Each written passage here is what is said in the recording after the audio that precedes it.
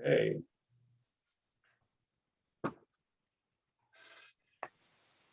That's the appointed hour, and you've shown up yet again to be part of this. Krista, have you noted that we appear to have a quorum or not?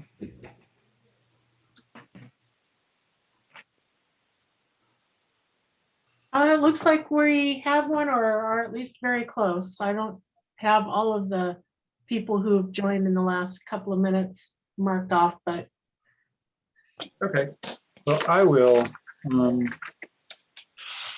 start with my introductory remarks, and then we'll take a roll call for who's here and who's not. So, thanks everybody for showing up yet again, week after week, to craft one of the best codes in the country. We still have some great important legislative mandates to follow, including about a 19% energy use reduction in this code cycle. We have just one or two more sessions, probably two. And today we have no key discussions item, since the largest topics have largely been voted on. We have some cleanup left in the larger proposals, but I'm urging you to keep comments to the pieces of the proposals we are actually discussing and not relitigate the larger issues that we already in general voted on. There's still some thorny issues, and today will be the first day we talk in depth about the very important Chapter 5. Since the Clean Buildings Law will require more audits and retrofits of buildings that will be subject to this code, we need to be very careful about ensuring that all provisions will be feasible when the code goes into effect in a couple of years. To keep us moving, we told proponents that they need to show up or designate someone to introduce and defend their code proposal. We do not have the luxury of endlessly tabling things like we've been doing in the past. If a proponent or designee is not present, I'm hoping that we will still consider, I'm asking that we consider the proposal nonetheless and vote on it. We also had two tabled motions last week about studying the code that we're putting together, both from an economic and equity lens. I hope we can address these after we've considered the proposals, because we need to spend a lot of time on the proposals and we need to get them dispatched. I don't want to have 3 meetings. To inform this discussion, we have staff giving us a report on what the council will already be doing for economic and other analysis at 2:45 today. So they'll report, and then there'll be a time for Q&A after that. As always, use your hand raising and emoticons to show your general support or approval, and use your hand raising because I will call on people to testify in the order in which I see them put up their hand, which is not always the order in which they put up their hand. It's just something that Zoom doesn't show me exactly who's first and who's second. Lastly, you are all awesome. I'm sure that the amount of time you put in far exceeds what you thought you would, but we're almost there. We've had over 1,500 hours of volunteer time just in these meetings and thousands more outside of it. We're almost done. So thanks again, and let's get to it by doing a roll call to see who's here, to see if we have a quorum. Krista. okay. Michael Baranek.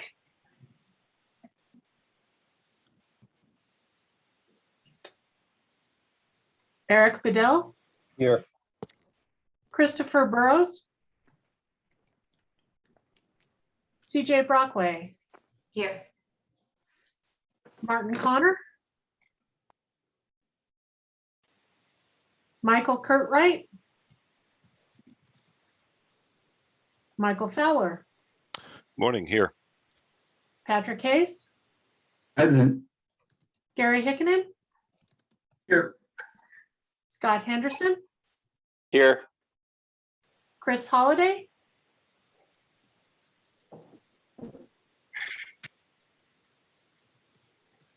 Luke Howard. Present. Dwayne Johnlin.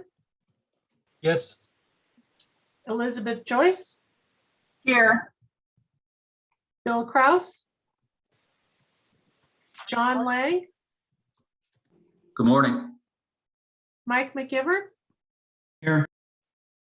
Alan Montpelier. Henry Odom. Eric Olnon. Andrew Poltorak. Here. Irina Rasputnis. Here. David Reddy. Lisa Rosenau. Morning here. Poppy Storm, Here. Gavin Tenold, Here. Sean Big, Here. Amy Wheelis. Here. So we do have a quorum present this morning. That's great to hear. Okay, so we have an agenda in front of everybody. Please look at it. Tell me what you think. Is there, if anybody wants to add something to the agenda or move something to on the agenda? Gary. Yeah, quick question, Joe, thanks. So the two tabled motions on economic impact and equity impact will be considered at the end there, maybe along with the division's presentation at 2:45. Is that what I heard you say? Yeah, I think my instinct is to get through the proposals today and next Friday as quickly as you know, thoughtfully and quickly, and then consider writing a letter based on what we passed to or consider the motions that were made last time. That's my preference, but you as a tag member can suggest otherwise if you want. No, and then- that's fine, just as long as they don't get lost in the shuffle list. Yeah. If we need to push those to next week for consideration, I don't think that's an issue. Okay, great. And then the discussion of 245 today will be informing those potential motions or those tabled motions with what the council is already doing in terms of economic analysis. And therefore, if we're already doing it, do we need a motion to write a letter to do it? I think that will inform us and help us. And then we can ask questions about what kind of motions we should make or could make and all that. So that's the thought behind that. Okay. Thanks. Gary. Ben. Hello. Proposal 088, enhanced kitchen and laundry equipment. That language was added to Reed Hart's C406 proposal, which was approved at the last meeting. And so just to get this one knocked out of the way, I would like to ask that the tag disapprove this proposal rather than withdrawing, so that it's documented and doesn't just disappear if I were to withdraw. Ben, can you provide a little bit of logic on that? Yeah, I guess I would be open to someone shooting me down, but to my understanding, if I withdraw the proposal, it would essentially just disappear rather than having it disapproved here in case Reed Hart's C406 proposal got hung up somewhere along the line. We could come back. Okay, that makes sense. So when we get there, please make that suggestion. Okay. Thanks, Ben. Patrick. I'd like to make a motion, like we've done in the past meetings, that if it's not unanimous, we have a roll call vote we have a quorum. That sounds good. We have a motion on the table. Is there a second? Second. I think I heard a second from Amy. Yes. Okay, further discussion. Okay, all in favor of the motion that if there is a single dissenting vote, we do a roll call vote, say aye. Aye. Aye. Aye. Any opposed, say nay. Okay. Ben, I think you can put your hand down. Unless you have something else to say. Dwayne. Yes, I'd like to withdraw 172. Withdraw. Okay. 172. See, I just got us that much closer to finishing. Radiant heating required for unheated spaces. After all the time we spent on that one? Hey, you convinced me. Not me, others probably.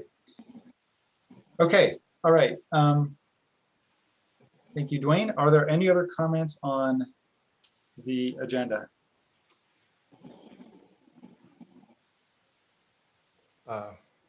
Yeah, this is Mike Kennedy, not a tag member, but I was the proponent of Proposal 190 that passed the last tag. And there are a couple of things in that I would be really good to revisit. So I'm hoping someone could make a motion to revisit Proposal 190 sometime today.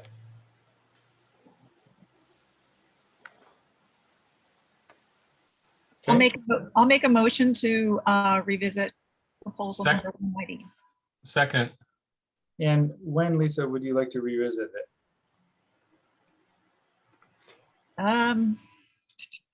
Would that occur perhaps under item 4 for tabled proposals? I think that's a good spot for it. Yeah, let's do that. Does that Okay. work, with you, Mike? Yep.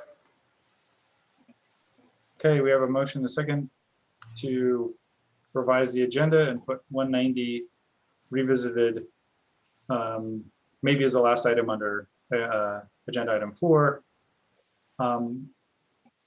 All in favor, say aye. Aye. aye. Aye.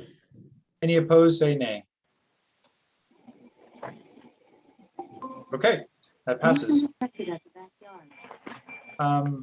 Dwayne, you have your hand up?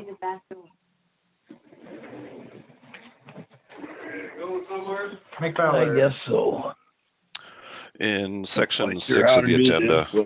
and someone's not on mute, there is proposal 224, which I was not able to download. But then the next one down, proposal 230, says correlate with 224. So I didn't know if 230 is now superseding 224. Aaron, are you on the call?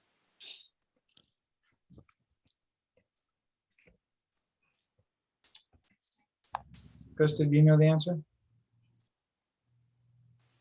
Yeah, 224 just gave me a download error. It just wasn't finding it. So I didn't know if 230 was now the proposal and they've been correlated, but that's, you said that's a question for Aaron, but we can also address that when we come to this section and during the meeting. Okay, why don't we do that? And in the meantime, Krista, do you have a 224 that is? Has anybody else had problems with 224 downloading it? Hi, this is Lisa. I was part of a very small working group on that one. So I believe that Aaron did put together an update, but I'm not sure if it got submitted. Okay. We will cross that bridge when we get there. Okay. It appears there's no other comments on the agenda, so we'll entertain a motion. Gavin. Yeah, can we rename, oh wait, no, yeah, Community Solar Project, proposal number 120, can we rename that Offsite Renewables? Just for clarification purposes. Sure. Thank you. Dwayne. I'm also unable to open 224. I just get a message that says we can't open this file. Okay. Krista, could you maybe just send that to the tag or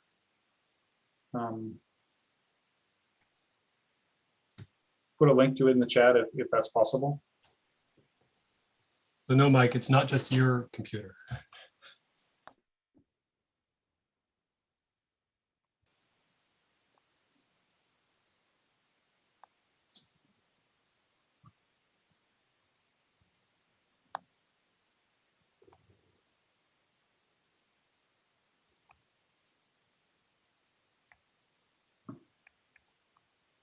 Oh, let me see if I can find it on the website.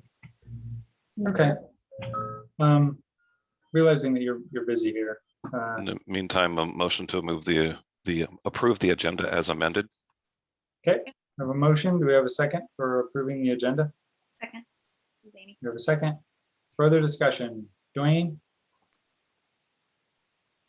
Sorry, no. Okay. All in favor of approving the agenda as modified, say aye. Aye. Aye. Okay, any opposed, say nay. Okay, all right, we are on to the meeting minutes. We have meeting minutes from July 23. I'm sure everybody's read those in great detail. Actually, Motion we to- don't have them. We don't have them. I apologize. I was unable to complete them last night, so.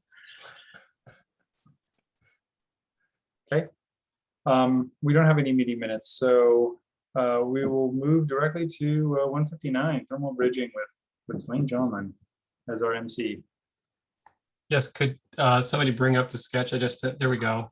So the request was made last time since the words were kind of hard to follow and to show what these three things mean.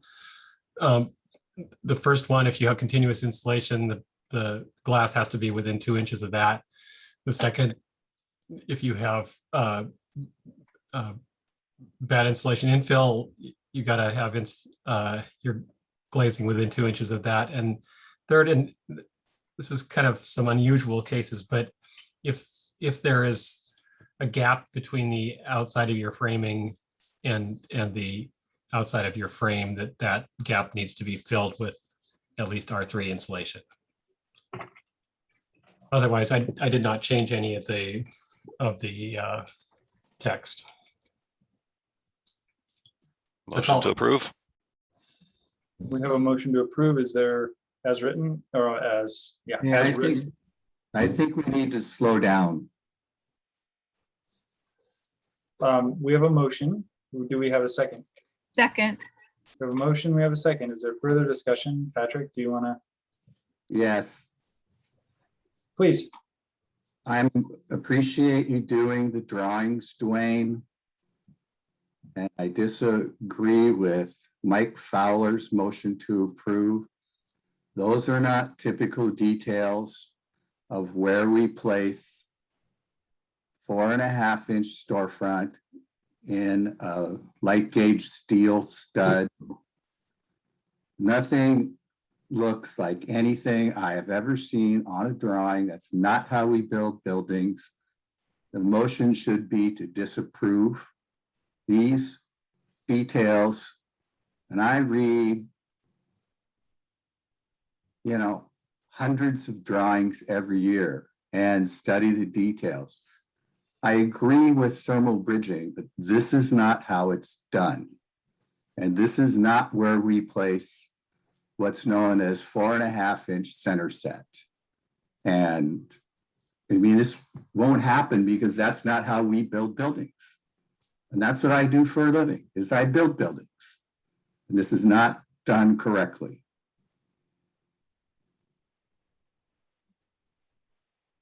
So Thanks, Patrick. one, it's not going to get enforced. So Patrick, are you agreeing with proposal but not agreeing with the details? Or the drawing? I think the proposal has some merit to avoid thermal bridging, but this is not how you're going to do it. And are you disagreeing with You're an architect, Shell. I am. Know that this is not how we do this. So Patrick, are you disagreeing with just the inclusion of the drawing, or are you disagreeing with the language as well? I'm disagreeing with the whole thing. Okay. I mean, there's people here that are architects, and this is not how it's done. And this is not how you would do it.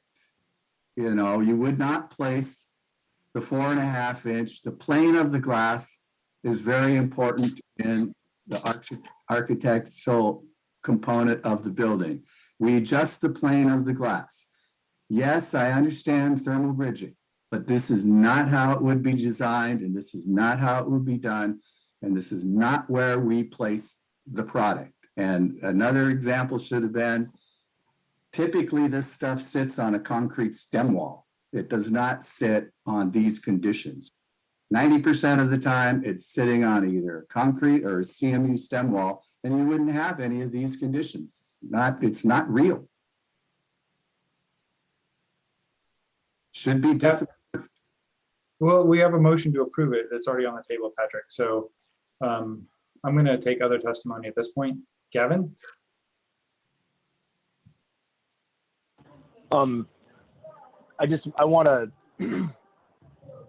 speak up a little bit here. I don't have commercial construction experience like yours, Patrick, but I do have a lot of high performance residential construction, and these details are typical in residential construction to improve the psi value at the connection of the frame to the wall.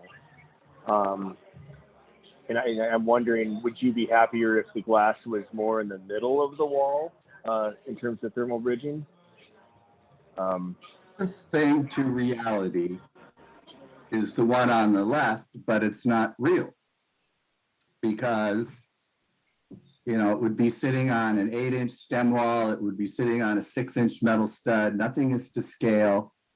This 2-inch thing and the way the rigid comes up, that is the closest to real. The two on the right aren't even close to real. And residential construction and commercial construction, you don't use these kind of products in residential construction. You use punched opening products that have nail flanges. This is a punched opening product. And it's, I mean, I'm adamant about this. It should not get voted forward because it's not real. It would be bad code. And it's not how designers design things. You know, once in a while, someone's got to be an expert, and I'm saying no. This is, you know, and I understand Mike. Thanks, Patrick. The proposal, but he's an architect. Mike Fowler is also an architect. Mike? I'm going to just point that this is current code in the city of Seattle. That one also went through a vetting process. That center detail is an extreme case to show something that if you wanted to do it that way, that's the most extreme you could do, but you can also tighten that up and have it sit on top. The one on the right is, sure, it's a touch awkward, but it gets to what Gavin was talking about. So I am okay with that. One in the center is not real at all because the cavity's not filled.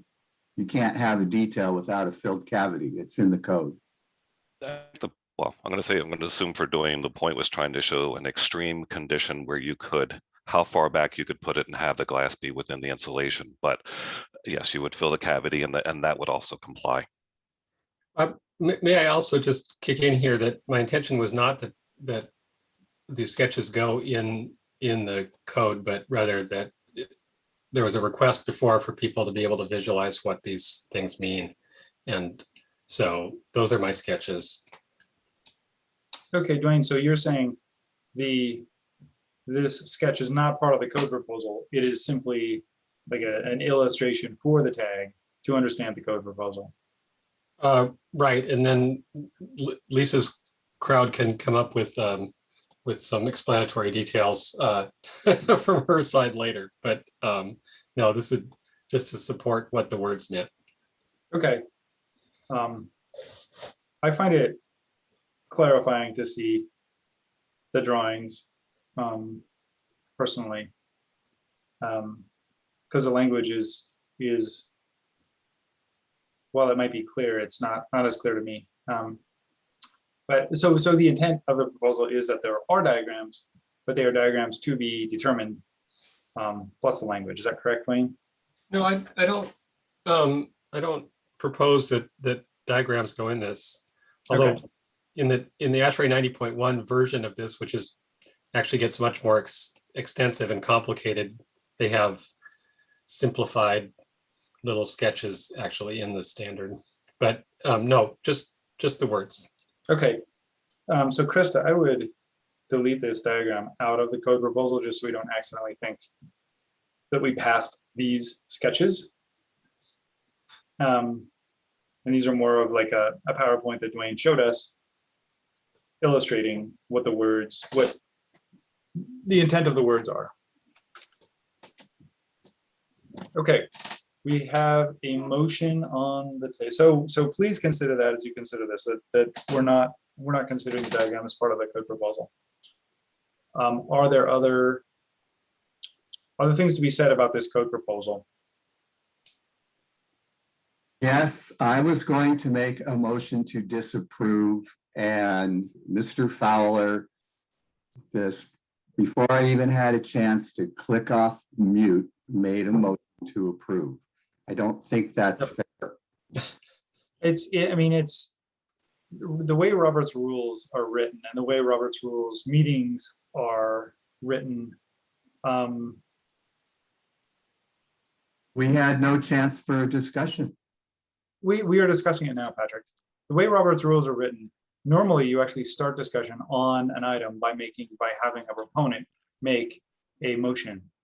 That's how you normally start a Robert's rules things. We've been doing it such that we discuss first and then somebody makes a motion, and that's probably a little bit easier, maybe a little bit more expedient. So the way we're following it is actually closer to Robert's rules than what we've been doing in the past. I think we've been doing it acceptably in the past, but what Mike did is perfectly within the bounds of Robert's rules and actually closer to the intent of Robert's rules. So that's the way discussions start. I make with a motion. Protest. And what kind of I don't know what you're hoping for, Patrick, but if lots of people don't like this, then we will vote it down and then you can make your motion. That's the way the rules work for Robert's rules, newly revised. So we have a motion on the table. We have a second for it. We are discussing it. Are there any other people who want to discuss this proposal? Lisa. One detail just to keep in mind is that this proposal does cover two topics. So we have the fenestration requirement, and then also a requirement for thermal bridging at concrete balconies. And so, just to make sure that everybody knows that there are two topics, we're focusing on the one detail, but there's the other half of this proposal too that has merit. And we looked at this one before and asked for a drawing. And Lisa, do you have any other thoughts on this proposal? Yeah, pro or con? The only other comment I'll make is that there have been other details in the code that were explained in words like this, and then diagrams were added to the code at a later date. And so it would seem appropriate that the explanation be provided in words, and then maybe in future code cycle, explanatory diagrams could be added if that's not a part of the proposal today. Okay. Thanks, Lisa. Are there other thoughts on this code proposal?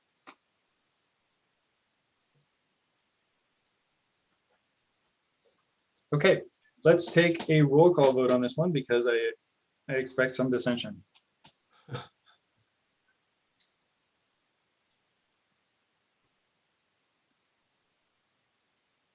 Okay, Eric Bedell, I'm gonna abstain from this one. Abstain. CJ Brockway, I will also abstain. Martin Connor, Michael Kurtwright, Mike Fowler, Yes. Patrick Hayes, No.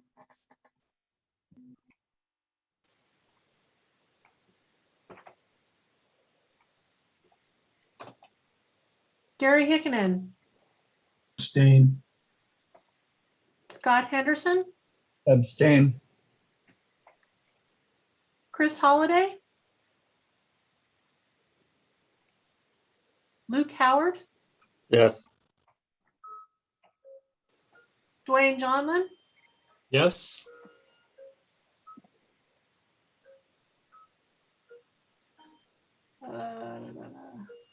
Mike McGivern, Yes. Alan Montpelier, Elizabeth Joyce,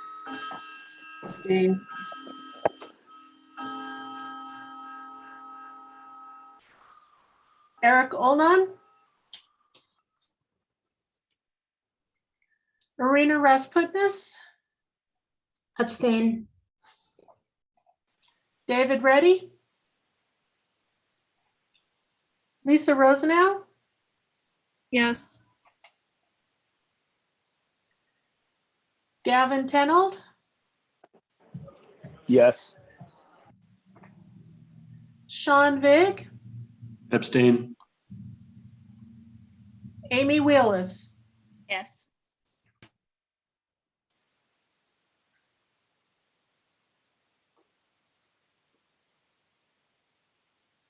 Motion carries 7-2 with 1, 2, 3, 4, 5, 6 abstentions.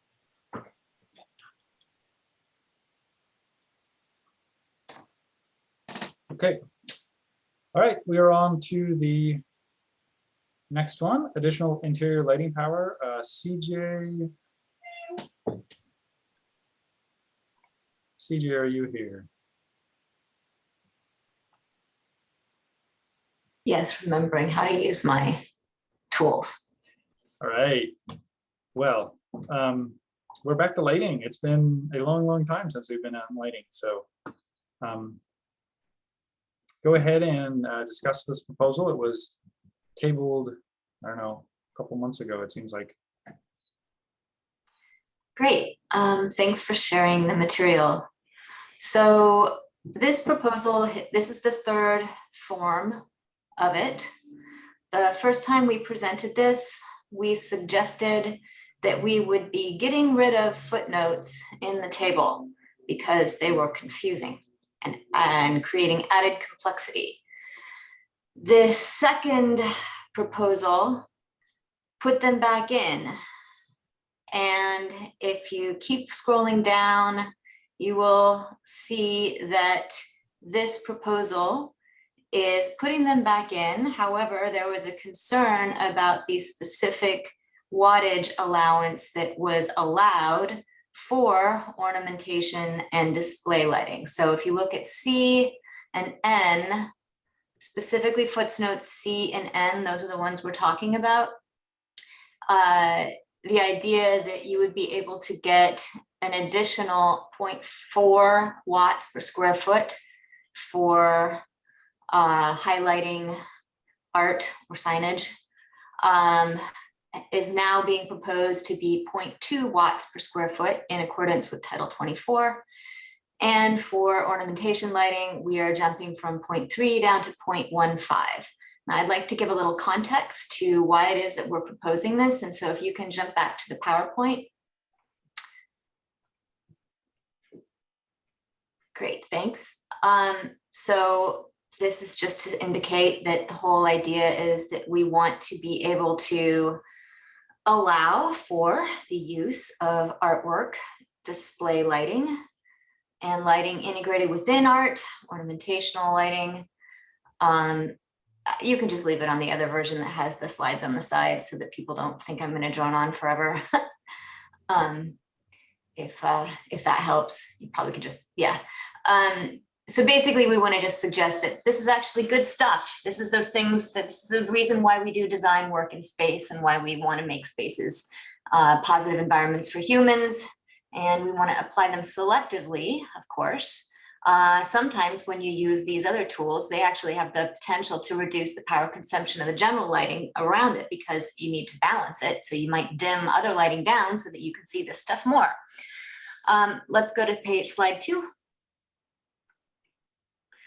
And again, I really do, I don't want to beat people over the head about this, but we are trying to have what we do serve human experience, and lighting specifically is supposed to help contribute to that. You guys get this. I'm not, this was just my wanting to make sure that if we needed some collateral to remind ourselves about the benefit and importance of this, it's the reason why we do what we do. And those of us who are designers love doing it because of it. Let's go to slide 3. So the areas that are in the table are the ones that are bulleted on these next 2 slides here. We've got Audience seating, specifically permanent seating areas. Currently, we are allowed 0.27 watts per square foot in those spaces. In order to be able to create some of the environments, such as what you might see in these slides, we are suggesting that you might need the addition of ornamentation, lighting, or other such things in these specific spaces. We're going to talk about corridors a little bit. They are allowed 0.41 watts per square foot in this cycle of the code. I believe that we need to have some additional footnotes in that space. Stairwells are allowed 0.49 watts per square foot. They also should be allowed this type of treatment. Again, some of these footnotes already exist, so it's just a matter of making sure we're clear on which spaces are in fact receiving these footnotes. Convention centers, we do in fact find ourselves with the need to occasionally have some either feature elements or lighting that might be, say, colored lighting for the purposes of creating a special environment. And we're allowed 0.61 watts per square foot, which actually doesn't necessarily cut the mustard in those type of spaces as well. Hey, CJ? Yep. Given that I don't know what the discussion is going to be on this, but just given the time that we're trying to do. You want me to speed up? I think the issue was the ornamental and the other lighting. So if we want to focus on those and maybe take 2 minutes to get through the rest of the presentation and focus on the issues that seem to be the most contentious around here, I think that'd be really helpful. Okay. Dwayne has his hand up. Should I wait? I was going to wait until you get done, but Well, just I don't see where a revised proposal is posted. I looked in both places online and I just see the original 0.5 watts for all ornamental. So if while CJ is finishing talking, somebody could send out the current or post the current version, I'd like to see that. Yeah, thanks, Dwayne. Okay, good. If we go to slide 4, these are the other areas that we're looking at. There are certain healthcare facility areas that are subject to generic space types, and we want to be able to allow for this type of treatment there. In museums, we're only allowed 0.31 watts per square foot. I think we also have the need in this type of a space for the additional illumination of specifically signage elements. And then in transportation spaces, it's only 0.25 watts per square foot. The Word document does in fact have all of the spaces and the adjustments highlighted. Let's keep going to slide 5. I'm going to show you an example and why I think that the targets for California are suitable. But this explains sort of what we can and can't do in corridors with only being able to get 0.41 watts per square foot. Of course, we can do the top ones. And in fact, you can even see in the top center 2 that that's the difference between spacing lights apart 6 feet to 8 feet. You can see that there actually can be quite a difference. Or rather, if that's what you want in your corridor, you can do that with the downlighting approach, which will meet code. Yes, there's the table if you wanted to see it.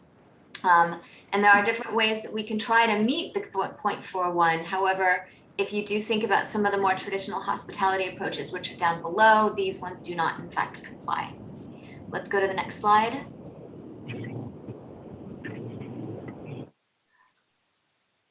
And again, there are many ways that we can look at lighting in corridor environments specifically that can be more aspirational, that will in fact not comply.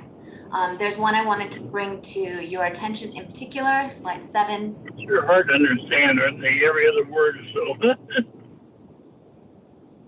Okay, is it easier? Can other people hear me? Yes, I can. Okay. So the corridor that I'd like to bring as a case study, go ahead. I think somebody isn't not paying attention and talking on a different call. Okay. So this is a corridor which is actually fairly simply designed. It has a sconce at every single guest suite entry, and then has a few other accent lights. Each stretch of corridor gets 2 art accent lights to focus on a piece of art. And then there's some lighting at art in the main central elevator lobby space as well. And if you go to the next slide, we can see that in fact, it does not comply with the current code without an additional footnote for display lighting.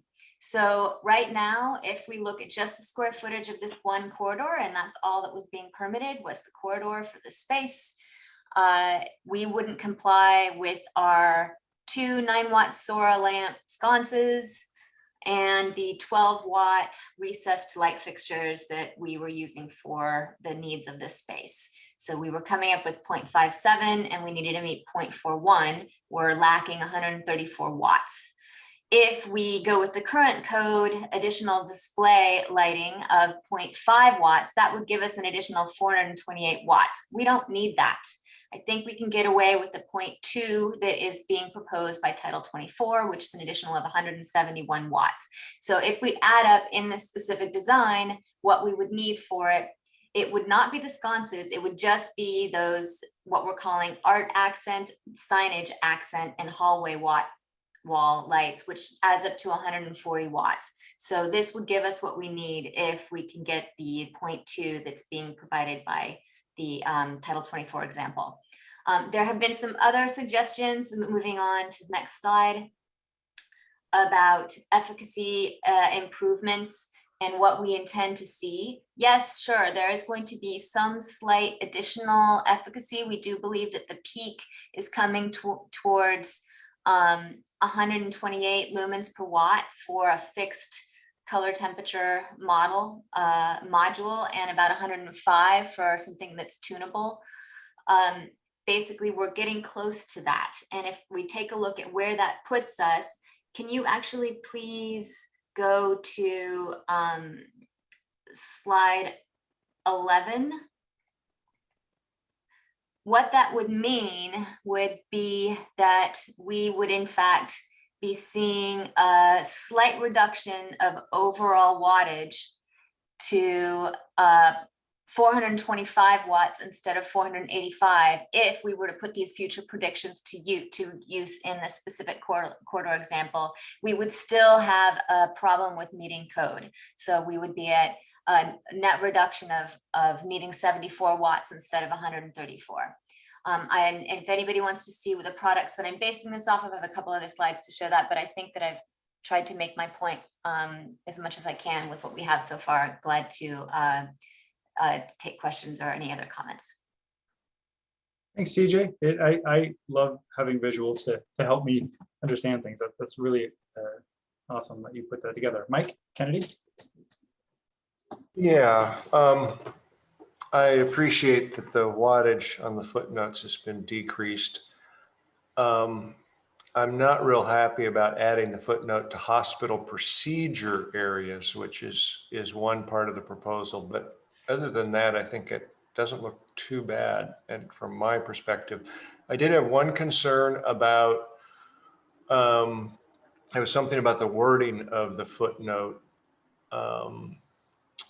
If we could look at that, but is the intent that this, like the 0.2 watts is 0.2 watts in that space, or does that get traded around the building? You have 0.2 watts in this restroom, you have 0.1 watt in this restroom and 0.3 watts in the next restroom?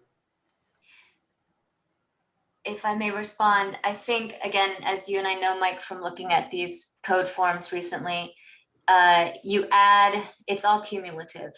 They're tradable, essentially tradable spaces. So, well, it's not like it is for exterior, but you're looking at a net reduction. Am I mistaken in this? I think you're looking at a net reduction in what you have to comply with for the whole building. But actually, now that I say that, I think I might be wrong. Yeah, well, right now, the way the Seattle forms work, you get to, you do get to kind of pool it. And I think that's one concern I have, is whether this is a use it or lose it, in that space, or is this, and I think it says such spaces on footnote C. So that's one question I would like to clear up, but anyway, I'll think about it a little more. Okay. Thanks, Mike. Lisa? Yeah, thanks CJ for the demonstration and for all the work that you and the working group put into this proposal. So I will second Mike's question about whether this is, use it or lose it allowances. That's been our interpretation, that you can only use it in those spaces. And then I had a couple more just friendly amendment recommendations for the ornamental lighting. Is the intent that it be automatically controlled separately from the general area lighting?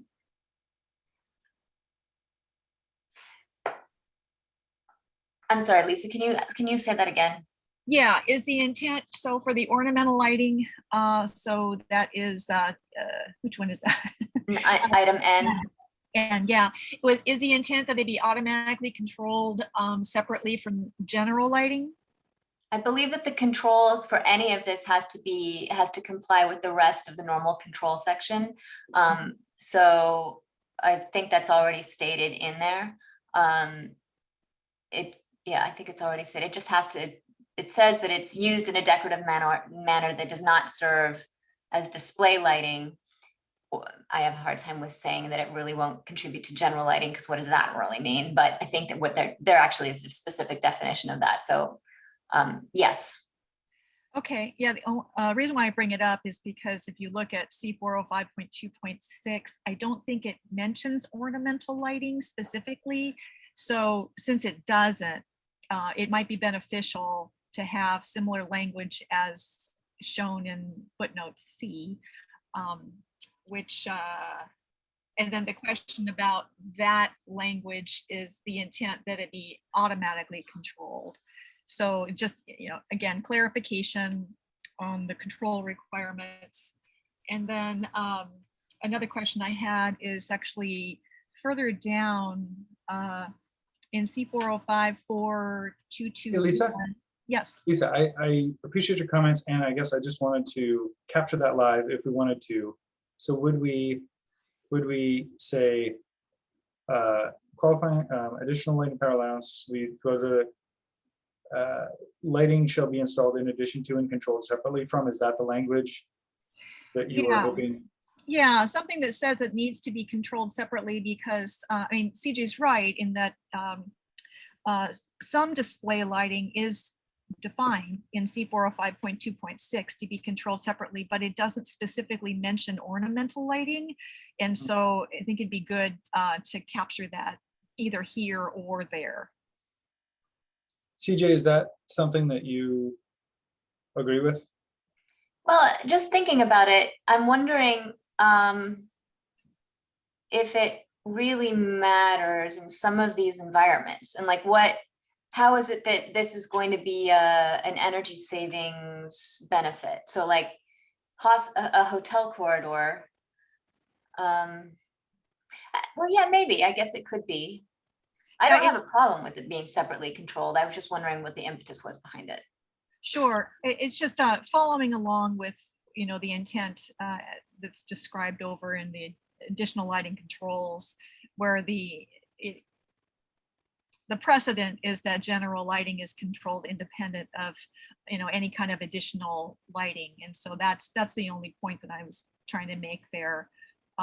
That if you're not opposed to it, I think it'd be beneficial, but I'd also welcome any comments from lighting yourself and other lighting experts. CJ, just a question for you, CJ, about this specific topic is, if you have this decorative lighting, or sorry, ornamental lighting, would it be on the exact same, would it go on and off at the same time as the general lighting? Would it normally go on and off at the same time as the general lighting, or would there be a difference in there? Yeah, excellent question. I mean, I don't know that I was looking at this code change proposal from this standpoint at all, because I felt like it was just naturally going to be on the same scenario as the others. But I could see it being controlled separately, and that actually might be beneficial. But yeah, I'm not sure. Andrew, did you have a thought on this? Go ahead, Andrew.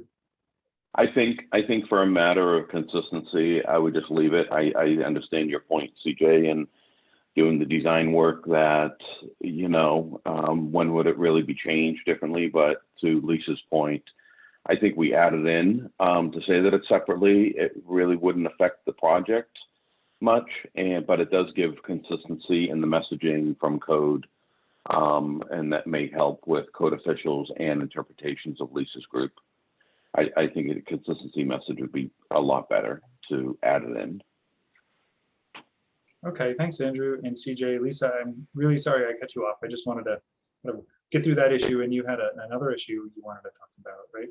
Yeah, so sorry, rattling through them real fast here. No, that's great. Being conscious of time.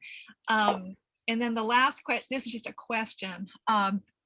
Under additional interior lighting power, that's for retail, the language turned off during non-business hours has been struck. And so I'm just looking for if you could provide an explanation on the reason for that change.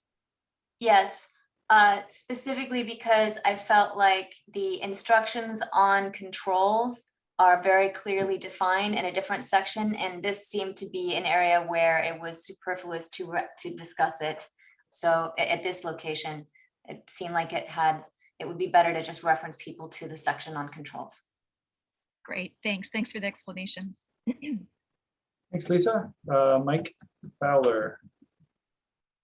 Yeah, thank you, CJ. A quick question. As I see, the healthcare facilities have footnote both C and also N. My question is, would you consider also adding, scrolling up to lounge break room, adding footnote C to in a healthcare facility so that that is also covered? So healthcare facility C and N has both footnotes. And if you keep scrolling up on the right-hand side, there's lounge break room in a healthcare facility doesn't have anything that provides that footnote. It's up on the next page. Would you consider, I'm asking, would you consider adding a footnote C because there's already N up above it, but in a healthcare facility also allowing footnote C? It just seems like that would be appropriate. It's everywhere in the healthcare facility except the lounge. Yeah, I don't have a problem with that, certainly. Thank you. I do think that the N for display light, I kind of doubt you're usually going to have some feature ornamentation lighting treatment there, but actually maybe you would.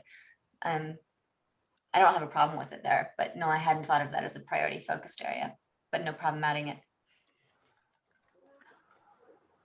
Okay, while you're on that screen over on the left, CJ, is there still a footnote for classrooms?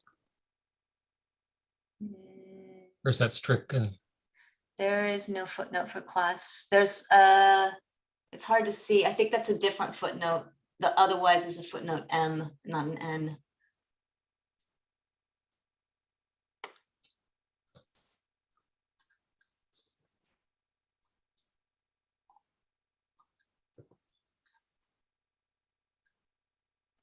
And M is for whiteboards. So this wasn't discussing that at all. Dwayne, did that answer your question? Address your Yeah, question? thank you. Okay, Thank Mike you. Kennedy. Yeah, I guess I wanted to revisit just my comment on how this stuff, the kind of the bounds of the use it by or lose it. And if I have a corridor, let's say I have a 6-story building, is this, I mean, a space in the space by space calculation, each floor of that corridor is going to be a separate space. And is this, the intent is that it applies to each corridor, each room essentially, or is it averaging across the rooms? So, and then I think it would be good to clarify, kind of back to Lisa's point, I think there's 2 controls that matter. And one is the— Hey, Mike, could we answer your first question before we get to your second? Okay. So I guess CJ and Andrew and any code officials, I'd be interested in how you would answer Mike's question, Mike Kennedy's question. I'm I'm having trouble figuring out where I raise my hand right now. For some reason, my thing isn't set up right, but I'd be glad to react. Go ahead, CJ. And just so you know, it's usually under reactions. There's like a happy face with a plus sign. Oh, there it is. They moved it. Okay. So, yeah, I think, Mike, I've been struggling with this specifically in the Seattle Code form, because when you have a display allowance or that you add into the form section, it doesn't actually increase the watts that you're allowed for the overall project. So it actually seems like there's a problem with the form right now in that regard. And I know you and I talked about how we needed to discuss this with Lisa. But in my opinion, I do believe that when we do the space by space, honestly, we're only using the watts where we're allowed to use them, but how you calculate it being a net result in the amount of watts you're allowed for the project, that seems like that's reasonable to me. That's why we go to the effort of doing space by space in the first place. But I guess I'd be willing to allow it to only be something that you could have for that specific face, but that seems like that's going to add more form complexity. Thanks, CJ. Andrew, did you have anything to add there? Well, I was just going to pretty much say what CJ said, but there was one clarification. If Krista can scroll up, where she put that CNN, I think it's in the wrong spot. It's intended to be under the lounge break room. See what it says N there? There should be a C next to it. So the CN and healthcare facility, if I'm not mistaken. Is that right? CJ? That's my understanding of the Lounge break request. room. Yeah, it was a C added to the N. Yeah, for healthcare facilities was Mike's comment. Oh, Right, I specifically trying to do it for healthcare because we've done it for healthcare elsewhere, and I think that's important for healthcare workers. I think it might be So Mike, clearer you- to strike the N at lounge break room and put the N on otherwise, and then have yeah, CN. that's. Yeah, I think I tend Okay. to agree. It does be a little confusing there. So. Okay. So to the issue of whether the space by space method allows one to not have decorative lighting in one corridor and then have twice as much decorative lighting in another corridor. Andrew, Dwayne, Mike McGivern, how would you address that? I've always thought of these as being limited to the space, to one space at a time, and not tradable.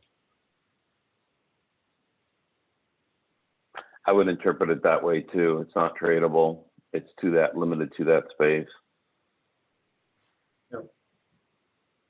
Okay, is there any language we should include to make it clear? Or, I mean, the space by space method seems like it's pretty clear on that, but what do people think? Do we need to add language to make that explicit?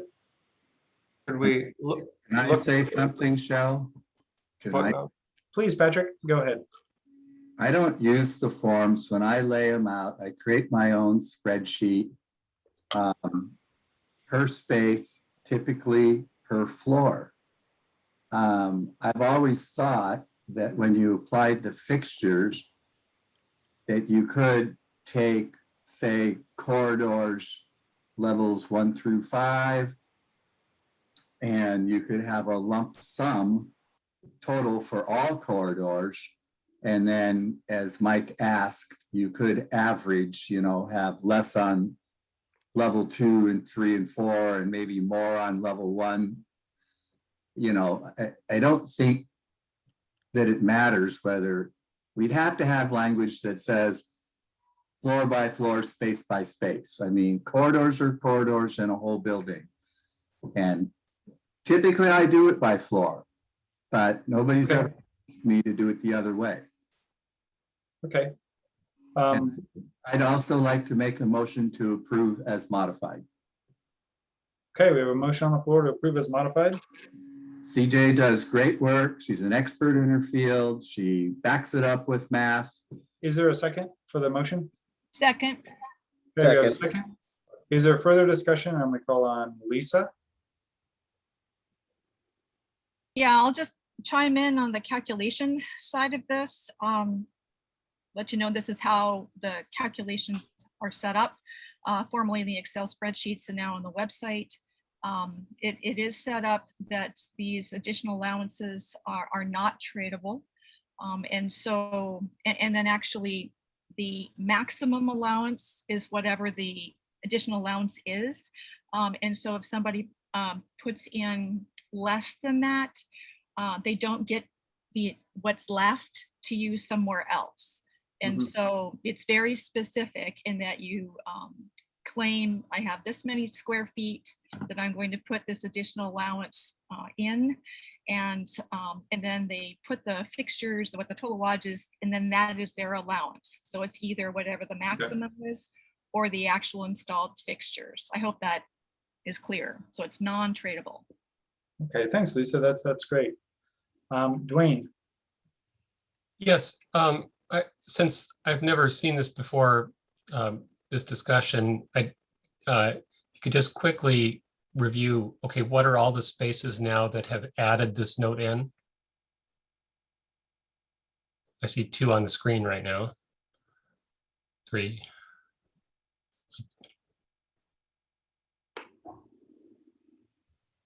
Well, we're kind of flashing through them, just like all transportation.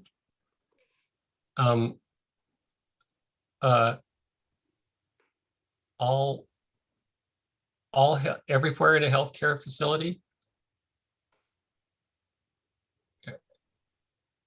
I think it's everywhere in a convention center.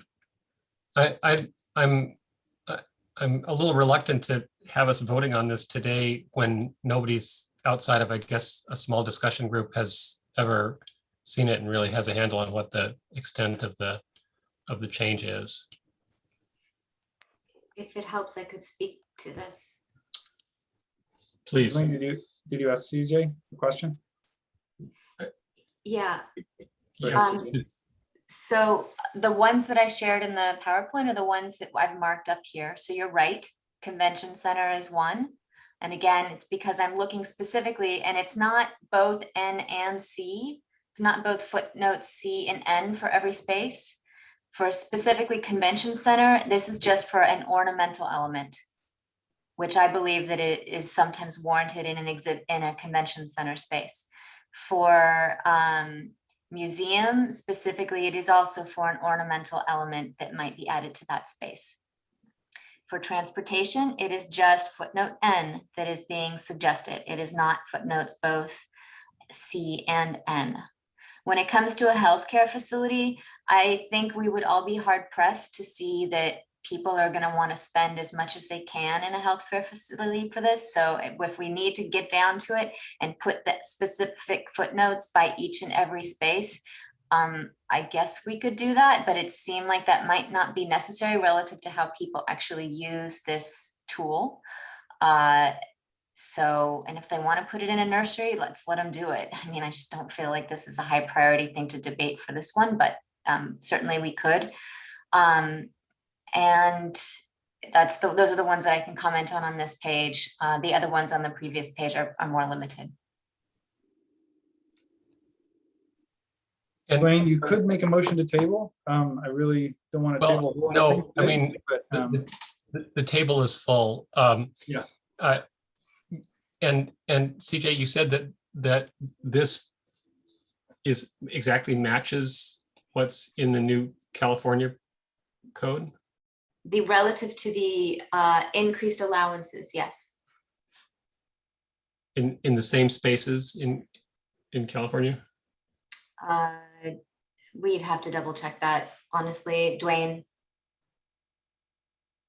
So there could be some spaces that don't match California.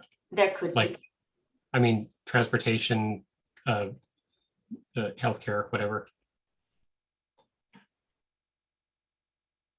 I will remind everybody that there is a public comment period that will come up when the Building Code Council looks at this again. So there are, this is not the final code that we vote on today, but it's going to be a lot like the final code, but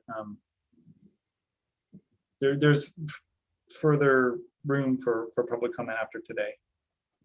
I think I've gone through that process with this group earlier. Mike Kennedy. Okay, I want to revisit again my concern about spaces. I think if we took footnote C and instead of having of such spaces at the end, have it be of the space. In the space. So it's singular.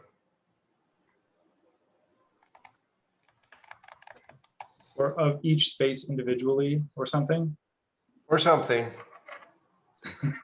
And then you could append that to make it more clear. You could say that this is not tradable between spaces.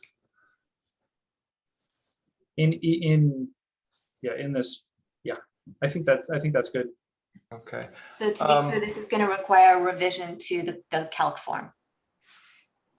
I'm not sure it does. I believe it will, because for Ask most people, you specifically what space you're putting it in. I mean, it doesn't enforce it. You could put in an item that's all the corridors in the building, but it's asking for a specific room. so that we can move forward, I would suggest that Mike, you, Lisa, and I take a look at this form, because I don't think it works the way you guys are talking about it. I mean, I know you know this form very well, but I think in application, I think we should revisit this offline if you guys are amenable to it. My motion was to approve as modified, not with this additional language. It's true. That is the motion on the table, but we can also modify motions by voting if we really wanted to. So Patrick, I'm assuming this is not friendly to you, or you're not considering this friendly to modify those few words. I'd also like to comment on the end spreadsheets or forms that are out there.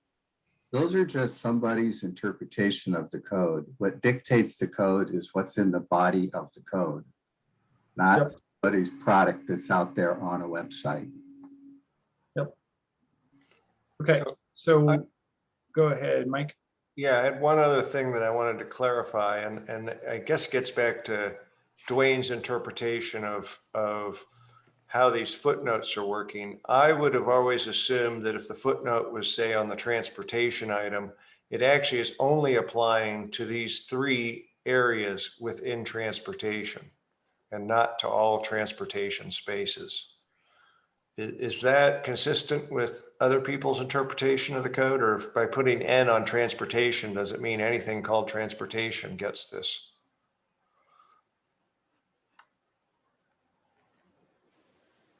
I'd agree with you, Mike. Okay. I've just always read through that detail and it suddenly made me wonder. Okay. Yeah, I think that where you have, like, we have a separate thing that defines corridor, all other and so forth, toilet room. So I think those other things where listed would take precedence. Okay, so we had a suggestion that we clarify the language that's highlighted right now on the screen. That's not part of the current motion. Someone could make a motion to add that into Patrick's motion, or we could just have somebody revisit this issue or make a public comment during the CR 102 process in a few months to revise that language if we wanted to. So you're the tag, you get to make motions. But if I see no more hands up, then we'll vote on this, on the motion, Patrick's motion, as stated. Lisa. Yeah, I agree with Mike in that I think this is an opportunity for us to clarify that the intent of these allowances is that they are not tradable. The interpretation is based on what's described in the additional interior lighting power provision that's how it describes it. And so I understand we don't want to table this to another meeting, but perhaps we could table it to be revisited later on in the meeting today. And I could take a pass at coming up with a sentence or so that could cover that. But that, of course, would be if CJ is amenable to that. CJ's next to speak. Go ahead, CJ. Yeah, I have some reservations. The way that we use these forms, and I'll be honest with you, we're as swamp designers, just doing the actual energy code calc forms, and a lot of my colleagues don't do them and have the electrical contractor do them. I like to do them because I like to see where we're actually sitting and make decisions about things from an energy standpoint.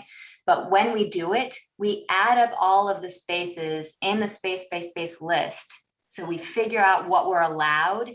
And then again, this is back to the form, and I do use the state energy code form.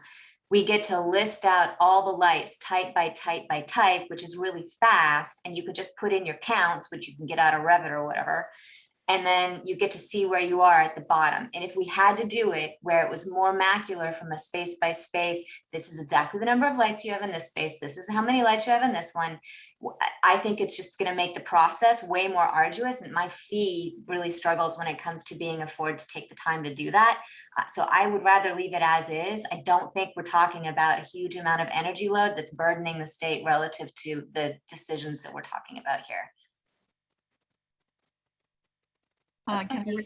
Can I respond to that? Please, Lisa. Yeah, so I think that the challenge is explaining it, but it isn't that you have to do it space by space. It would be that you would indicate I have X number of square feet of, say, corridor. We use corridor as an example. You can just say I have X number of square feet of corridor, and X number of square feet of that corridor we're planning to put this type of lighting in it. So we're really only talking about two numbers, not each individual space. And so that's the way it's entered currently. And so of course, yeah, the last thing we want to do is make it harder for the designers to sort this out. But the intent, I think the concern that I would have is that if it's allowed to be used, so if you say I have X number of square feet of corridor, and I get X additional square feet for all of my corridor area, when you're only putting the additional lighting in, say half of the corridors, then that's really adding a very large additional allowance. And so I think the non-tradable element of this is important. And we can certainly, handle this in a way that it's not a burden for the lighting designers. Understood. Okay, so we have a motion on the table and a second and all that for this as written. I would like to vote on it very soon. We can also, like we did with Mike Kennedy's suggestion, take something that we've already voted on and revisit it if we want later in the process. So Patrick.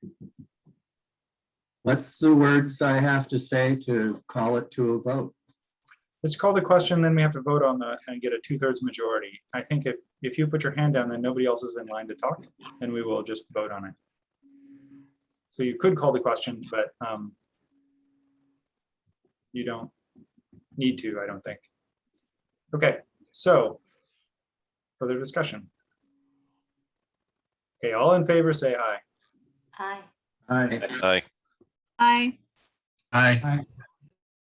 Any opposed say nay. Abstain. Okay. This passes with one abstention. All right, we are on to the next one. Airside economizer. Eric, are you or someone from Rushing or someone want to defend or propose the airside economizer clarification? Wait, before we go on, did what we just passed include the additional language that was on the screen, or did we? Which additional language?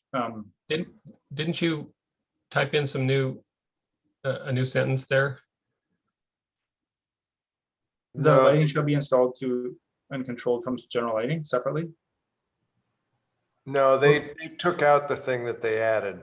Okay, never mind. Sorry.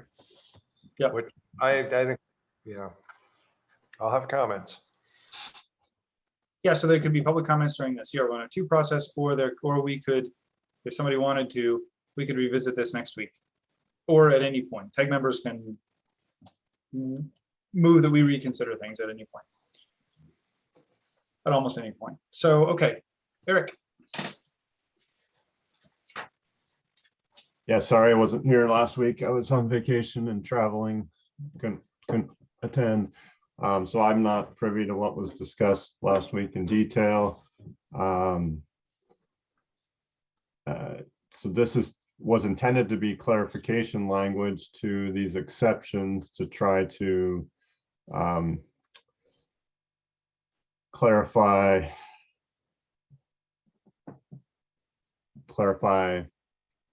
the intent of those two sections. In exception 1 there, for other than group R occupancies, that was not part of the original proposal. That's really not a friendly amendment to me, as that makes the code much more stringent, and it would require a cost impact analysis, in my opinion, because that would mean that chilled water, hot water systems would basically, not have any exceptions in exception 5 anymore, So I would not recommend making that change, or that needs to be part of a separate code proposal that's tracked. But yeah, as far as the wordsmithing here, we can, I'm fine with the where the supply fan is installed outside the building envelope language. In 5, we should probably repeat that exact language that's in 1 and 5, so they're the same. So in exception 1 and exception 5. So Krista, can you make, if that is being suggested, can you make that so we see what's? So yeah, crossing out outdoors there and changing it to outside. Yeah, there we go. So I don't know where the 4 other than group R2 occupancies came from. So maybe somebody can comment on that. Does anybody have a response to Eric? And Kevin, I see your hand up, but I wanted to address his question before we get to you, unless you're answering his question. I think that was correlating with Lisa's proposal. Yeah, there was a withdrawn. proposal 184 or 185. I thought that was that's part of my notes. Okay, so yeah, we could just note that in here that was part of a different proposal, I guess. I'm assuming that proposal was passed independently of this one. I think it was withdrawn. Was that the one that was withdrawn, Lisa? No, it was 185 that was withdrawn. I think this one passed. Let me look here.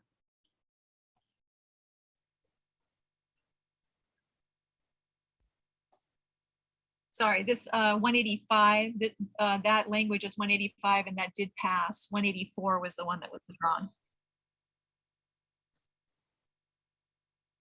Yeah, so I hope 185 has a big cost impact analysis associated with it. So, because that's going to outlaw, chilled water, hot water systems.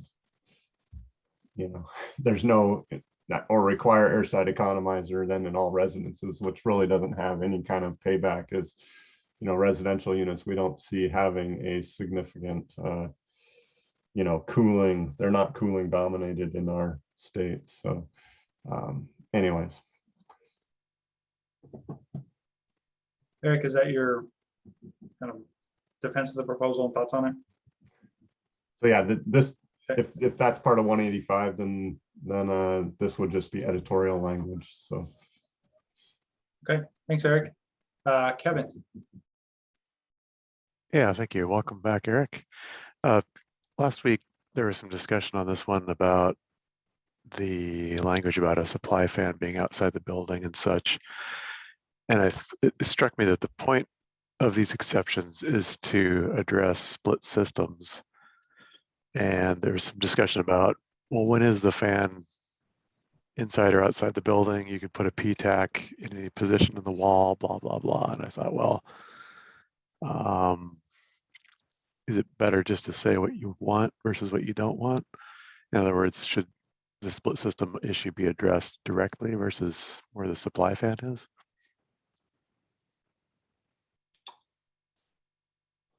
Yeah, I mean, this is really about the outdoor package units are much easier to do economizer at. So those are the ones that require economizer. So if you have a rooftop package unit, you can buy that with economizer kit. And so those get economizers the way the code's been enforced in the past. Gotcha. And so we've been trying to find a better way to say that. Yes. Sure. And I'm not hearing anyone else raise the concerns. So maybe that is quelled. So. I think there might be the issue of like water source package equipment that wouldn't be split. And it would be, might be buried and probably would be buried in the building and not adjacent to outdoors.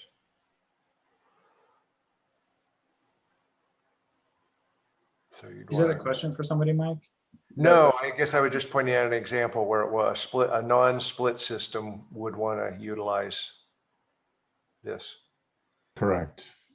That's what we're trying to say, a non-split system. So, well, but that also would be a water source heat pump, you know, a small water source heat pump, or a PTHP unit, or yeah.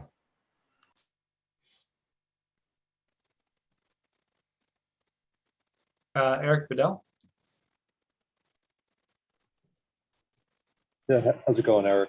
Thank you for coming in today and explaining this one. I did have a concern in a couple meetings ago related to constructability on the air side economizers related to the cooling systems for computer rooms, electronic equipment, radio equipment, etc.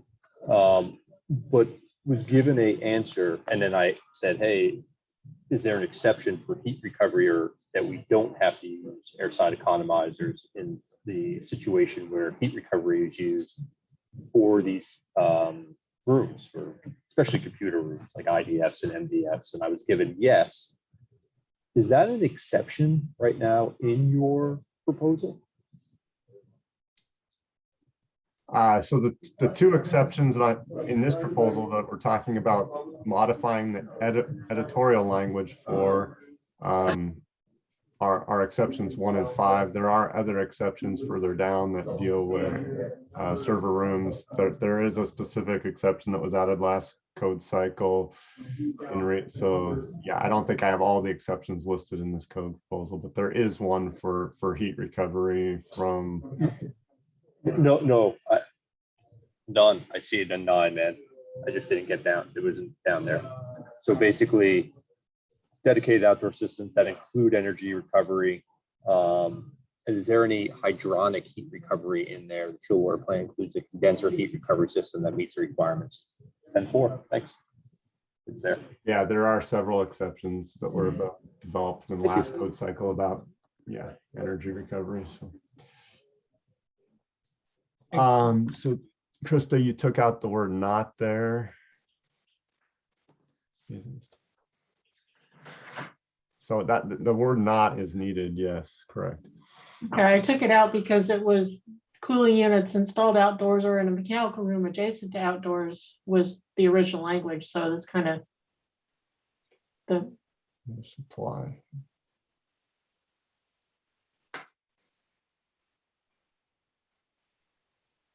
Oh yeah. So how do we need to word this? I'm sorry. While you're thinking on that, Laura.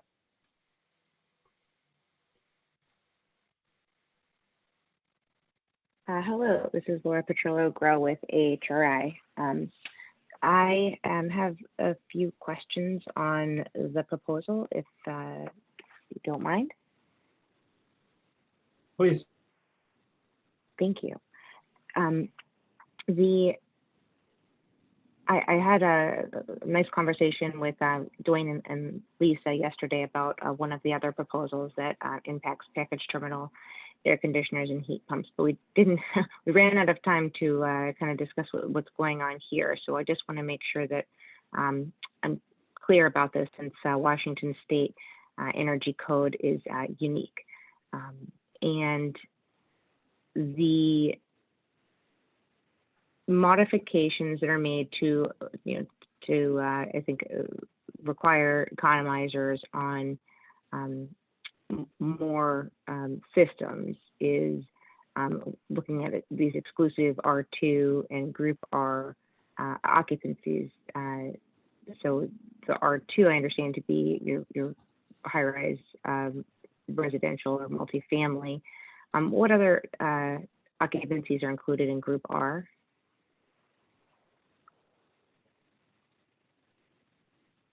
What the question is, what occupancies are included in group R? Yeah, what other building types? Well, R1 is hotels and those type of buildings. R2 is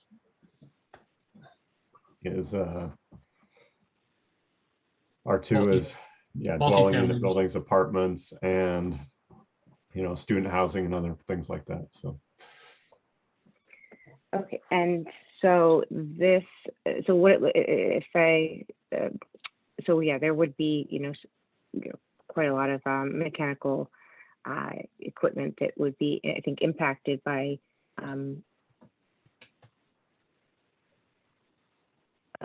what you're trying to do with 5 particularly. So yeah, the clarifications here are not intended to change how the code is currently enforced in Washington at all. It's just a better way of saying what we've been enforcing for the last 15 years or 20 years. So there's really no change, significant change here. This is just wordsmithing. thank you. And that includes the increase of efficiency of 15%. Correct. That's been in our code for several code cycles. That you're allowed to not have an airside economizer if you have a unit that's 15% more efficient than the table. Sure, that's pretty that's roughly consistent with 90.1. How does that interact with the energy credit provision? Is it 15% on top of the increase that's required if you choose that option? Correct. And there may be some equipment categories where that is not available, where there are no products available. Correct. Exception 5 only applies to those specific tables that are listed there. So it does not apply to chiller systems. Okay. Thank you. I appreciate the opportunity to ask a few questions here. Thanks, Laura. So yeah, I think this is worded correctly. It should say supply fan is not installed outside the building. So thermal envelope. So I guess if we have a PTAC there would be a change with this language. If you have a PTAC unit that's hanging outside the building envelope, then that no longer would be covered by exception 5. So that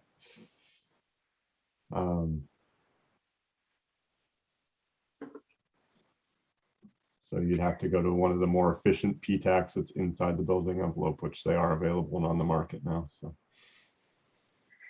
sure. So that was helpful to understand. So the that 15% threshold does eliminate, I think, just about all PTACs on the market. So a change that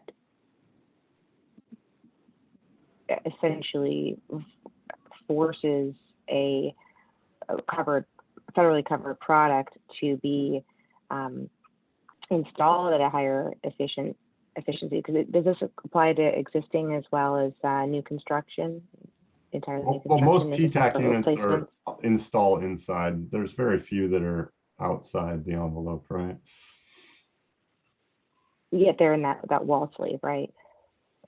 Yeah, there's going to be a that's wall not- sleeve through the envelope, but the unit, the Yeah. supply fan is still on the inside of the thermal envelope. So I guess most PTACs would meet that requirement. You wouldn't be able to have one that's hanging outside the building, which is not Sure, common. okay.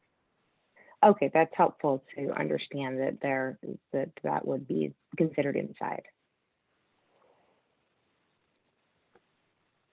Thank you. Okay. Thanks, Laura. Dwayne Llewellyn.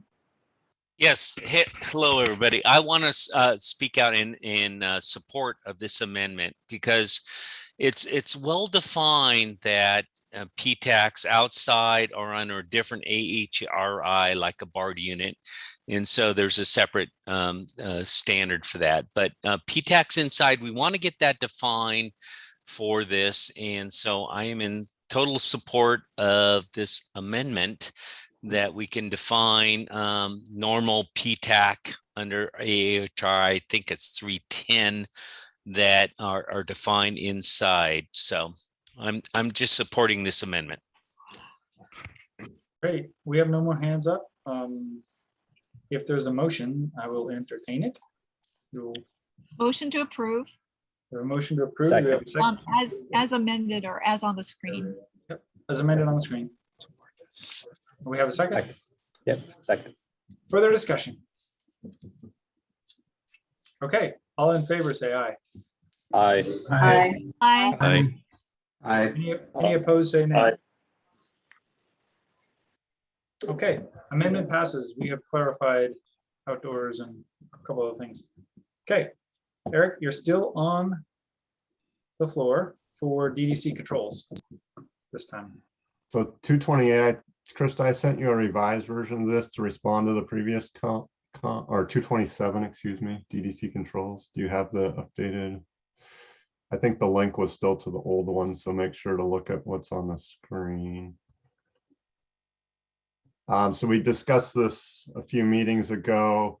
There's some history around this one between changes from the 2012 to the 2015 code and from the 2015 to 2018 code. So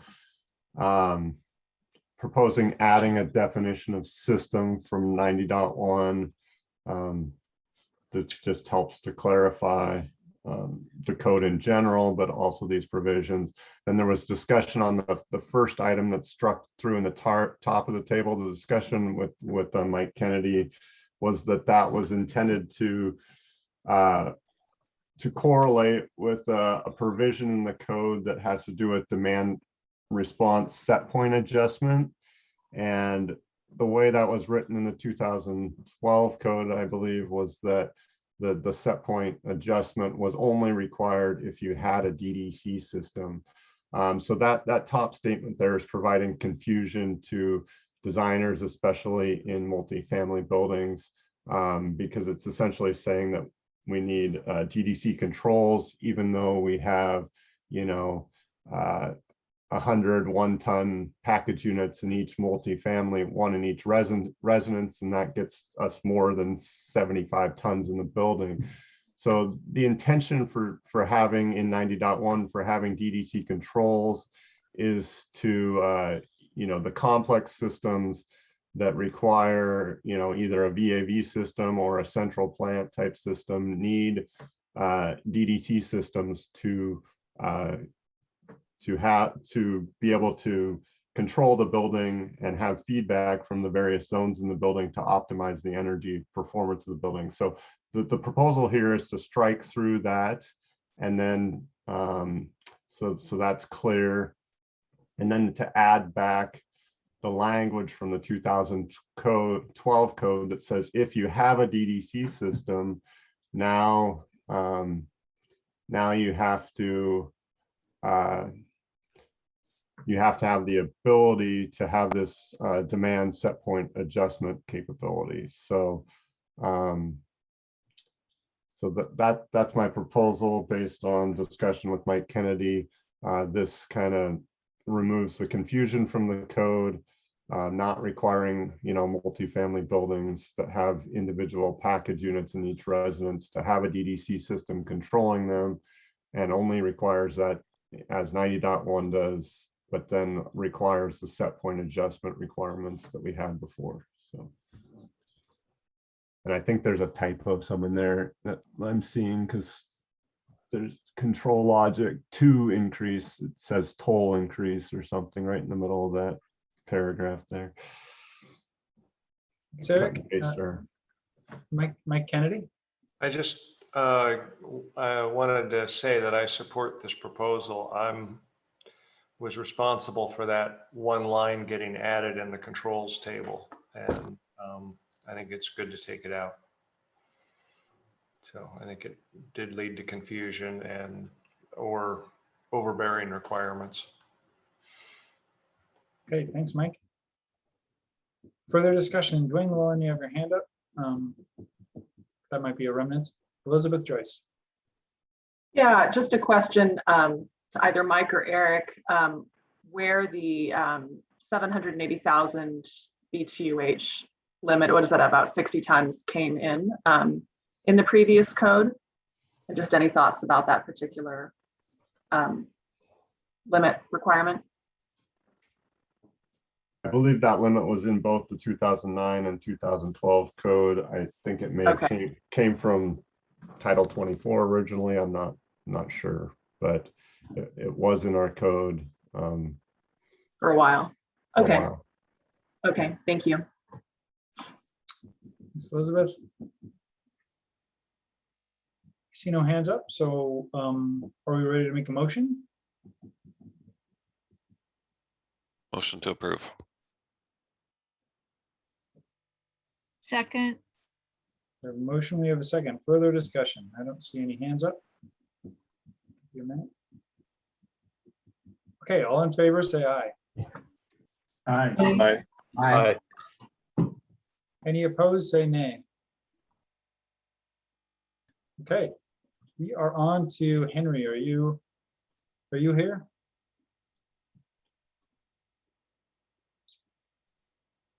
Operable interlock. This is one where we talked a lot about opening size and how we would make sure that we're not kind of overstepping with buildings that have lots of operable windows and might not be in here. Henry, I don't see you. Motion to disapprove. We have a motion on the table to disapprove. Is there a second?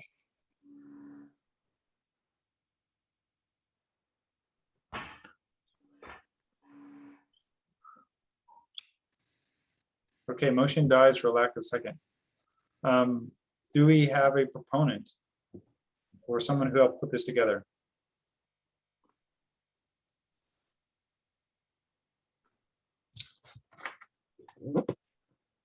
I will make a motion to approve. Looking back based on the fact that it only applies to openings larger than 40 square feet. So that gets it bigger than a single door and bigger than just about any kind of an operable window, and it then applies to double doors and garage door openings and like that. Okay, we have a motion. Is there a second?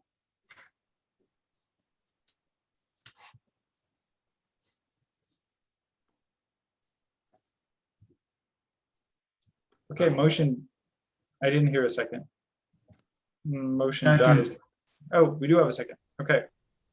We have a motion. We have a second. Further discussion, Patrick. My only issue with this has always been that the 40 square feet is too small, so that everybody understands how big 40 square feet is. That is your 6-foot sliding glass door going out to your back patio. A 6068 door is 40 square feet. I think the number should be 80 square feet, twice that. I agree, Patrick. I'm doing the calculation in my head. I literally was just doing that exact, just see how big a 40 square foot door is. Yeah, it takes the ability to do a for slider or double door. Agree 100% with the proposal, but maybe a friendly amendment at a larger square footage I'm with Eighty you, square- Eric. The friendly amendment that we don't have the proponent here would be to make it 80 square feet of opening, and then it makes. I agree 100% with that. Yeah, At 40, it doesn't make sense.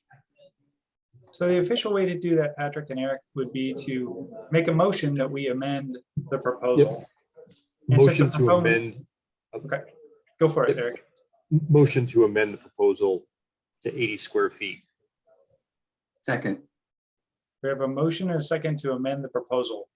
Is there further discussion on this number? Because now we're only considering whether the number is 40 or 80. Lisa, My comments are on other details, so I'll take my hand down until we're done with this detail. okay. Dwayne, Yeah, the 6.0 slider is not 60 square feet or 80 square. A 6.0 slider, if you look at this, it's the operable opening, and so it's a 3 foot wide by 6.8, which is just below 40 square feet, right? So That's not what I was explaining, Dwayne. Patrick, I just a vision of what size opening it is. Yeah. We also said the 6.0 slider is 50% and 20 square feet. yeah. So if you're gonna have a 6.0 slider, actually that whole thing is 40 square feet, but only half of that is the operable section. So it's 3 foot wide by 6.8 tall, which is a little under 20 square feet. So actually the 40 square feet is fine. okay. Eric Vandermeer. I guess my comment isn't on the 40 versus 80. It's just on that this needs to correlate with another code section and probably move to a different section of the code. So Okay, right now we're only talk about considering that after 40. we vote on this. Yeah, we're only considering 40 versus 80 with this. So Eric Bedell. Yeah, I'm not thinking sliders. I'm thinking how people are using garage doors or whatnot in restaurants or whatnot to gain access to the outside is where, again, you don't want this huge opening, and maybe it's not 80 feet. But again, that's where I'm thinking it's not a slider. It's garage door, restaurant, people coming in and out. That's it. Okay. So the motion on the table is not to approve or disapprove this code proposal. The motion on the table is simply to amend the number 40 to 80 within the code proposal version that we're looking at. Is there further discussion on that number before we vote on it? Dwayne? No, And Eric, we'll need a roll call. Yep. Okay. Let's do Amy.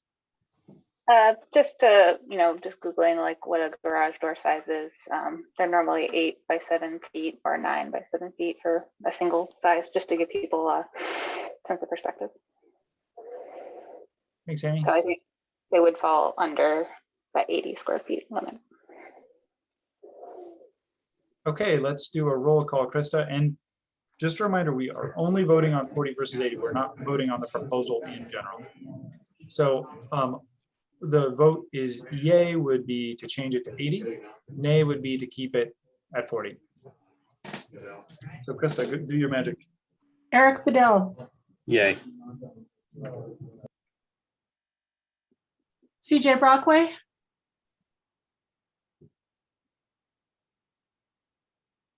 Martin Connor,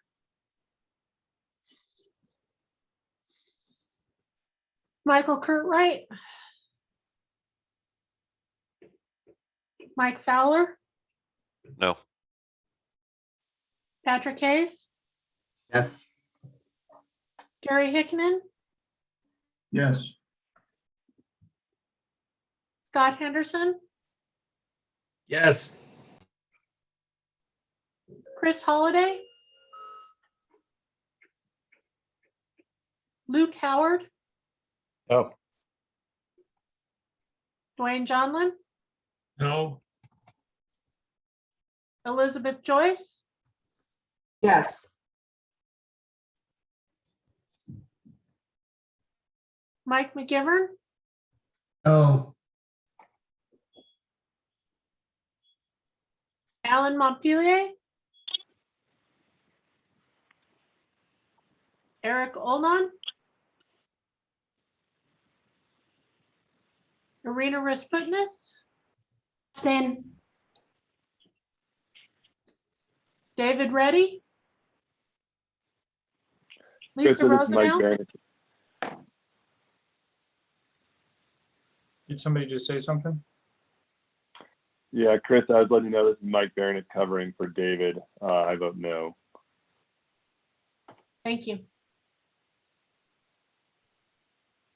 Lisa Rosenau, No, Gavin Tenold, No. Sean Vig, no, Amy Wheelis, No.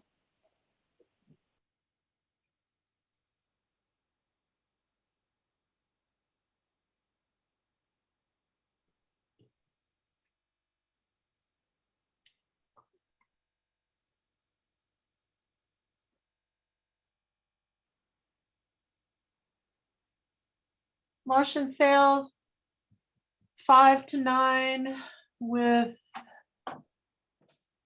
one abstention. Okay. So the main motion, we're back to the main motion, which is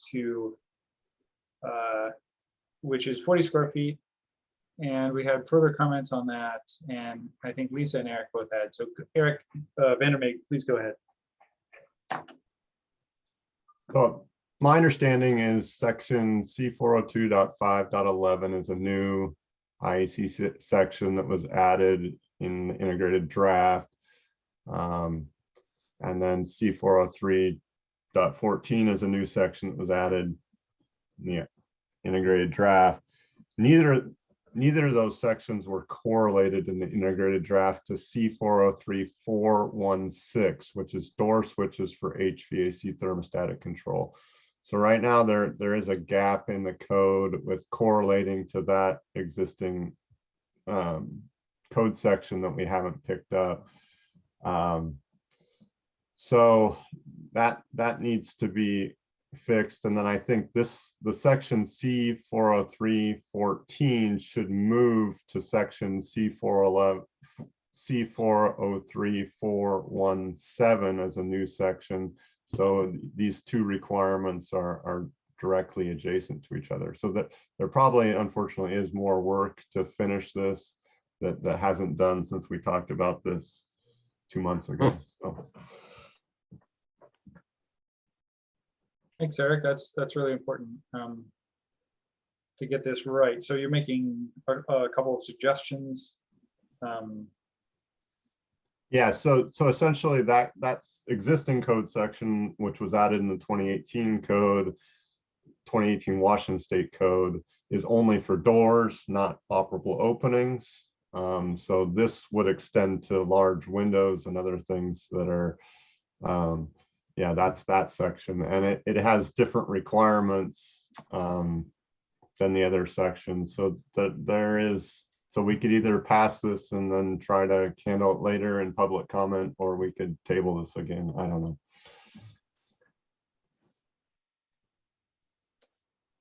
Yeah, I guess correlation definitely needs to happen. And the question is correlation major enough that Krista can't do it as part of her normal process?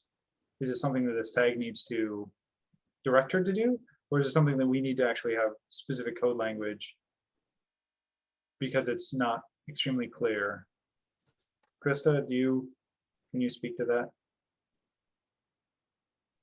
Well, I guess right now the sections are in conflict with each Yeah, other, right? I couldn't do this just. Okay. Right now you have a different requirement in C403.14 .14 than you do in C403.416, right? They're different. Okay, then I guess I see very few options other than to table this, unfortunately, because it needs some more work on it. But I can't make that motion. I want to hear from Lisa and Dwayne as well. Lisa? Yeah, I also had a couple of comments. When I read C402.511 and then C403.14, it says, where any operable openings in the outdoors, larger than whatever, such openings shall be interlocked with the heating and cooling system. And then the one below said that you have to have interlocking controls if the conditions in C402.511 exist. It just says it has to have interlocking controls, but it doesn't say how those controls are required to function. That was what was described in the original C403.14. And so when you look at C403.416, to Eric's point, it's very clear. Yes, we have to interlock them, and then what? And so that was the only detail that I thought perhaps needed some more work. Thanks, Lisa. Dwayne? Yeah, I'm glad that Eric brought this up to kind of slow us down a bit here, because really mechanical system control should not be hiding in the envelope section. The mechanical engineers never find it back there. And yeah, this is, I think it's subject to a fairly easy fix. So maybe between Eric and I in the next hour or two, we could modify C403.416 that you see there to include what we're talking about with this new proposal. Is that a motion to table, Dwayne? This is a motion to table. For how much time? 2 hours. 2 hours, okay. Motion to table for 2 hours on the floor. Is there a second?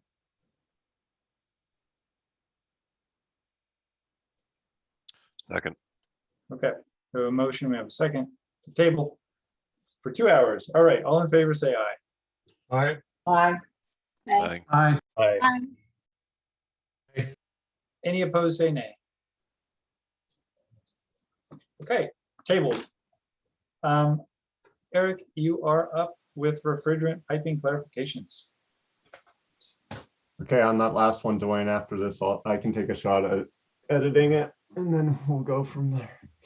Okay.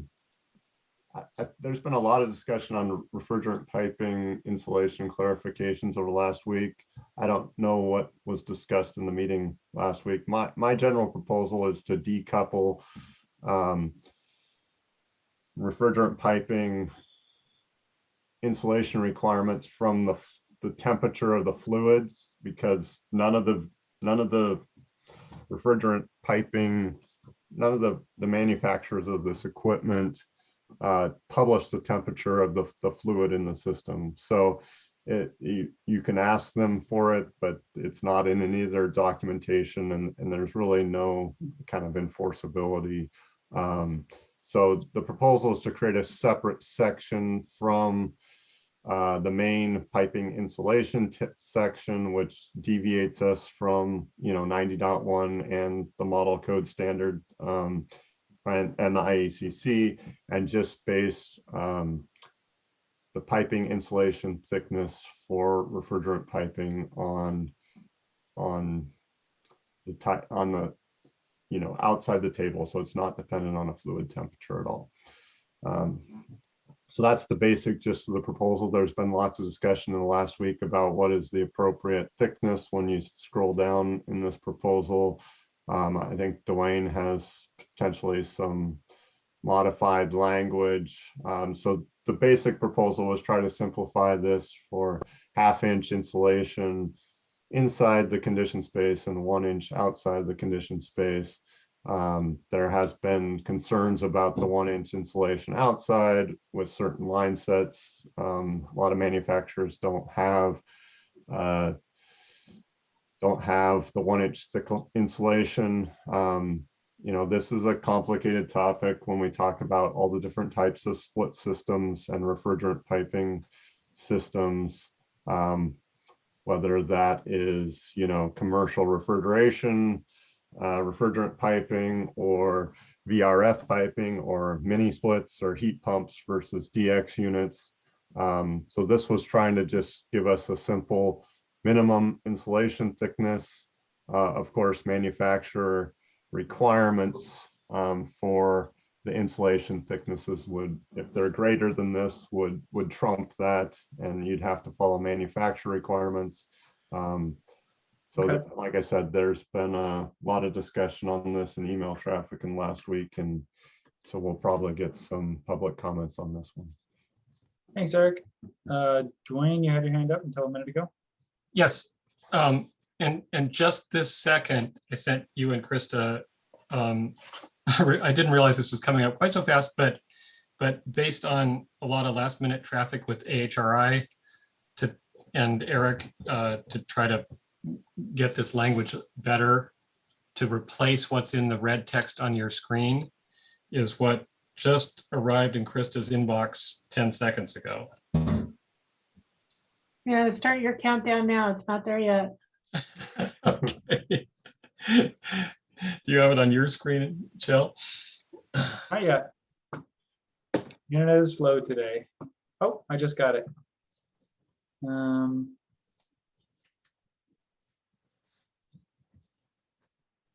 So Dwayne, what changes did you suggest here?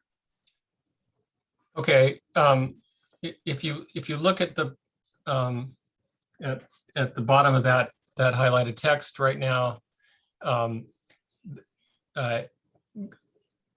this with some expert input from HRI covers some more things. So that first, you see that number one was the wording was changed so that we have included the hot gas pipe for VRF systems in 3-pipe systems, and then there's additional language added on to that item number 2 to kind of clarify that it's mini splits plus wherever it's installations needed by the manufacturer where there's a metering device out in the outdoor unit. And the third one we added for cooling only units. Right. So for those keeping score at home, it looks to me, Dwayne, like items 1, 2, and 3 were the things that were added to what was previously proposed. Is that the change from what Eric had suggested, or are there other changes? Yeah, that is a good way to do it. You can see that I struck out some stuff in the paragraph above, and I should have underlined those 1, 2, and 3.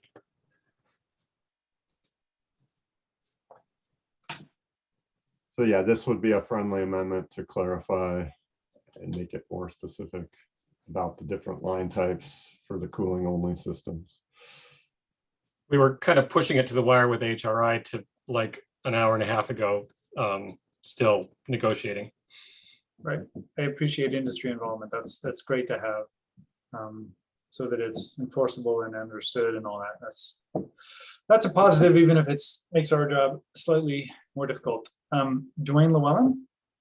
Yeah, thank you, Jill. I'm just trying to figure out the benefit of requiring insulation beyond the industry standard and what is already included in the AHRI rating of the equipment system. This doesn't seem like a hill that I want to die on. No.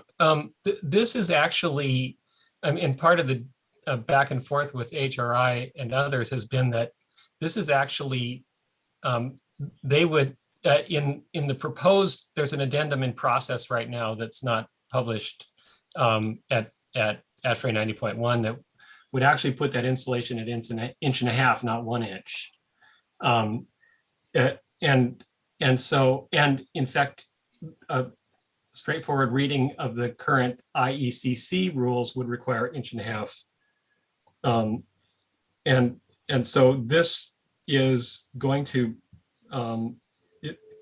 we're dealing with the fact that there's been a tradition for some reason that people have used 1/2 inch insulation on these lines, but that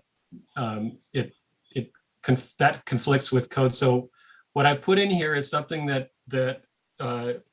is part of the way there to what ASHRAE has, but certainly recognizes that gas going through those, especially these outdoor lines where you're going to have a temperature difference from what's inside the pipe. You know, it might be 150, 160 degrees to what's outside the pipe, and which might be 30 degrees outside. There's this huge temperature difference, and just having half-inch insulation on that doesn't make any sense. So this is actually moderating what's otherwise required by code a little bit, but still making clear that half-inch insulation doesn't cut it. Thanks, Dwayne. Yeah, so Dwayne, I just want to mention, so does that trump the AHRI testing of the equipment? No, you where manufacturers require more, you probably want to put more, right? But this is at least establishing a minimum that our inspectors can look for. But the equipment is rated at that minimum insulation. Is that correct? Correct. Yeah, well, and so there is even heavier insulation for those ratings, for the rating testing, but that doesn't mean that it's required by the manufacturer. But if it is, yeah, you have to comply with whatever the manufacturer requires anyway. This is, like I said before, we just have to make it really clear to everybody that you can't just use half-inch insulation on that exterior vapor line. I mean, a lot of the interior VRF piping requires more than a half-inch insulation inside the building, right? So. Yeah, I'm fine with it. I just don't know how it affects the AHRI rating for the efficiency of the equipment. It doesn't. It's decoupled from the AHRI rating. That's whatever they're using. What we're saying is these are the minimum insulation levels. I mean, we could add a statement that says, you know, I guess we've left out of this, you know, any kind of statements to the manufacturer's installation requirements, but so this is beyond the manufacturer's installation requirements. This is the bare minimum insulation required, regardless of what they're saying now. It's okay, very clear. Well, I kind of like that, Dwayne. What if right after that line, it says down at the bottom of that paragraph, it says adhesives tape shall not be permitted. And by the way, that should be singular adhesive, sorry, not adhesive. Right after that, could we put another sentence that says manufacturer's required minimum insulation shall be provided? I think so. I mean, at a minimum, I would agree. I mean, a 25-foot line set doesn't need additional insulation, in my opinion, whether it's inside or outside. But stick-built VRF systems, yes.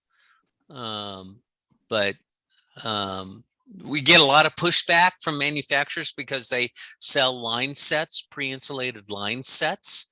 And then the minute they go outside the building, whether it's 5 feet to the condensing unit, they're required to increase that insulation. So I would love to clarify that. What's the language that Krista should write? Manufacturers required minimum pipe insulation shall be maintained. Yes, fine. Great. Lisa. Hi, thank you. My comment is tiny compared to the rest of all this. So in the first sentence up there where it says, other than piping factory installed in HVAC equipment, just to be crystal clear, we could change that to within or inside of to make it really clear. So installed within instead of just in. Believe it or not, I don't think that's actually necessary. I think so. And I Okay. think this is national code language, isn't it? Oh, is it? All right, then we'll leave it be. Helen, Thank you. I just wanted to say thank you to Dwayne for working for the members of 90.1. As he noted, the proposal is not quite public yet, but we certainly hope to align with 90.1 everywhere. And of course, prefer to wait till it's out and we know exactly what it's going to say. But if you all feel the need to move ahead, at least it won't be in conflict. So thank you for that, Dwayne. Anytime, Helen. with nobody else's hand up, are we ready for a motion on this? Motion to approve as modified on the screen. Second. We have a motion, we have a second, further discussion? Okay, all in favor of the motion, which is to approve this as modified on the screen, say yay.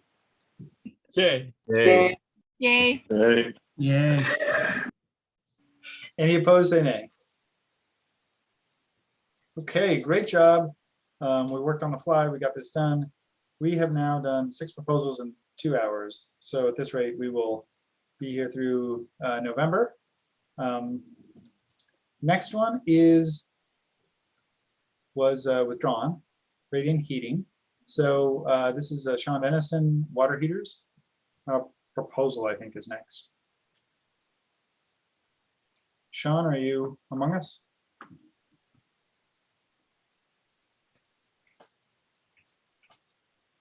Is anybody prepared to talk about demand response water heaters?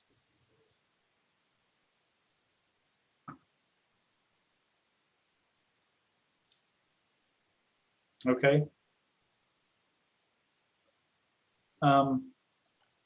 Could I email Sean and see if he's available and table this or just not bring this one up until we have a response? Yes, you're well within your rights to do that. All Is right. that a motion to table? Motion to table. That's me, Sean. I'm here. Oh, Sean, you're I here. I stepped away for a moment. I apologize. Okay, you've got your Darth Vader voice back. So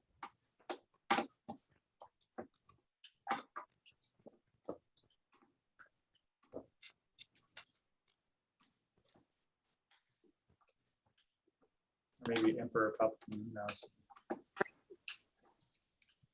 All right, is that better? Am I not Darth Vader So anymore? much better. All right, what's happened with this one?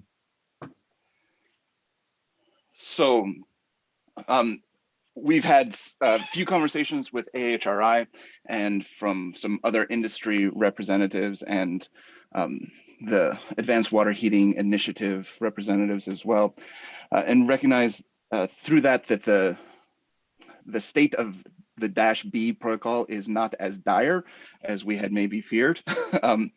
So this is meant to do a couple of things. First, it does go to B, but it provides an exception for to cover an interim. We have on the market right now water heaters that meet the -A protocol and that have what is called the load up part of the -B standard.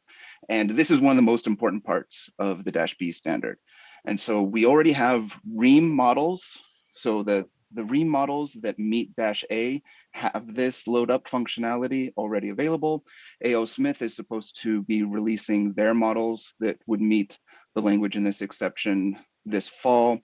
And so what the exception does is it creates a bridge that until the manufacturers have their -B compliant models available, keep in mind that we do have a lag before this code is going to go into effect.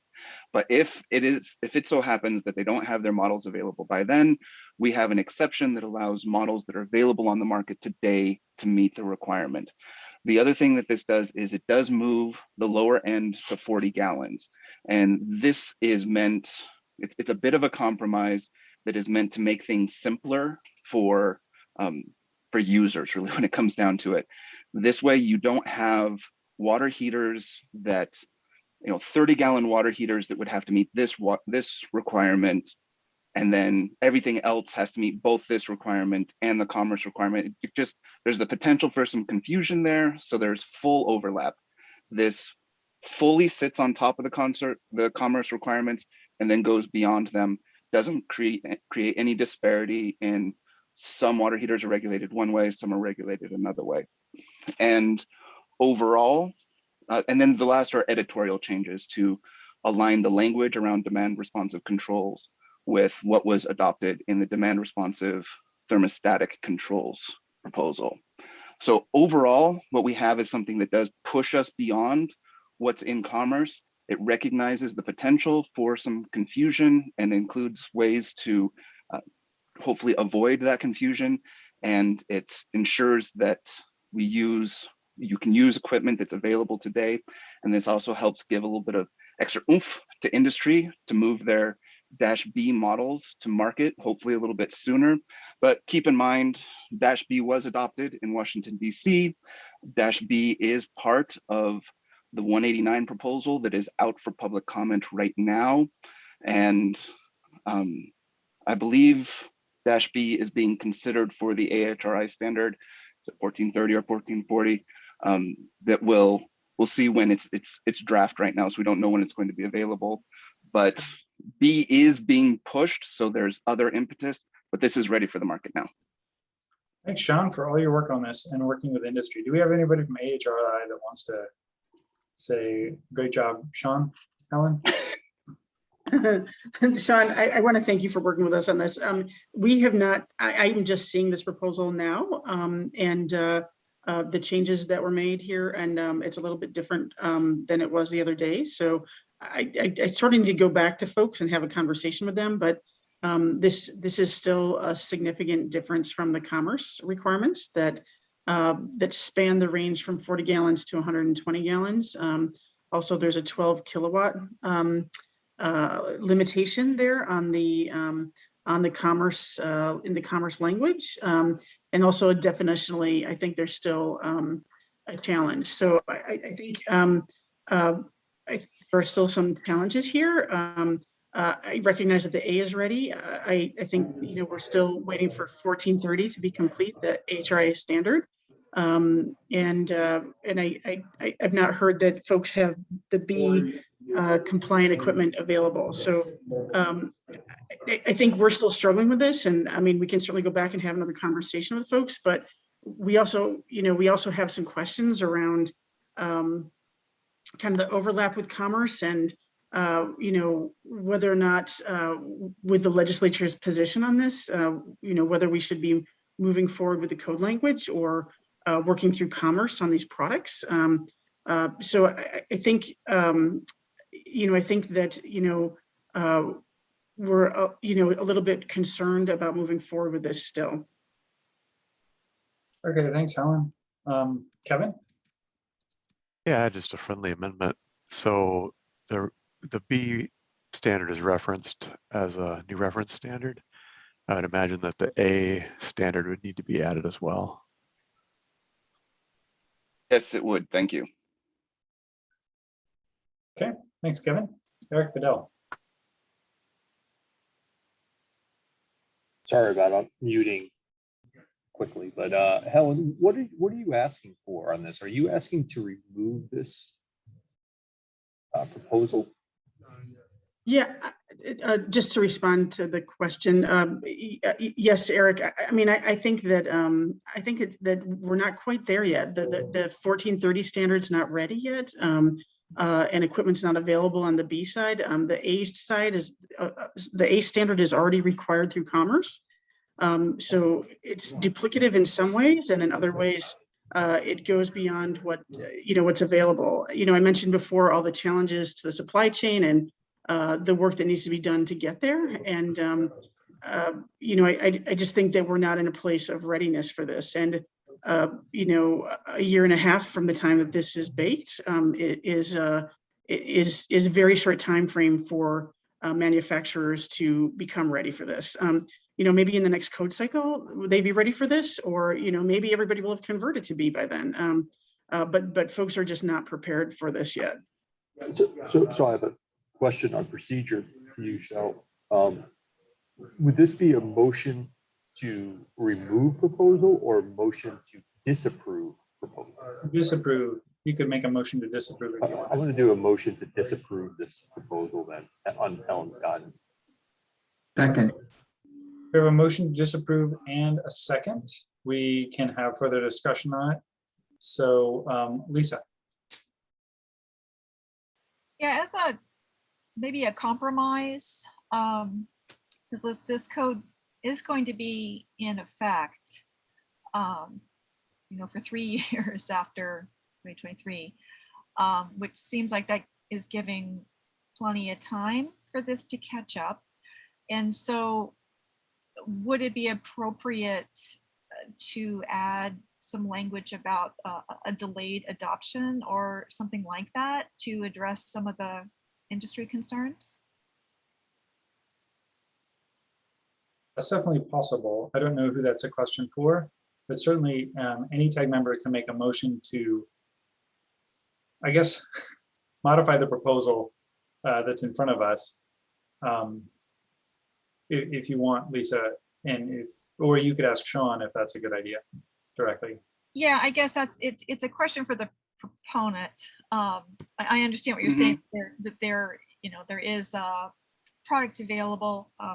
However, there is concern that with regards to readiness, but if this was given an extra year or something like that, kind of like what we did with the DOAS provision a couple code cycles ago, would that give the industry time to catch up? So it's just an idea. I'm not really making a motion on that, but I'm just floating the idea.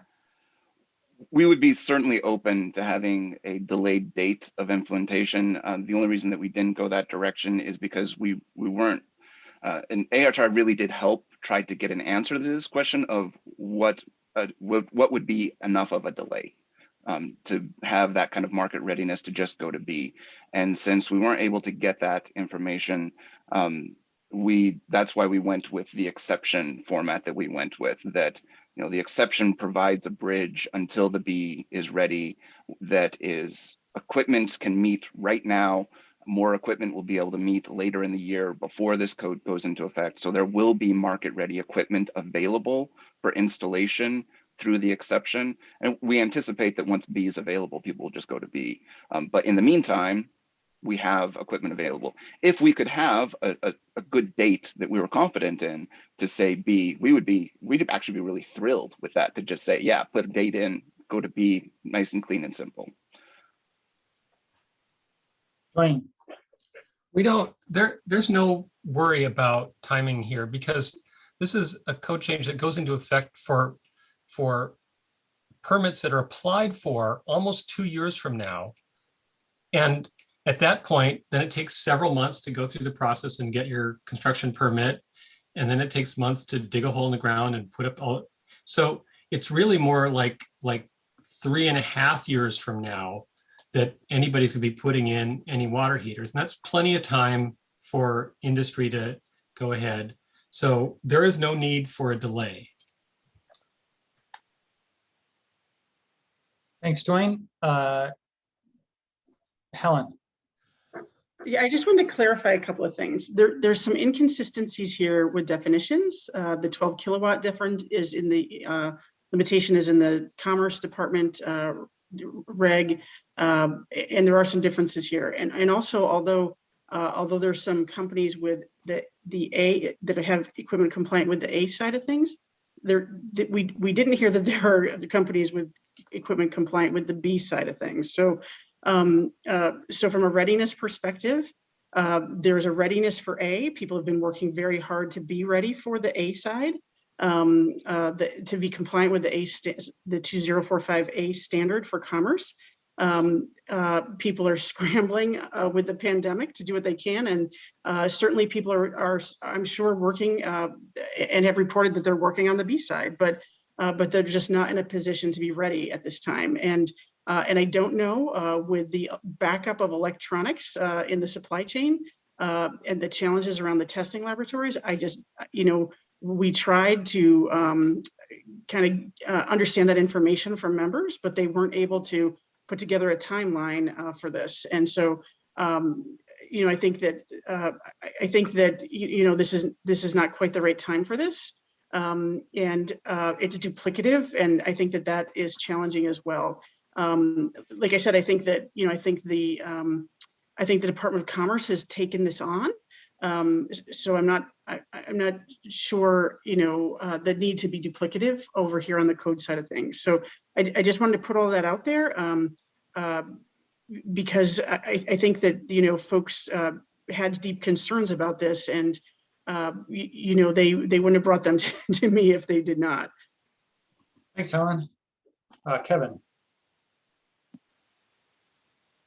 Mute button.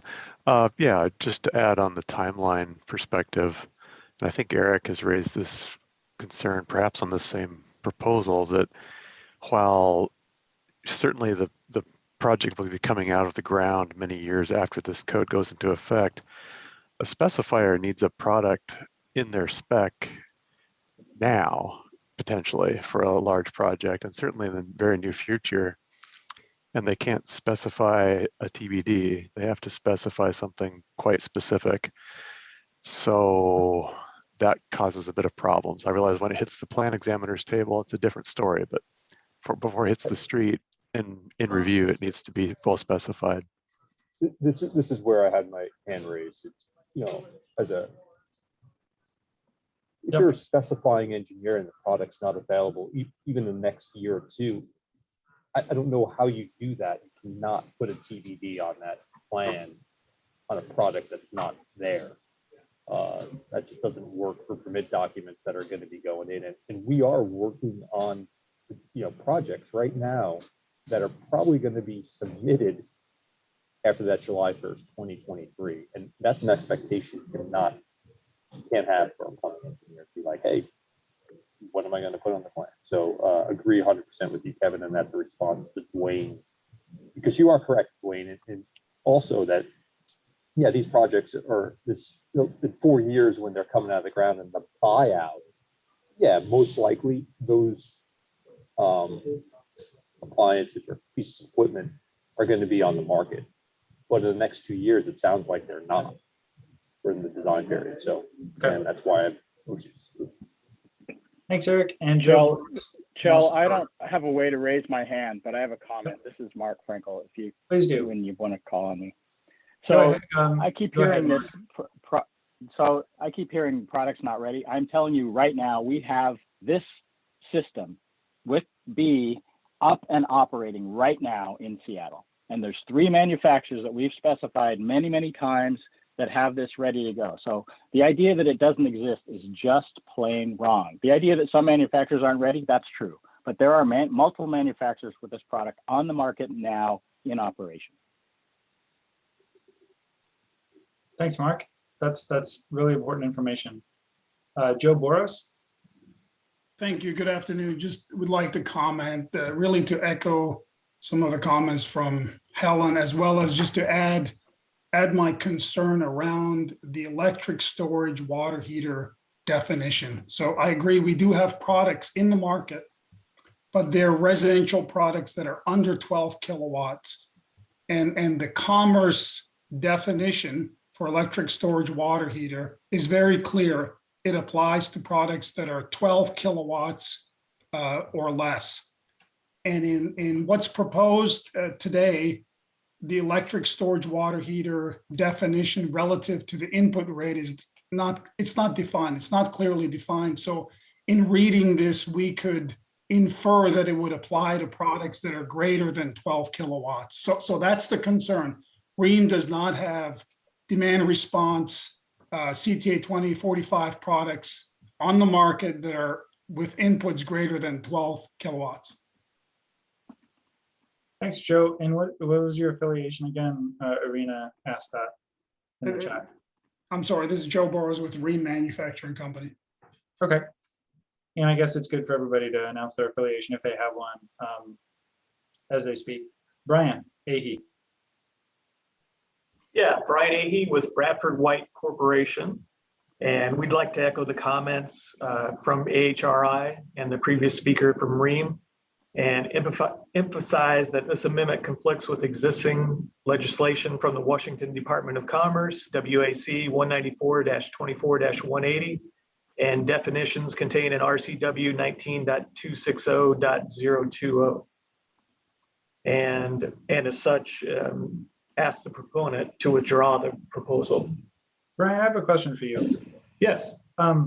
You said that conflicts with what I heard the proponent say, that it is in addition to. Does this actually conflict with that, or is it just going beyond? Well, yeah, as previous speaker Joe from REAM added in there, it does not align with the capacity and energy input requirements that are currently in the definition for electronic. Okay, but it doesn't conflict with it. It just is different, right? Yes, in terms of storage and energy input, yes. Okay.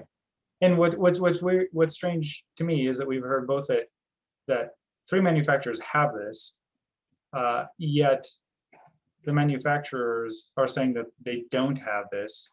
And so it just seems really bizarre. We have, directly conflicting, apparently directly conflicting facts. And it could be just that the manufacturers on the phone don't have this product, and others do. Or I guess it could be that there's some other answer out there for why there's a conflict. Brian, do you have a way of addressing that? Well, I'd say that things might be getting muddied in what's considered the commercial heat pump water heaters and these type of water heaters that we're talking about. Okay, so this is the commercial code. So this applies to all buildings except for residential under 3 stories, just to kind of paraphrase it, or 3 stories and under. So that puts some guide rails on it. But yeah, do you want to answer the question with respect to that? Yeah, I've got to bring it up here, but in the reasons for the code change here, or the proposal, it stated that this was for small water heaters, subject to are more to serve lavatories and kitchenettes in commercial buildings. And as a manufacturer, the requirement that Washington has is that this is for water heaters 40 to 120 gallons with less than 12 kW. And now you're talking about, this proposal would put requirements on greater than 120 gallon. Yeah, but that's not a conflict. That's just in addition to, correct? I mean, the code can go beyond other state requirements for things. And it's not a conflict, right? I haven't heard you say that it's a conflict, or I haven't heard anybody say it's a direct conflict. And actually, Sean's saying they could put in 40 to 120 and capacity less than kW, and then it would actually align. But I haven't heard that it's conflict. So I guess I'm really struggling with this one, because I think, we've heard conflicting information. We've heard both that Sean worked with AHRI and that AHRI doesn't approve of the current language. And we've heard that there are manufacturers and there aren't manufacturers. So I think it's difficult for the tag to decide based on the testimony that we've had today, which I'm also going to say, we've had the same testimony a couple times before. So Sean, go for it. I do want to clarify, we work with AHRI, but that shouldn't be taken as AHRI endorsement of the plan. Okay. So we did engage with them. They've been very helpful. But if we may still disagree at the end of working with them, we would be fine with a simple modification to say, instead of just, greater than 40 gallons with tank size 40 to 120 gallons and capacity less than 12 kilowatt that fully aligns. I think also the reality is that the code and the appliance standards don't really differentiate between residential and commercial models. The manufacturers do in their marketing, but the requirements are based on the size of the water heater, the capacity of the water heater, test conditions. And so this is applying to the water heaters that are of a certain size, not what kind of building they're marketed to. No. So you see a lot of these smaller residential, residential grade or residential scale water heaters in commercial buildings. And it's very frequent for that to happen. We see the same thing with HVAC equipment, this kind of residential scale or grade equipment going into commercial buildings. So if we do make this simple modification that aligns the water heaters that are subject to regulation between commerce and the code fully, and then allows the code to only for those water heaters push beyond. It includes B for the future, but the exception ensures that that the requirement can be met with equipment that is, at least one manufacturer today, another manufacturer later this year, and they will increasingly be available. So it's not like this is a future, only stuff that's available in the future can meet this requirement. There is equipment today that can meet the requirement. All right, thanks, Sean. We have Helen is the only other person with her hand up. I'd like to keep testimony pretty brief. Yes. So go for it, Helen. I'd like to propose if you all could table this. I'd like for us to go back and talk to Sean around this. His willingness to make amendments to this, I think, is very, very much appreciated by myself and the OEMs. And I'd like for us to go back and have another discussion with Sean around what he's got on the screen here, or what you all have on the screen here, if that would be acceptable. The tag is the only entity that can make motions, and I can't do that. So the tag can do whatever they want. Right now, on the table, we have motion to disapprove, I believe. Is that correct? So that is correct. I was the one, but again, I want to see this be successful. It's a good movement. So if that means that we can get the language correct, I'm willing to. I guess I could do that though, Shell, right? I could remove that, and we could. I don't want to table things. But, yep, we can do that. If you can do that, any tag member can do that. Is motion to table until next week. Yeah, I'm going to do motion to table on this. I'm going to second. This is Amy. Yeah. Okay, we have a motion. We have a second to table. There can be no further discussion. So all in favor of tabling this till next week, say aye. Aye. Aye. Aye. Any opposed, say nay. Any opposed, say nay. Okay, we tabled this. We get to, okay, please work together and please come up with something that you can agree on, or if not, please come up with a majority or the proponents report and then a minority report if there's a word or two that's different between those. Okay, the last thing on item 4 is revisiting 190, and that was added today. So Mike, I would, if you are ready to talk about why that's important, please do so. Okay, this passed the tag late in the day on Friday, and during deliberations, if we can scroll up a little bit, Krista, there's some exceptions down here, and we added, someone asked whether the exceptions applied to both items, or didn't ask that, they thought they did. And I said, oh no, they just apply to 2. And that was incorrect. And I went through and had read the exceptions, and exceptions 3 and 4 really only apply to 2. And I had to correct one of those.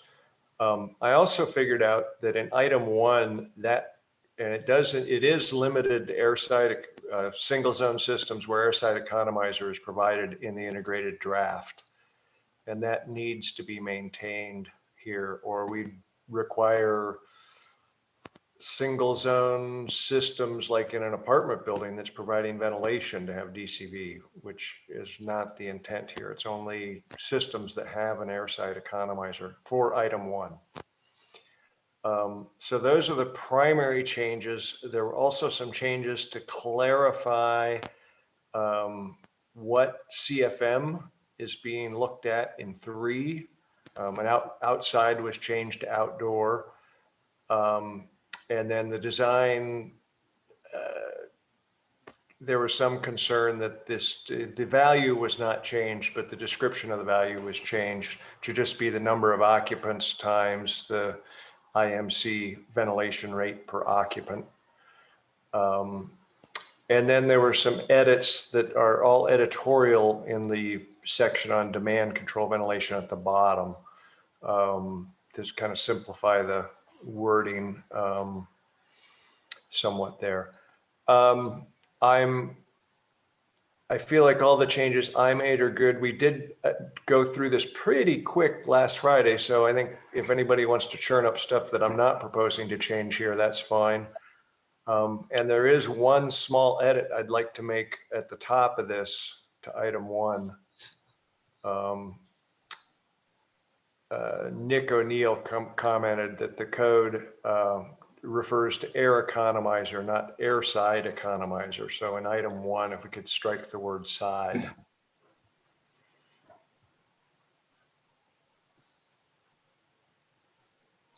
Hey, Mike, Air side is used. Oh, I'm sorry, go ahead, Eric. Right, but in 3.5, it just refers to air economizer. Okay. There's 8 locations in the code, or 7 or 8 locations where air side is used currently. So, so it's something to maybe. What's your preference, Eric? I don't care.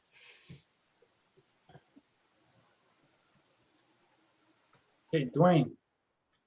Yeah, just a clarification. I mean, this looks great, Mike. Thank you for this. If you scroll down a little bit, please, Krista, do all 4 exceptions now apply to both items 1 and 2? Yes and no. They have this, and you can see it in item 3 in the first blue, with systems with ventilation not provided by a single zone system.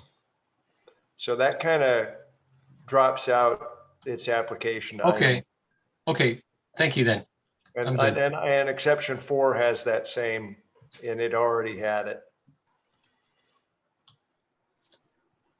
But the first 2 exceptions, which is the transfer error exception and then the one for the various specific occupancies, they definitely need to apply to both. Are there other comments on this? It's relatively kind of cleanup, generally, Mike, right? So it's not substantive. Yes, the changes are cleanup, but again, if someone wants to comment on the other stuff, because we did go through this pretty quick. Okay, Eric, go ahead, Dwayne. Eric just said, go with air economizer. Okay. So Mike has asked 2 questions, one of everybody. One is, do we want to move forward with the modifications, the kind of mostly editorial stuff that he's proposed, or we could investigate this more deeply? So I'd like to move to approve. We have a motion to approve. Do we have a second? Second. And I assume it's as modified with the striking of the word air. Yes. Okay, we have a motion. We have a second. Further discussion. Nick. Yep, just one quick comment. Just in that same sentence, should it say where an air economizer is provided? Yep. I'll take that as a friendly amendment. Thanks. Kevin. Yeah, in the chat, I was requested if we could see the draft in simple markup mode that would show the final version. I'm having trouble reading it with all the colors and strikeouts. You would get your wish. Perhaps. Simple markup. There we go. Okay.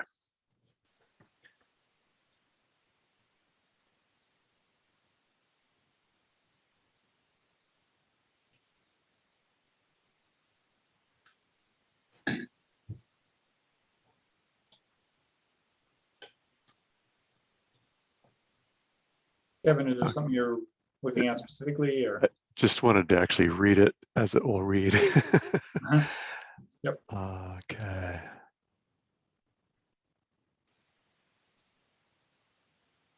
Okay, this is making more sense to me. Thank you. Yep. That's so important because thousands of people will read this and be confused if it's not clear. Okay, we have a motion, we have a second. It appears there's no further discussion. All in favor, say aye. Aye. Aye. Aye. Aye. Aye. Any Aye. opposed, say no or nay. Okay, great job, Mike. We are on to item 5, chapter 5, and miscellaneous proposals. So this is chapter 5 is going to be really tricky. As I reminded everybody, the Clean Buildings Law means it's likely that there'll be a lot more retrofits that touch section 5, especially energy retrofits coming up under this code cycle, because the Clean Buildings Law goes in, well, it's already in effect, but it requires the first energy retrofits under this code. So I think this is going to be extremely important to get it right. We're going to take a break probably in 15 to 20 minutes. But until we do so, let's look at the first one, which is a Nick O'Neill proposal. So Nick, you have the floor. Thanks, John. So this is a new section being proposed to be added along with one extra definition. And this mirrors a requirement adopted by the new Title 24 2022 code to require UPS systems to comply with the latest version of Energy Star. This is only applicable to computer rooms, so this is different than the data center proposal that we talked about before. Systems have to comply with 90.4, and within 90.4, there's a requirement for UPS efficiency of 90, I think it's 94%, depends on the size, but 94% and above. This would be applicable to computer rooms that are below that threshold. And the idea here is that you need to install a UPS system compliant with Energy Star. There's one exception in there for UPS systems that use this NEMA 1-15P or 5-15P plug. And that's because DOE has regulated that already. So this is to avoid any sort of preemption issue with what DOE has for those plug types. And in terms of availability, Krista, if you wouldn't mind scrolling down to I think it's page 3, it has the table in it. Yeah, right there. So when this case study came up in January, when they did this, they looked at the number of products within each size class there. You can see, at least in the small range there are about 39 products across 7 different manufacturers. And when I pulled the data for the proposal in May, there was now 415 products across 12 manufacturers. So it's a pretty substantial uptick in the number of manufacturers that can meet this requirement. This seems like an easy one to add in. Plenty of product available for these smaller size classes. I think that's it. Thanks, Nick. Are there thoughts on this one? Questions for Nick or motions? Just scroll back up to the language, please.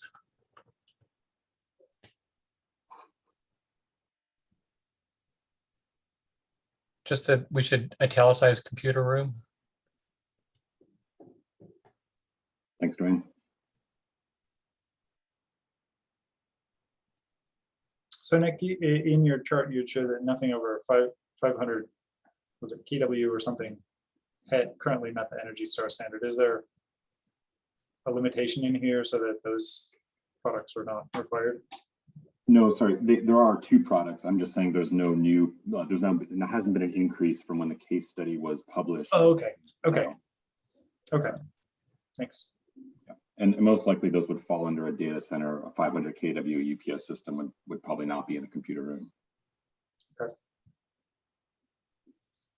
Further discussion, motions?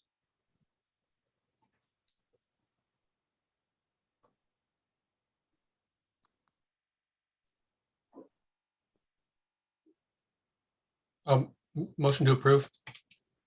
Second. Second. A motion in 3 seconds. Further discussion. All in favor, say aye. Aye. Hi. Aye. Any opposed, say nay. All right, motion passes. Great job, Nick. We are now to Clipper, District Energy, C407. Or no, Yep. yes, 122, yep. Guess this is a miscellaneous proposal. So, Yes. And there are two in this proposal. two proposals within the proposal. Okay. Two, what do you mean by we have two? We have two versions? For some reason, they got logged in as the same proposal, but there are actually two of them here. Okay. But they affect the same, they affect different things. Okay. Can we just label them 122A and 122B, or is that how you've done it? Yep. Yep. Okay, great. So let's consider it. Clarence, is there, it would be better to consider one before the other? Well, the first one that I have up, I don't think so. Really, the basis behind it, it's just the ability to accept, reject heat from individual buildings. So essentially, is what we're trying to get across the line here. Okay. So total performance analysis for utilizing low carbon district systems that do plant level heat exchange between buildings. So essentially, that's what we wanted to discuss on this one. Okay, why don't you introduce and spend maybe 2 minutes on 122B, which is on the left of the screen. Okay. Okay. Yeah. So just essentially here, systems serving multiple buildings providing energy in the form of direct heating or cooling, or heating only to a building. Energy that can be directly converted to meet heating and cooling loads through heat exchanger without requiring additional mechanical system input. Examples, not limited to steam, hot water, and chill water. Documentation for the low carbon districts can be available to demonstrate the following. Distribution losses must be accounted for and must not exceed 10% of the annual load delivered to the building served by steam. 25% of the annual district system net load met comes from heat recovery between connected buildings, waste heat, and or renewable energy resources.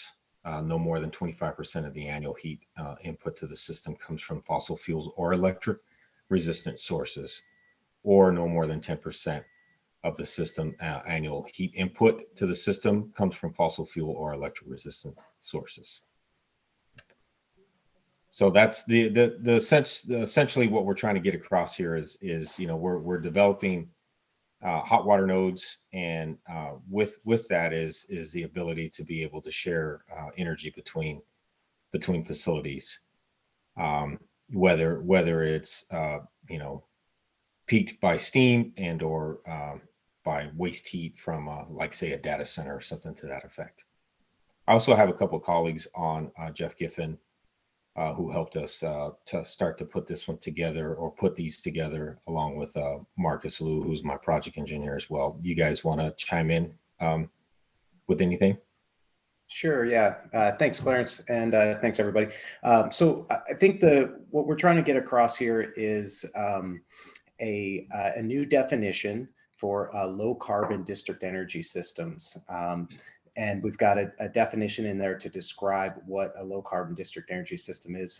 The code currently allows for connection to district energy systems, but it doesn't allow for any incentives, or it doesn't incentivize the connection up to low carbon district energy systems. So it really doesn't incentivize the development of new low carbon district energy systems. And I think the high level that we're trying to get at here is that we think that low carbon district energy systems are significant, can play a significant role in helping the state of Washington achieve its carbon reduction targets. You can just look to places like Denmark and Sweden, where 50 or 60% of the buildings are connected to district energy systems, and look at the results. It's been really successful there, and so we think that we could. It could be a real big win to Washington if we could start developing more of these low carbon district energy systems, and the current energy code just doesn't really incentivize that. Thanks, Jeff. Thanks, Jeff. Kevin. I had a question on the sentence in the C407.3.2 paragraph. And the sentence begins with if heating and cooling, yada, yada, yada, but there's no then to the sentence. I'm wondering if there's missing language or if the following sentence was intended to be the then clause. Does that make sense? Yeah, you're right.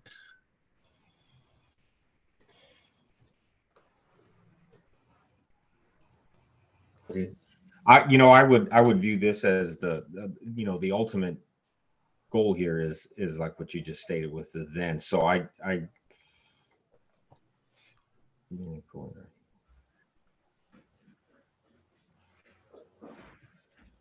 other words, there's a condition being set up, but I'm not sure what it leads to.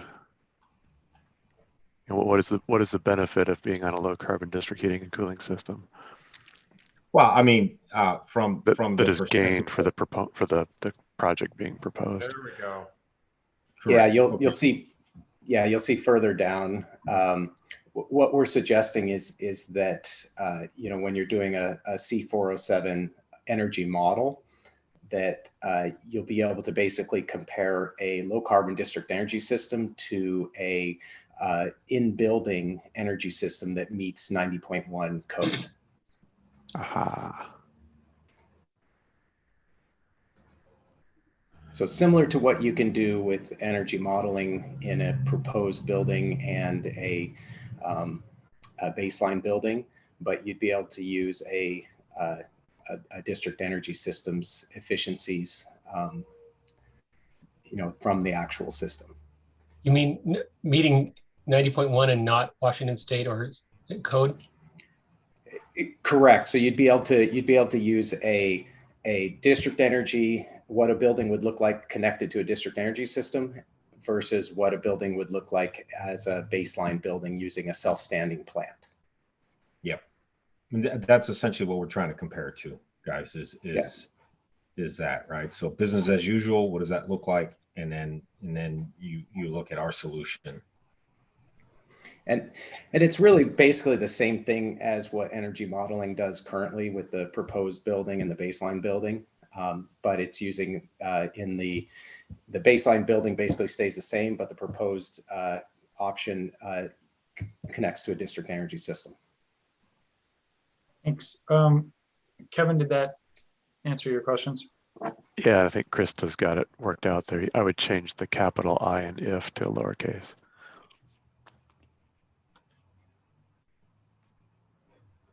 Dwayne. Yes, thank you. I think under Appendix G, district energy is assumed, the default values are assumed to come in at 70% efficient. Like Denmark, with heat recovery, it's 90% efficient, which is amazing, but I don't think it meets the low carbon requirements of this standard. So are we applying a low carbon standard to district energy efficiency in this proposal? Yes, effectively. Yes. We are suggesting that each district energy system will be evaluated. Well, first of all, in order to achieve the new definition that we're proposing for low carbon district energy systems, it basically needs to be 75% renewable energy. And that renewable energy can come from renewable fuel sources, as well as waste heat recovery from buildings, sewers, other, types of air source as well. But basically we're saying that in order to meet the standard for a low carbon district energy system, if you meet the standard, then you can use that as a comparison. So does Denmark meet that standard today? Oh, yeah, I would say so. I could show you some data. Most of, I think it's probably 75% of all district heating in Denmark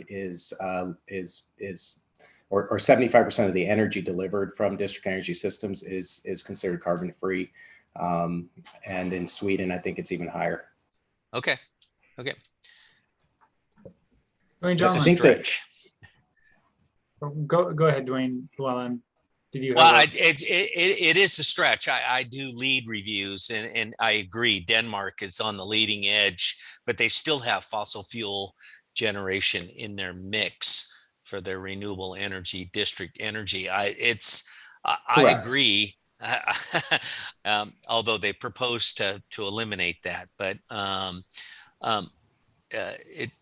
I do believe we should promote district energy with low carbon heat recovery and all that kind of stuff. But right now, I think 90.1 as we currently takes that in without any of that mix at a default of 70% efficiency. Yeah, so I think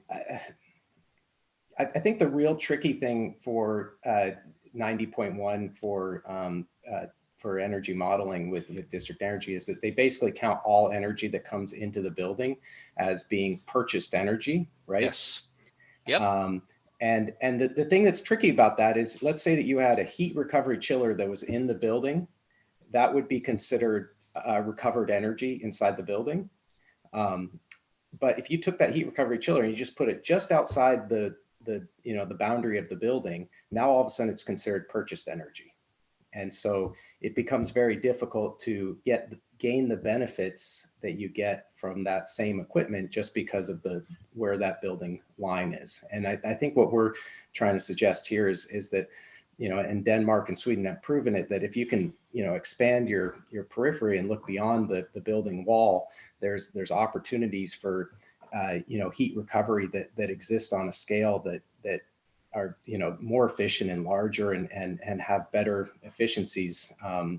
And because of the load profiles, you can provide a greater percentage of that energy as being low carbon. Thanks, Jeff. Just trying to move forward here. Sure. Dwayne, John. So the two big systems we have here in Seattle, yours and University of Washington's, we're looking at making these be, we're assigning each of them a reasonable carbon value for each, million BTUs that arrives at buildings, and that should take into account any efficiencies, your low carbon, anything already the way we've set this up. And so I think this is part of a long standing attempt to somehow be able to allow a little worse buildings, in trade for having a little better heating supply. And I don't see any advantage to the state going in this direction. Thanks, Dwayne. Eric Vandermeer. Yeah, I think this is a great proposal that helps move things forward. It allows, existing buildings to connect to a low carbon, a new low carbon district energy system as new buildings are built around there. So this allows for a lot of flexibility in the code, and this coupled with the C406 provisions really helps level the playing field for establishing new low carbon district energy systems that can serve existing buildings alongside new buildings. And we've talked about how hard it is to switch over existing buildings to full heat pump heating when you have to upgrade the electrical service of the building. So there's existing buildings out there in the state that are connected to hot water systems or connected to steam systems that are going to have to upgrade, and they're going to be really challenged to do that from an electrical standpoint within the building. So this really helps establish a playing field where we can put in exchange energy between buildings and allow existing buildings to get more efficient connecting to these systems. So I think this does improve the energy efficiency of the overall code, and obviously we can play with what the definition of a low carbon district energy system is, but this is an important proposal to keep us moving forward. Thanks, Eric.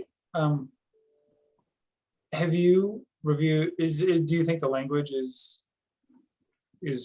solid, since you're awesome at the language? Yeah, we've reviewed this language at Rushing, and we're in agreement with this, and these are the modifications that would need to be made with the C407 section to incentivize new low carbon district energy systems. So great, thanks, Eric. Lisa, you're next.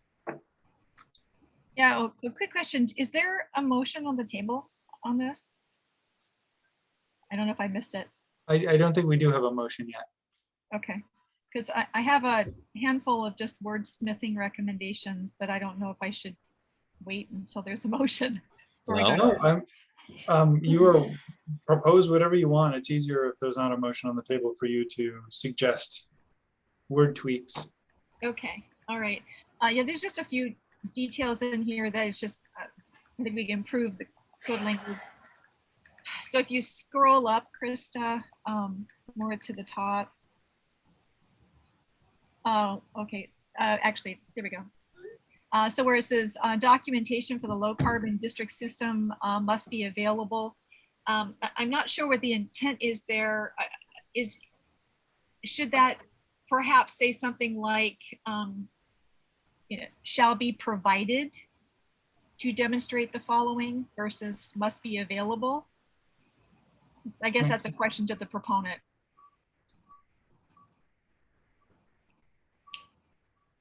Must be available, shall be provided. Yeah, shall be provided. Yeah. I mean, I think shall be provided to demonstrate the following versus must be available, because I don't know what must be available means. Right. Sounds good. And okay, so jump in, Lisa, just because you've got this on the screen. Is the documentation part of the definition? It just seems like documentation, if that's a thing, it should be in the C407 someplace, but not in the definition. Yeah, that's a good point. Good catch on that.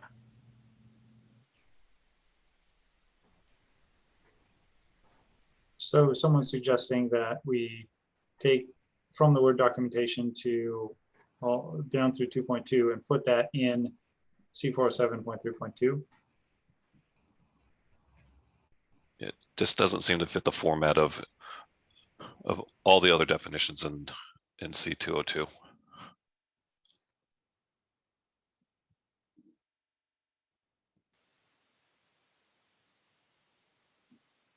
I guess, yeah, where would that go? Because you have a. Would it be like item 4?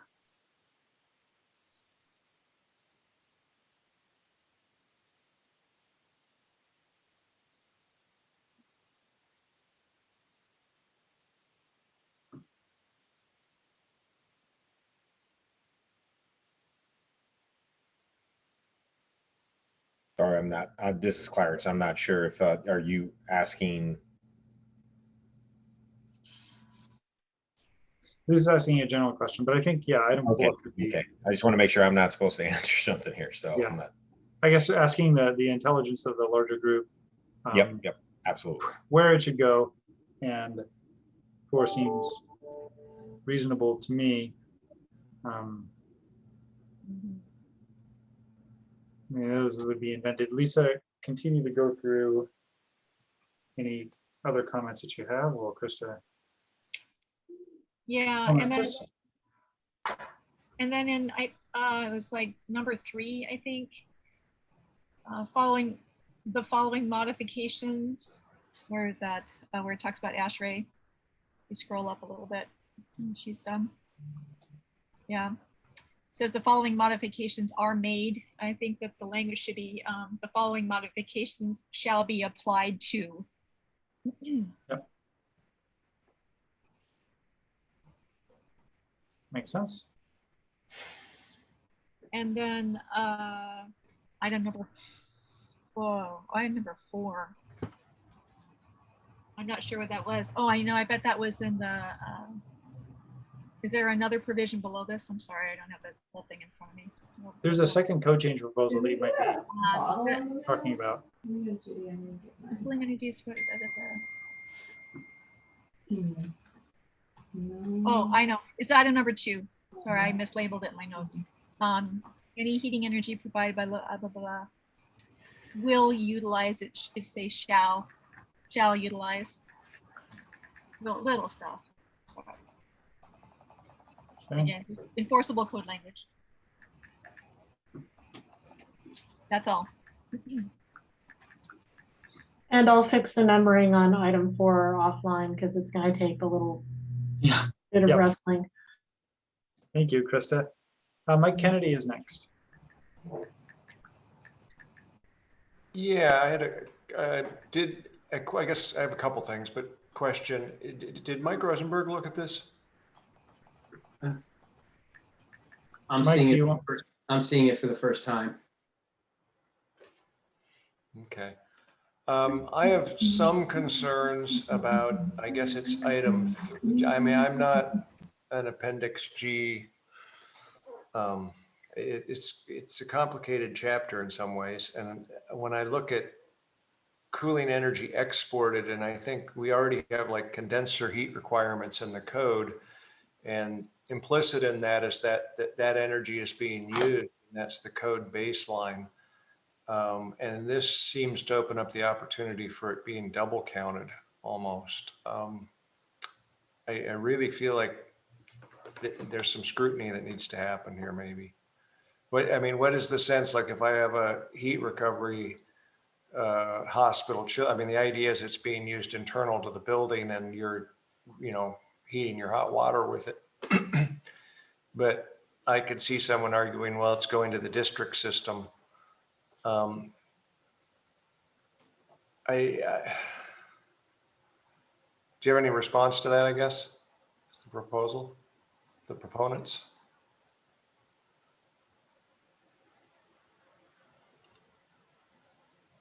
And Jeff, I had muted you because there was some crosstalk coming through. So if Clarence or Jeff, you can respond. Yeah, I'm trying to figure out, in terms of that, as far as double dipping, saying,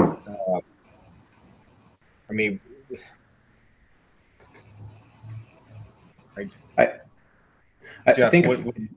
Go ahead, Jeff. Yeah, I guess. So I think the real issue is it's the matching of when the time of day of when a building needs heating, when a building needs cooling. A lot of times a building is rejecting heat, in the summertime or in the afternoon, and it doesn't need heat right there. So I think we're basically doing the same thing that you would do within a building, but you're taking it to a neighborhood scale where you have better thermal matching between maybe a residential building that's across the street from an office tower, and the office tower may be in cooling mode and the residential building may be in heating mode. And so now you can just move that heat from one building to the other. And I think on top of that, you would couple that with other kind of waste heat sources like data centers and sewers and other kinds of large scale waste heat sources. But at the end of the day, what the definition would require is that whoever the proponent of the district energy system would have to demonstrate that on an annual basis, 75% of that energy is coming from renewable sources. Right. I guess my concern was that it is taking credit for energy that's kind of required to be used to go to hot water, or in the case of 90.4, where you get credit for that sort of export already. And there's, you know, and then you can remove your economizers, or you can do other things in 90.4 because you're exporting that energy. It seems like there's some overlap there. And so you're getting to kind of double count it. So would you say, Mike, that you can export energy between buildings with 90.4? That was the, Jeff Sloan described that as one of the features of 90.4. So this would discount, you know, the amount that you could export by 50% during the winter per month, and you know, so it discounts how much that you can export. Yeah, some examples would be useful for me. Anyway, that's my comment. I guess is I feel like it could use some scrutiny in terms of. I mean, I think the idea of a low carbon district system is a great idea, but I don't want to create a situation where it's kind of mucking up other stuff in the code. No. Thanks, Mike. Michael Rosenberg, you are next. Yeah, I'm sorry that I didn't have a chance to look at this before. I'm just trying to make sure I understand. So the emissions of the district system is some calculations that are performed and the code official approves those. And then you can use those as the emissions. Is that correct? Yes. And then so you would model the system, the proposed building as it actually exists, being fed by the district heating and cooling plant with those emissions. I got that. And then the baseline reverts back to the standard 90.1 baselines without any of the adjustments that are in 90.1 for district energy systems now. Is that right? Yeah, you're basically comparing an in-building plant that achieves 90.1, the same as you would do it if you were, you know, modeling a building that wasn't on district energy. Right, but in 90.1, it's not really a plant. Always, depending on what kind of building it is, it could be packaged units in the baselines, or it could be PTAX, or it could be a plant. So I'm guessing, since there's not a lot of words here, I was trying to trace it through as I'm looking at what you're saying to strike. It reverts back to the baseline systems that are in 90.1 now.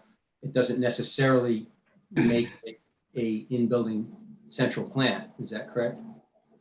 Correct. Yeah, I believe maybe someone who's more familiar with energy modeling could respond, but that's the intent. Well, I'll just say that I mean I too think it would be good to be able to credit a low carbon district plant. The reason we haven't done it 90.1 in a way like this, and we've been looking for solutions actually, is because for minimum compliance for the building, there's an effort to make sure that the building on its own gets built to minimum code compliance and you can't just have an inefficient building hooked up to a very efficient central plant that's located in a different building. That's just a philosophy that's been used. So if there was some sort of a backstop or way to make sure, you know, that the building itself maintains some minimum level of efficiency, you know, I think this would be good. And I'm saying that without actually being able to trace through all the words and make sure that what I think it's doing, it's doing. Well, I think we're suggesting that the backstop is that the minimum would be, you know, compliant with 90.1. But this rule set is how you determine whether it's compliant with 90.1, right? So in other words, you could have an all glass building and hook it up to a very efficient plant and it would comply with 90.1 following the rules that you're laying out here. But it wouldn't comply. But it the wouldn't C4 comply with the UA max that we have. Yeah, the UA max will cap the glazing. So So that caps the backstop, but not the rest. That's a backstop on the envelope, but not the rest of it. Yep. Correct, yes. Okay, Mike Rosenberg, is that your? No, I'll pull my hand down if I can figure out how to do that. Okay. Elizabeth. Yeah, I had a question about the same section, item 3, the 50% value for the winter energy exported and the 25% for the summer. Do the proponents have any information about where those numbers came from or how they were developed?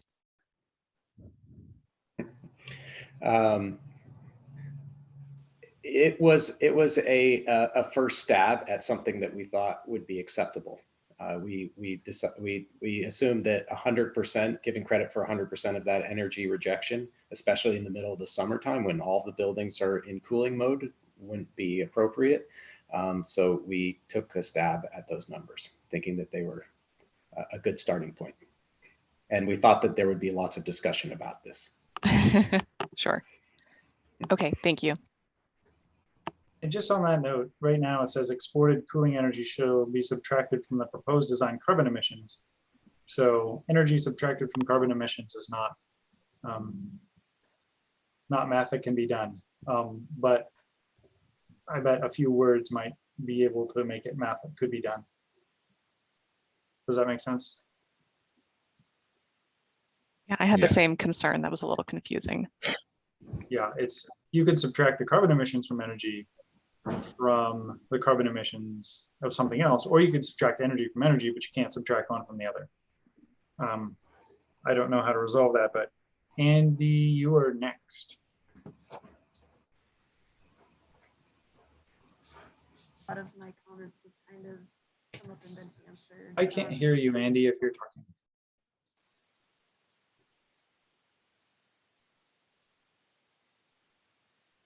It looks like you're unmuted, but I cannot hear you talk, Andy.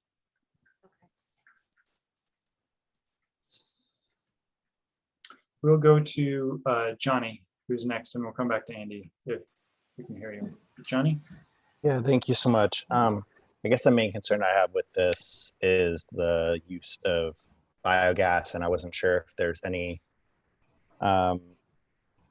thoughts on the definition, or I looked up the definition in integrated draft or in the proposal on whether or not those would be existing biogas district plants, or whether this would allow for if there wasn't already an existing anaerobic digestion system, would this kind of perpetuate the construction of new anaerobic digestion systems that wouldn't be normally flared and now create a new system of biomethane being piped throughout a district system, which could cause methane leaks? It may actually have a greater carbon impact than if it was just normally flared.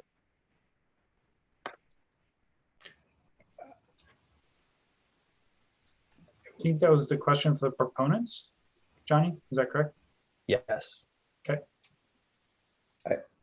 I mean, I think that the intent wouldn't be to use biomethane for this. I think generally speaking, biomethane is going to be used for higher and better sources like operating vehicles, and that the costs are too high to to integrate into a district energy system. But that's not to say that it couldn't. And if it did, I suspect what would happen is it'd get injected into the gas grid the same way they do it in other places. So I don't think there would be a new gas distribution getting built as part of this. I wouldn't think so. Yeah, this is Clarence. I would agree with that. We don't foresee that happening. It would either get willed into the existing system. That we don't see any other opportunity there. Even barging or anything of that nature wouldn't necessarily fall into this either. Thanks. We have Mike Baranick next. Yeah, I have a question on item number 2 that we're looking there at the screen. The proposal that was in the agenda listed any heating and cooling energy provided by the district system. And this one only says any heating energy. Was there Was that intentional? Yeah, I think the idea is that cooling energy isn't very carbon intensive anyway. So the real benefit is on the heating side. So I think that the language basically excludes just cooling only systems because then you don't have that heat recovery potential. I don't know if that answers the question. Yeah, thank you. Okay, we'll try Andy again. Can you hear me now? Yes. Okay, thanks. Sorry about that. I think some of my comments have already been addressed. I was just going to make the same comment about you've got the backstop for mandatory requirements within C407 with the envelope UA cap. And then I just wanted to make a comment about the item 3 with whatever that kind of number makes sense to be for this, counting the cooling energy exporting. I think it makes sense to make sure that there's incentive for buildings of all load profile types to connect, because that's a pretty important piece of making the heat exchange component of this the most efficient. Is you want to have complementary load profiles. And so you want to make sure that there's a path to incentivize both, reward both the heat that's put into the system as well as the heat that's kind of offset with the system. You need to have both. So just wanted to make a comment in support of having a mechanism to encourage both kind of exporting and usage load profiles connecting to the system.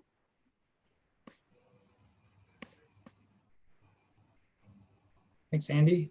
I'm going to, we haven't had a recess in over 3 hours. So I'm going to suggest that we take a recess in at noon in about 8 minutes. So we could vote on this before then or not. We don't have a motion yet on the table, but we could. So Dwayne Johnlin, you are next.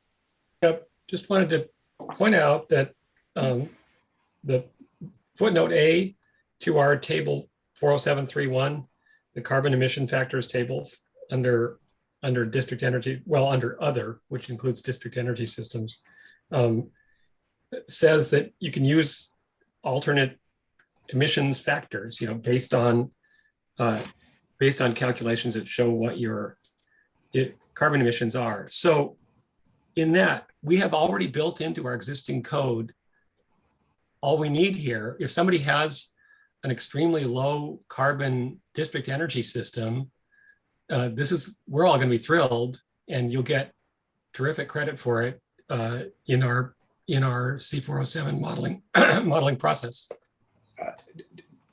Dwayne, if I can, I think that what we're trying to do here is trying to allow for credit to be gained by a low carbon system, because while you can use different emissions factors as approved by by the code inspector, it doesn't actually benefit the building developer at all.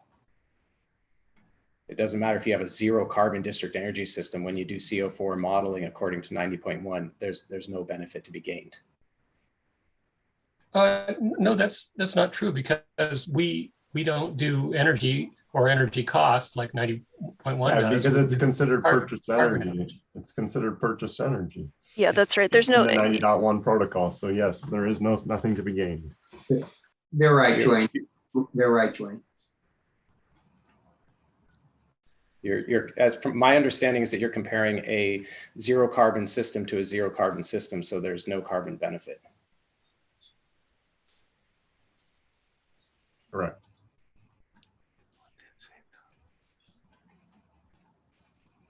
Dwayne Johnlin, if your question is answered, then Dwayne Llewellyn is next.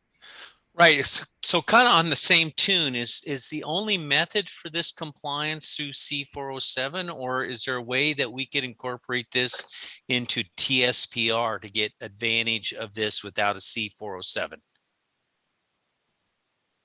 Well, we have, there's also some proposals for C406 to allow buildings that want to go prescriptive to connect to low carbon district energy systems. So that's how we're addressing that's how the non C407 buildings are being addressed.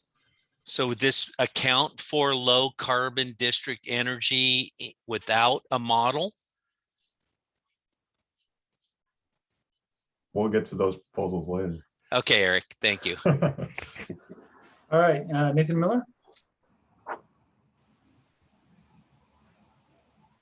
I raised my hand when Dwayne was talking. I think the key element about getting credit is that, yeah, the purchase heat G3111 rules, which is that under our current 90.1 protocol, if the proposed has low carbon heating or cooling, the baseline also gets it. And so there's just going to be no way you're going to get to the required carbon savings with a building performance factor if both the proposed and the baseline models get this low carbon source. So that's really the key part for the C407 path, is allowing a project that's tapping into something that meets this low carbon district energy definition to claim the savings for the end uses that it's applied to, versus whatever we've already determined is a reasonable baseline bill.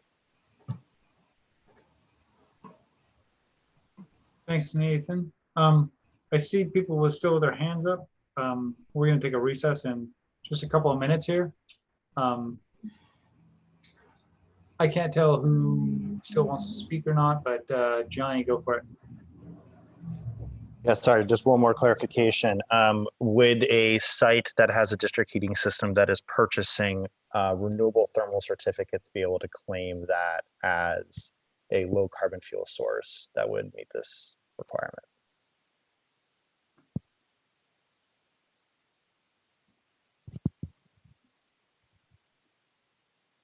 That's the question to the proposers. I think that introduces a larger question. You know, can buildings that are purchasing gas or electricity do that already with the code? And if no, then I would say not.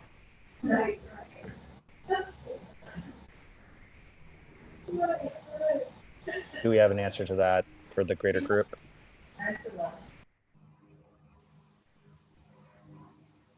Johnny, I'm a bit unclear on the question. The question is, if let's say I have a non-renewable energy source in my building, but I am buying renewable energy credits or something like that, can then for this proposal, can then I claim that I have renewable energy for somebody else to use at their building?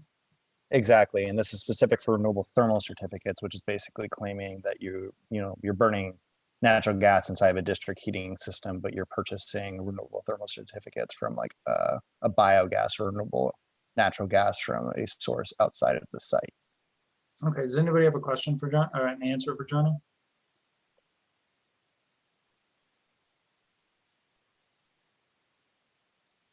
Okay. I think we're leaning on the definition of renewable energy sources. So you'd have to study that definition, I guess, to clarify that, to make sure there's no loophole there. So, Mike Fowler. When we come back from the break, my question is we focused all this attention on proposal B, and there's I don't know if it's a companion proposal A or if there's something drastically different or they're very similar, but when we come back from the break, what is the difference between the two proposals A and B that are part of this? Okay, and we'll deal with one and then the other. So I guess when we come back, we will. I didn't know if they were all similar and we're going to rehash the same things, or we can just say that we've done that. So I just want to get some clarity on when we come back, what the difference is between the two of them. Okay, why don't you answer that right now, proponents? What's the difference? Is there a 30-second answer? I'll take a shot at it. So one of them is for a standard 4-pipe district energy system with chilled water, hot water, and heat recovery. That's what we're looking at right here. And then the other one is for what we're calling an energy exchange system, where you've just got a 2-pipe system and it's basically a condenser water loop. And then the buildings would have heat pumps installed in the building to be able to heat or cool off of that system. And currently the code doesn't really have a definition for an energy exchange type system. You're talking about a two-way versus a one-way system. I'm talking about a 4-pipe versus a 2-pipe system. So a 4-pipe has a hot water supply and return and a cold water supply and return. And the 2-pipe system basically just has a medium temperature supply and then a return for whatever comes back. Is that correct? That's correct. Yeah, it's basically a condenser water system. Okay, well, it is the noon o'clock hour. 15-minute break. We really have a lot to do today, and we need to have a reasonable lunch. So recess for 15 minutes. See you at 12:15. Thanks, everybody. Welcome. Hey, everybody, welcome back. We were discussing one of the 122 proposals, and we had taken lots and lots of testimony. Right before the break, Mike Fowler had asked the proponents to talk about the difference between the two proposals. I think it was sufficiently explained. Mike, did you feel it was sufficiently explained? Mike Fowler? Yes, that did. Thank you. Okay, great. Mike Rosenberg. Yeah, I just had a couple. I was looking at the version that was sent out. So you changed it that said for number 2, it says any heating energy provided by the low carbon district heating and cooling. What about cooling energy that's provided? What do you do for the carbon emission number for that?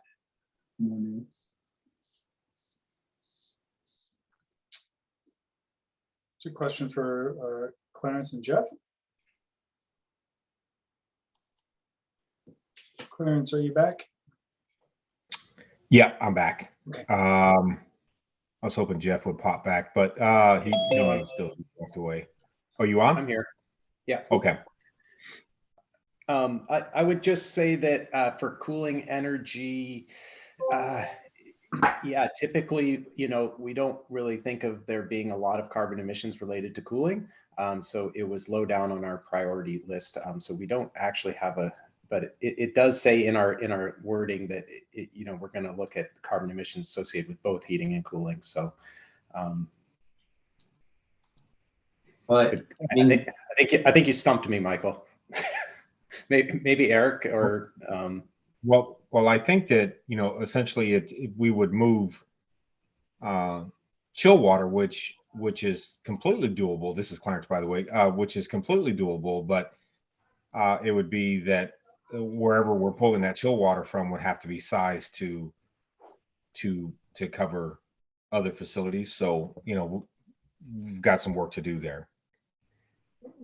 The original proposal, at least the earlier one, said any heating or cooling energy provided by the low carbon district heating and cooling. But cooling was removed, I guess, so I'm assuming that was done specifically there. I mean, if this is going to work, you need to have some assumption for the emissions from the chilled water creation. But okay, that's one. A simpler one is, I think, above. Okay, did you guys already take care of that? Okay, it looks like maybe that was changed already in A. You got rid of the subsections, which is, I was going to suggest that. And then I'm still trying to wrap my head around this, the cooling energy exported from the building. So is it, do you mean heat rejected from the building, or do you actually mean cooling like chilled water rejected from the building? No, we mean like waste heat from the building. Okay, so I think that should be heat rejected from the building to the low carbon district energy or cooling. That sounds fair. Do you know what he's referring to, Krista?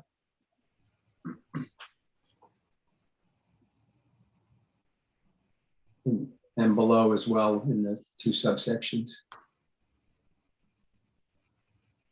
Is it heat rejected exported from the building? That seems like. Right. Yeah, heat rejected from the building. Okay. And then in A and B as well.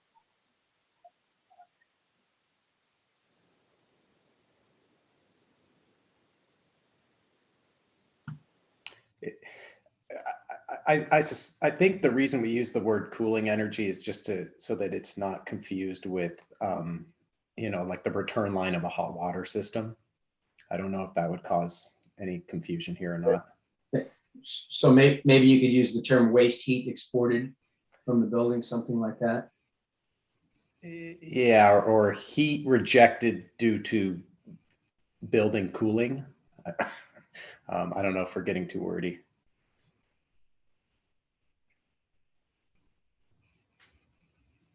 Well, we need to be clear. That's the most Yeah. important thing. We want to be less wordy, but we need to be very, very clear. Maybe we could just call it waste heat. Is waste heat a defined term? Great question. I think it's fairly well understood. I think that's used in other places in the code. Maybe it would clear it up for me, at least what it is we're talking about. Yep. Waste heat. Not technically defined, but the term is used in the code. Yeah. And it should say rejected at number 3 as well. Oh, waste heat rejected. Is that what you're going to change it to? Or exported, I guess is fine either way, I guess. I think exported is actually okay. I think that sounds better to me. Waste heat rejected is more going out of cooling tower, but exported, it means it potentially has a useful benefit. Yeah.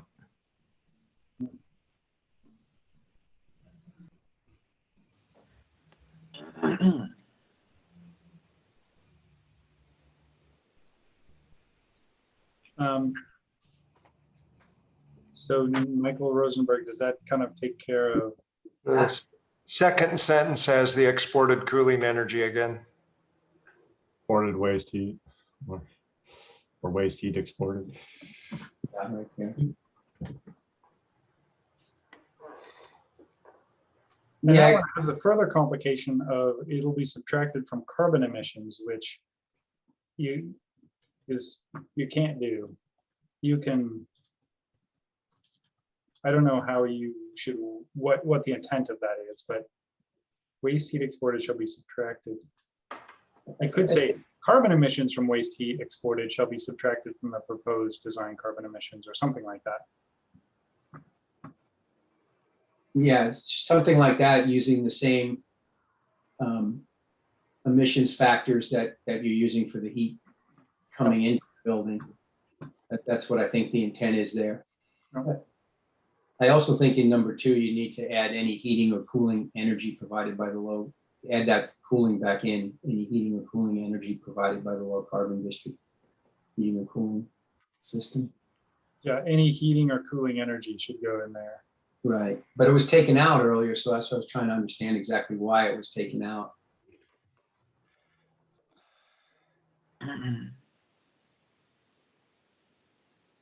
Nathan Miller, if Mike Rosenberg, if your stuff has been addressed, then Nathan Miller. The one last thing, I think you need to put something in there about how you calculate the carbon emissions for the heat rejected, and I'm guessing it's probably you want to do it at the same rate as the heat you're bringing. You assume it's the same emissions as the heat you're bringing in. I guess that would be the way to do it, but it's unclear, because it's no longer the district heat that's coming in. It's something else. But so how do you know what emissions? That's a great point. I mean, I think a lot of times when we do simultaneous heating, cooling, you're getting chilled water as a byproduct of the heat. So oftentimes you'll put in the calculation, you put all of the carbon emissions associated with operating the heat pump and the electricity used to operate that heat pump. You put that onto the heating side. Okay, we have a few more people to talk. I feel like we need to move forward. We have lots to cover today.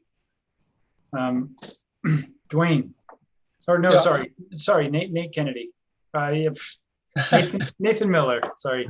Yeah, I guess so. Pertinent to how do you account for the cooling? I mean, once we've said that it already has to be that if a heating and cooling district scheme isn't cooling really, any cooling provided to the building is really heat being added to that district. It's the commodity. We want heat.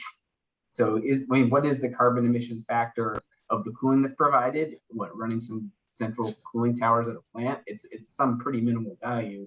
So it kind of seems simpler just to say you count for heat coming off the loop and has a negotiated carbon footprint for district heat. And then anybody who's putting heat onto the loop, who's cooling their building but putting heat on to this loop that wants the heat, that's what footnote 3 was, or what note 3 was about, right? And you only get partial credit for that. That was sort of, that's how I was thinking it through. You could also just say, no, there's a carbon factor for heating, a carbon factor for cooling, apply them both on what goes into the building, and you get some partial credit at that same factor for the cooling that's going out, because you're providing this benefit to the system. I can see it either way. But that's the way I was reading it. It made sense to me that the cooling, any building that's in cooling is really just providing free heat to the system. What about item 2? So item 2 was about the heating carbon emission, and item, I don't know. I'm not quite following, Nathan.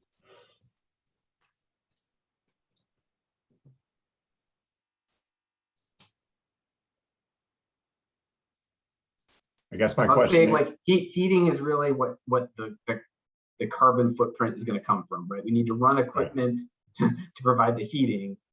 What's the carbon footprint of any cooling that you would do either on site or at a central plant? If you're running some cooling towers, it's pretty minimal, right? So the entire proposal is really about trying to reduce the amount of equipment use we need to get heating, right, and giving some credit to the buildings that are dumping heat onto this shared resource because that's used elsewhere. So should or cooling be added to item 2 there? I guess is my question. Or is that covered in item 3?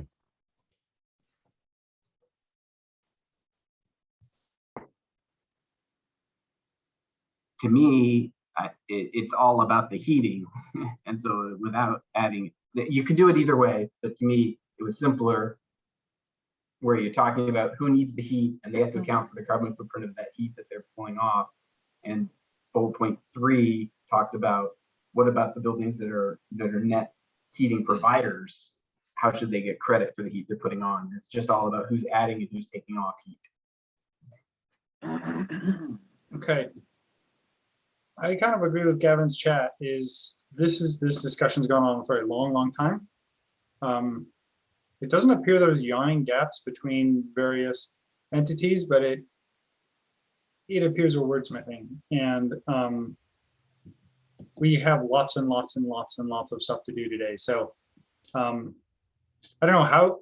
So if we were to vote this forward right now, can you do a show of emoticons on how you would, whether you would like it as it is or whether you would so not vote for it if you are in fact a TEG member? Okay, I'm seeing lots of thumbs up. I'm not seeing any thumbs down. So it sounds like we generally like this. One method available to us is to vote it forward. And then if the proponent and any others come back with a few revisions, we could address those next time. Another way would be to table it until next time. But I feel like not having this same hour-long discussion next time, I think that would just put us way behind. So I move to approve. okay, Gary moves to approve. We have a second. Second. We have a second. Okay, further discussion, and I see 3 hands up. Dwayne. Yeah, I'm starting to kind of be convinced here. One question: is it clear that this district energy system has to be in place and operational by the time you get your project sign off?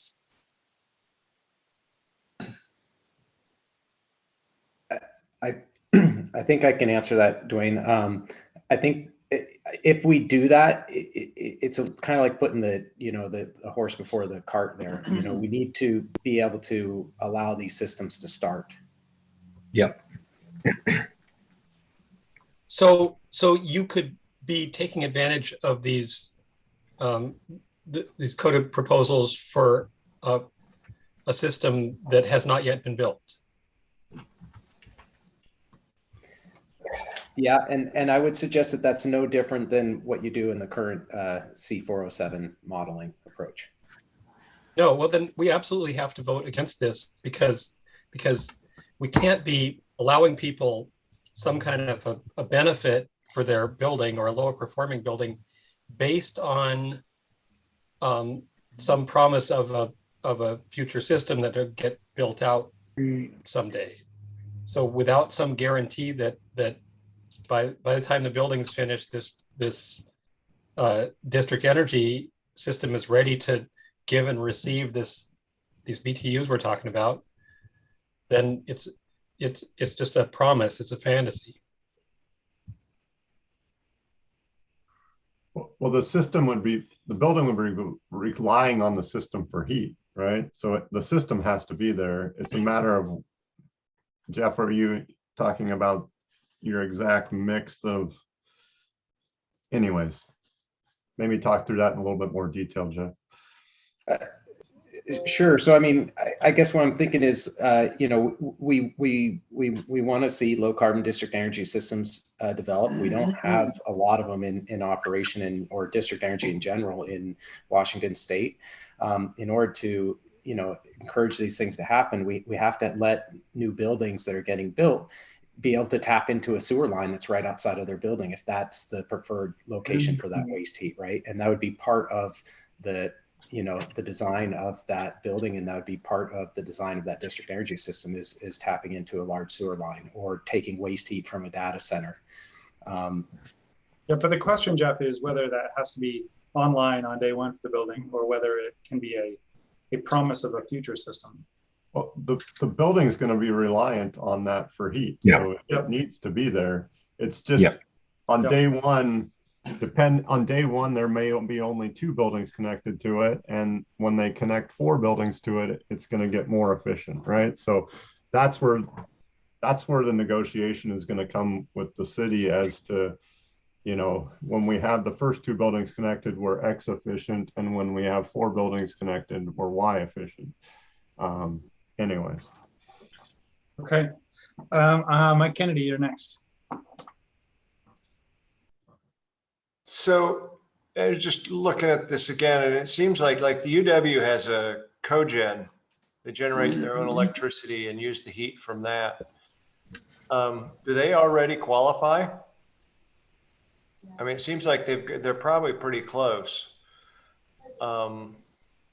And it's going to be, I mean, they're using natural gas to generate that electricity, and then it's nominally waste heat, but we don't want them generating their electricity with natural gas either.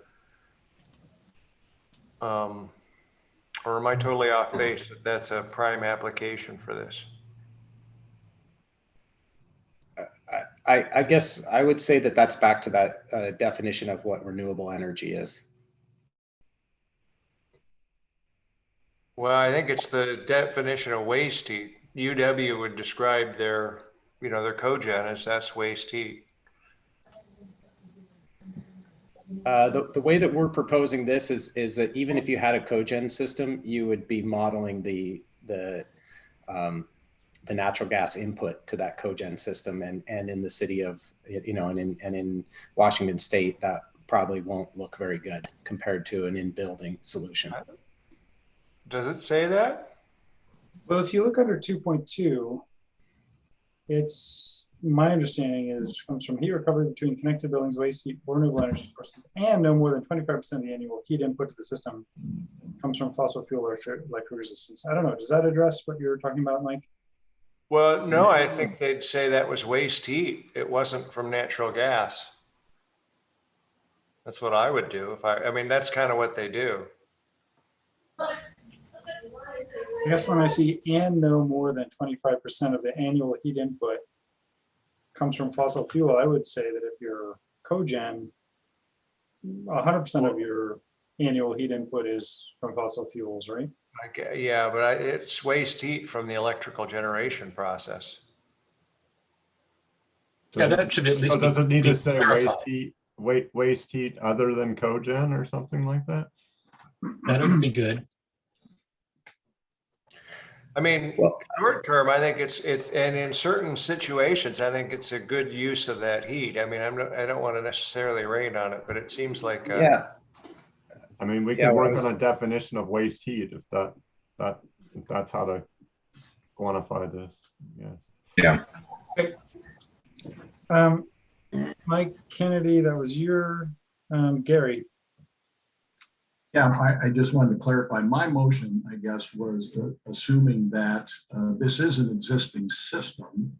And it's either an existing system that is already low carbon, or by the time its building connects, will be low carbon and not developing a brand new system. So I just wanted to clarify, that was my assumption when making the motion. That the building would be or the system would be a low carbon system on day one of building operation, or at That's correct. low time or something. Yep. That was my assumption when making the motion. And if that's an incorrect assumption, then I would have some of the same concerns.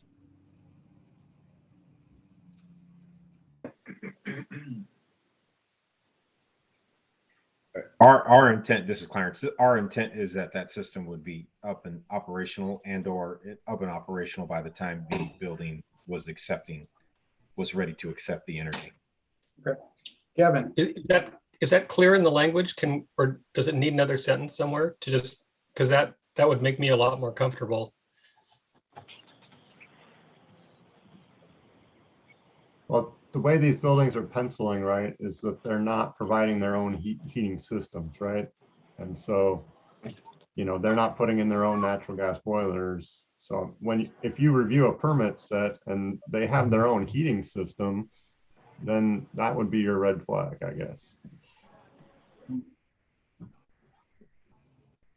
Gavin. Well, because this system is off-site, then where the heat in that system comes from is kind of outside of the construction permit. So even if there's no heating system in the building, we want to make sure that we had a system that was already up and running that had renewable energy. I'm starting to like this. I just want to make sure that we're not just hooking into a fantasy system. Correct. That's fair.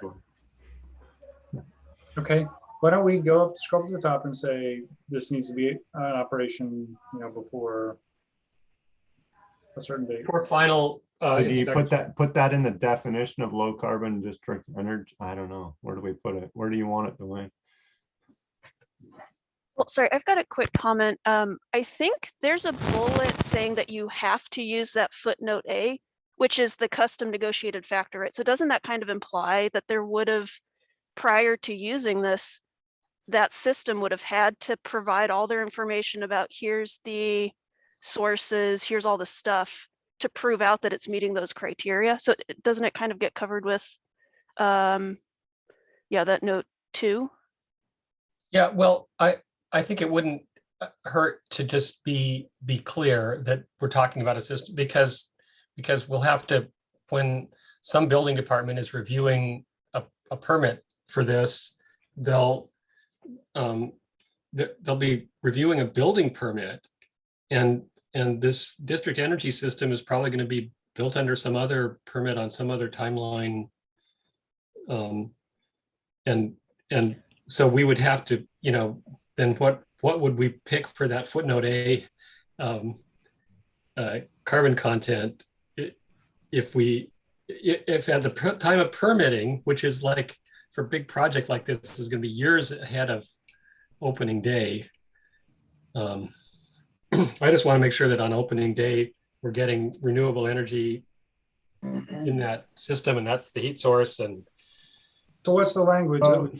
So in the first sentence there, the very first sentence at the top, provided, the proposed building is provided from an existing low carbon energy system. I don't, what do you want to, an exist, not, it wouldn't be new, I guess, or No, Well, I think you can say, functional.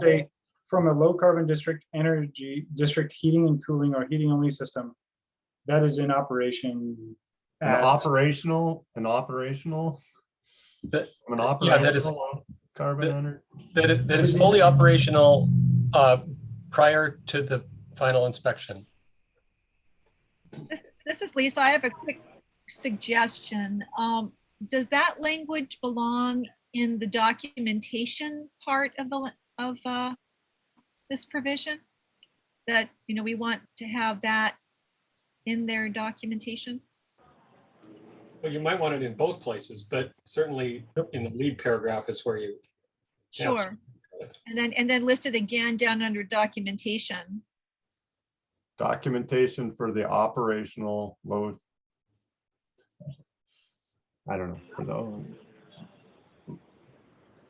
documentation for the low district system that is operational prior to.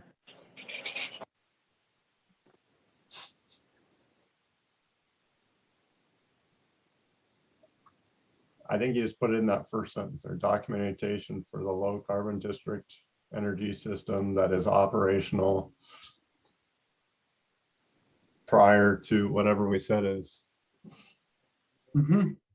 to final inspection, prior to final inspection, to propose building for final inspection or something.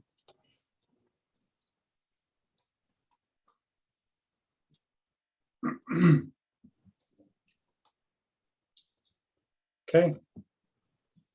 Wordsmithing done. So does that address your concern, Dwayne?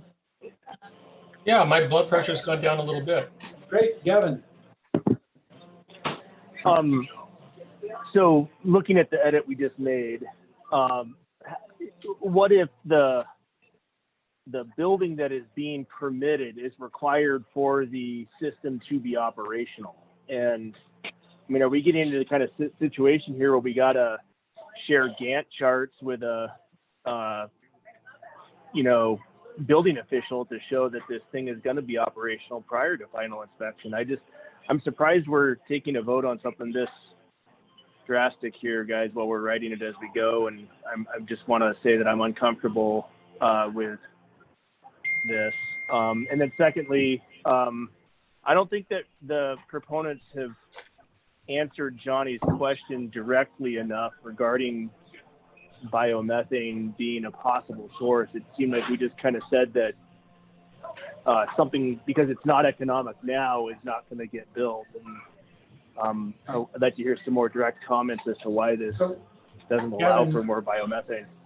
Gavin, you could. So we did research that one over the break, and the way we would read the code language, you know, it's where is that? Trying to find it on the screen. Nathan, do you have a response to that one? I can't remember.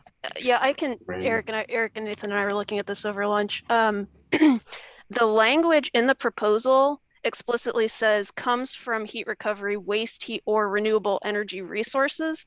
And then the definition of renewable energy resources is energy derived from solar radiation, wind waves, tides, biogas, biomass, or extracted. I don't see a way that you could argue that a credit is meeting that definition of renewable energy resources, and, you know, saying that the energy has to go into the system. So I don't think that there's a way that you could argue that the credits would meet the requirement. Okay. I mean, if you can argue that, then any renewable energy for C406 or C411 could meet credits, right? I mean, it's no different for any proposed building. Okay, we have spent a lot of time on this. We don't have any more time to spend on this. We could vote on it. Someone could make a motion to table it. But I think we need to dispatch with this pretty soon. Mike Rosenberg. No, sorry, my hand was just left out. Okay. Motion to table, Joe. I thought there already was a motion to. No, there's no motion to table. We have a motion to proceed on, right? But then we just made all those changes to it since that last motion. Yeah, but we can deal with that. So was that a Somebody has motion called to the table, Gavin? question. Yeah, I'd motion to table this and work this out in the next week. Yeah, I'm excited about district energy, but I think we just need to talk about it more. Okay, well, there's a motion to table on the floor. Is there a second for that motion?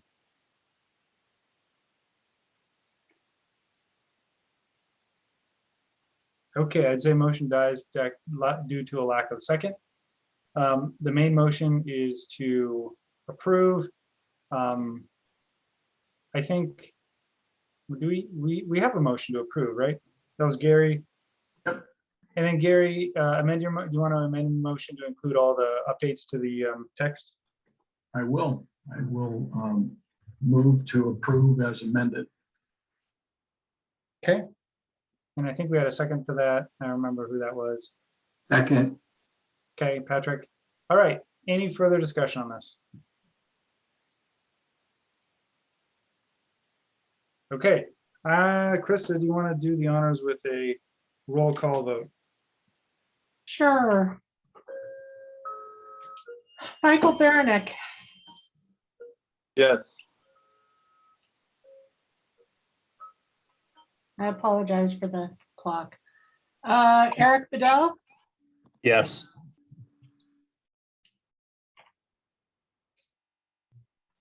CJ Brockway, Martin Connor,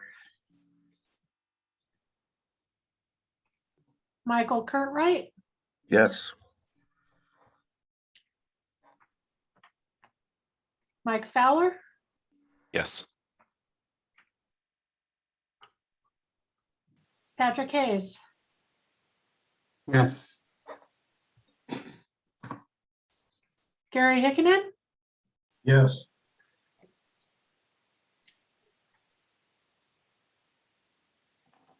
Scott Henderson, Yes. Chris Holliday, Luke Howard, Yes. Dwayne Johnlin, Yes. Elizabeth Joyce, Yes. Mike McGivern, Yes.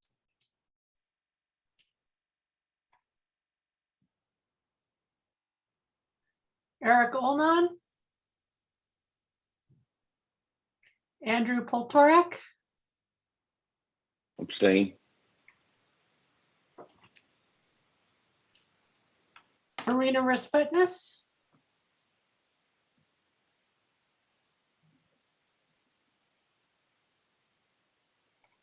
David Reddy. Oh. Lisa Rosenau. Yes. Hi, this is Irina. I think I missed my my turn. I vote yes here. Thank you. Thank you. Gavin Tenold, Abstain. Sean Big, Abstain. Amy Wheelis. Poppy voting as the alternate, and I abstain. And you what? Abstain? Abstain, yes, that's correct. Thank you. Okay, motion carries 13-0 with 4 abstentions. Okay, well, we're done with that, but we're moving into another district, Energy One.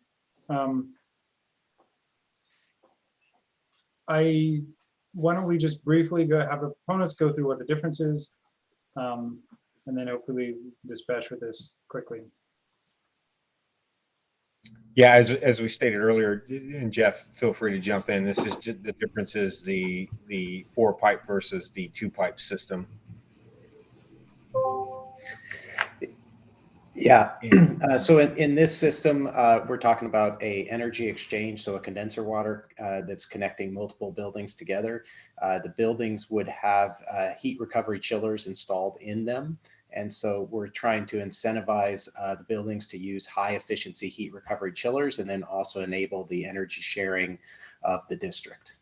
So very similar to the other proposal, only in this situation, we've actually added a new exception because there already was an exception in there for hot water heat exchangers, or there's already an exception in there for district energy, but we've now got an exception in there for district energy exchange systems or low carbon district energy exchange systems.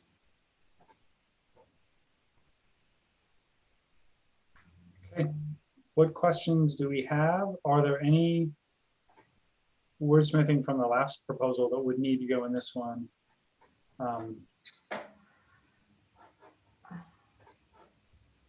Lisa. My only comment is that the heat pump water heater proposal is approved. It does do away with these two sections. It replaces them.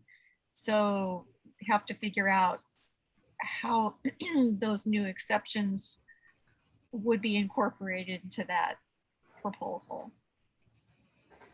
Correct. Both this proposal and the last one will require exceptions in the space heating and domestic hot water heating provision for low district energy systems. So we can propose correlation changes for that. So that's not something Krista can do, right? It's more of a, it's substantive enough to require this group to do something? Well, some of those proposals already had exceptions for district energy systems, so we would need to look at the final language that was passed and add, low carbon systems. So yes, that being that those proposals weren't on the table, that we didn't know they would be there, or the proponents didn't know they'd be there, then yeah, we obviously can't have that code language in our proposals. Okay. Eric, with your experience, what would you suggest we do about that? Just task the proponent to develop those exceptions for the next meeting. Okay, that sounds good. Gary. Yeah, I was going to suggest, since we did some wordsmithing on the previous one, and there's some parallel language in here, and we need to do some correlating. Wonder if it might make sense to take this one back out to the proposal in the work group to make sure that the language is consistent with the one we just passed, and then to come up with some correlation language. I think that's a great idea, Gary. Was that a motion to table this and do that? Before we table, can I just make one general comment, I guess? Go ahead, Eric. So yeah, I think this is a very important proposal. Again, it incentivizes different types of energy exchange between buildings. There's a couple examples of central condenser water systems. One is the central system at Pike Place Market in downtown Seattle that allows energy exchange between about 8 different buildings there. There's significant energy recovery from all the walk-in coolers and freezers throughout Pike Place Market that then allows that to heat the buildings. And so that's been a very successful plant. The boilers hardly ever run in that system. So again, this allows a mechanism for the code official to grant energy exchange between buildings in a fair system, to do that without having to try to negotiate that on the fly through the C407 energy modeling path.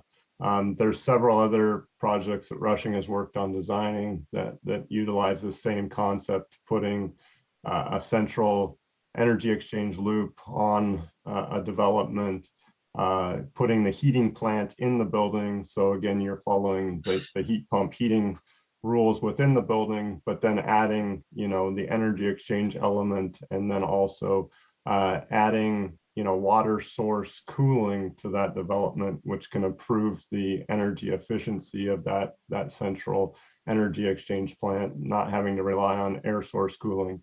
You know, with our current climate change and higher temperatures we saw this summer, you know, being able to utilize water source systems for cooling is very important, because our wet bulb temperatures, you know, did not go up much, but our dry bulb temperatures went up, you know, extensively.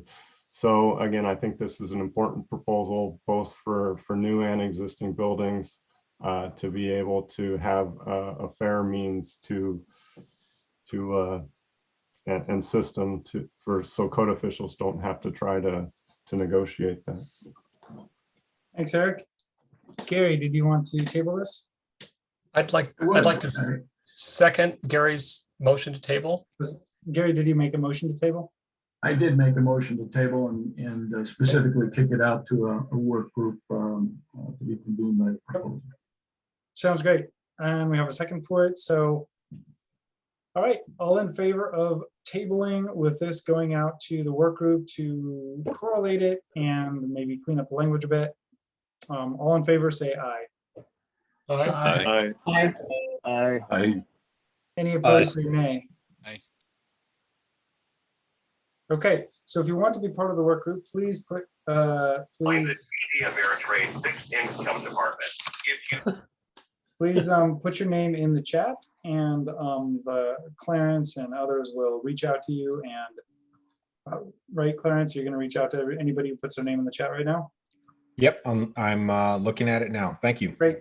And I So- urge you to post it to Krista by the end of the day on Tuesday, if possible. So she can post it early Wednesday, so this group has time to look at it most of the day on Wednesday and Thursday, so that we are not caught unawares of any changes. Okay. I realize that puts a constraint on what you do, but I think that's just really important. We've got a lot of proposals come in on Thursday night or Friday morning, and people rightly complain that they haven't been able to look at them or get them through their stakeholder groups. Okay. Understood. Tabled. So now we are on to C408, lower commissioning and exception rates, proposal 101. Actually, no, we are on to operable openings interlock, Henry's proposal 240 that we tabled for 2 hours, and it's been 2 hours. So do we have progress on this one? We have been working on it. Where are we at, Eric? I sent you a draft, Dwayne. Did you send me something back? Yep.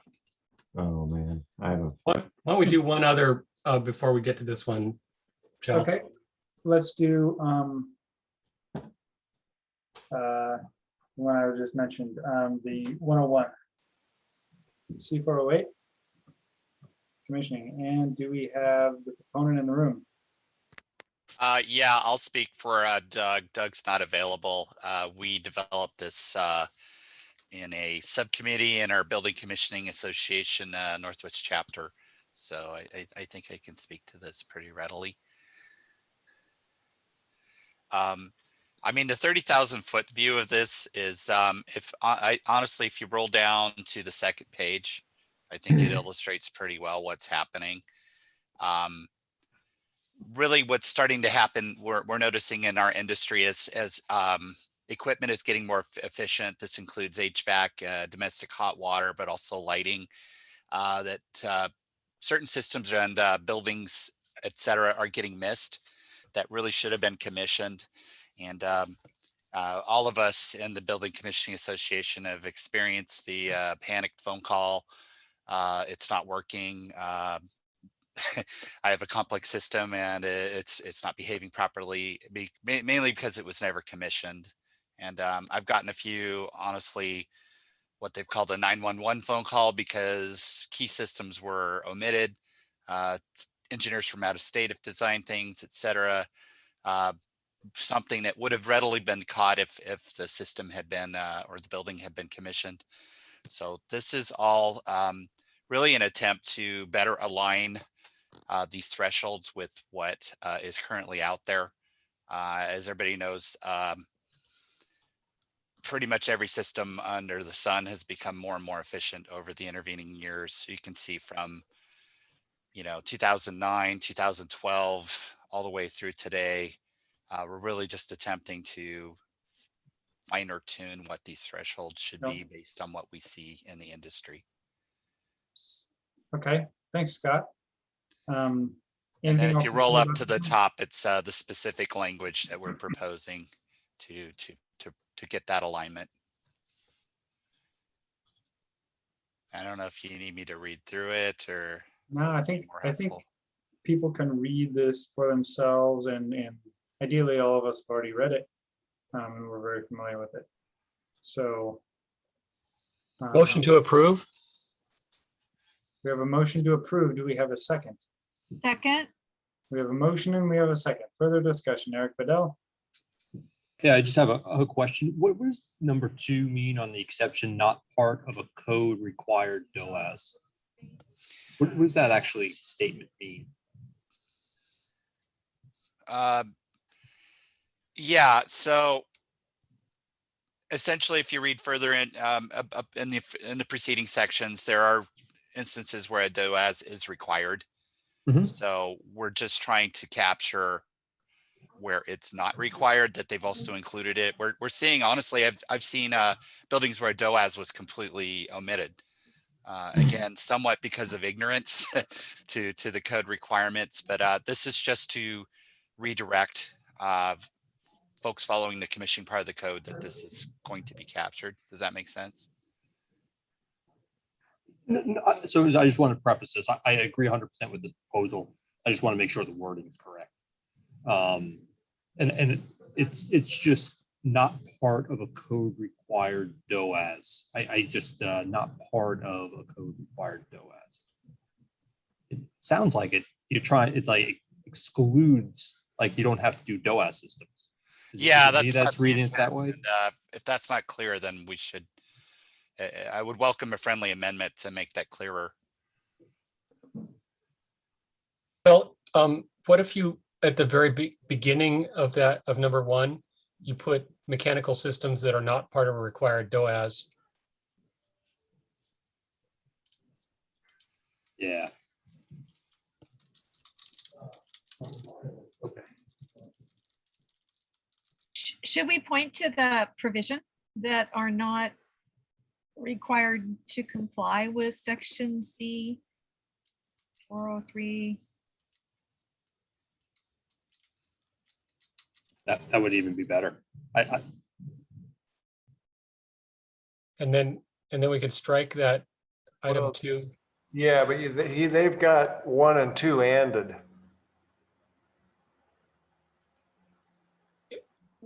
So that's fine. We could just delete and all the way Yes. through to the end. Yep. In that case. Okay. And then equipment is less than, we get rid of, yeah, you got it. That's it. So any energy recovery equipment over 300 CFM.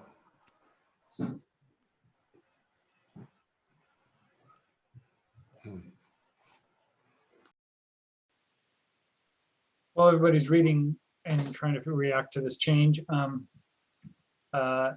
Fowler. My question was, it's mechanical systems that heat, cool, and have energy recovery ventilation. I just didn't, is that the intent, that that's all 3 of those together, or was energy recovery ventilation, could that be a separate number 5? I just want to make sure I understand that. If energy recovery ventilation could be a separate, or if it was meant to be combined with mechanical systems, or is that what the required DOAS? So I just want to get clarity on that. Thank you. Yeah, our intention was to capture those ERV systems that are basically not being commissioned. So the mechanical equipment with the that's installed in conjunction with the ERV. I mean, this is not necessarily talking about this DOAS system. This is just talking about the mechanical.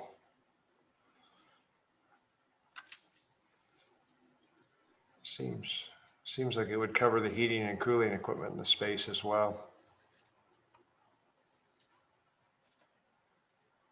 I don't know. Dwayne Llewellyn.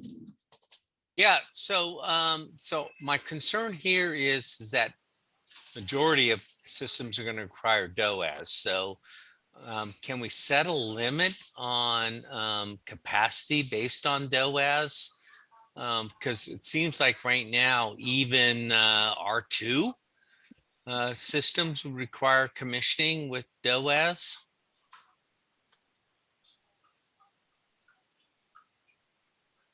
Yeah, that's a good point. I guess our concern is we're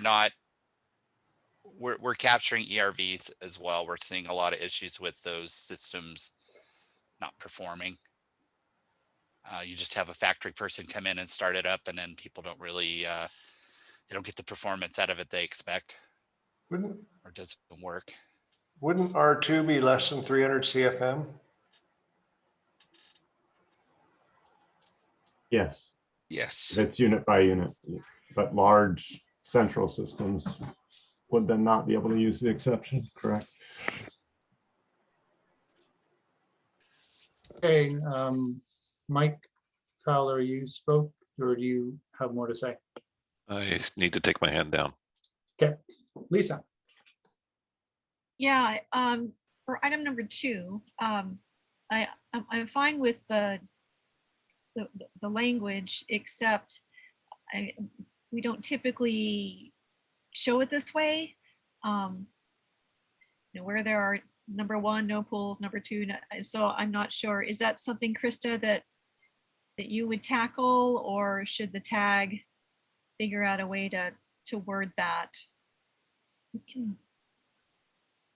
Typically that's something that I would do when I'm putting it. There's lots of ones that are like that. Okay. Yeah. Yeah, and it should be clear that it says where there are Any of the following or something.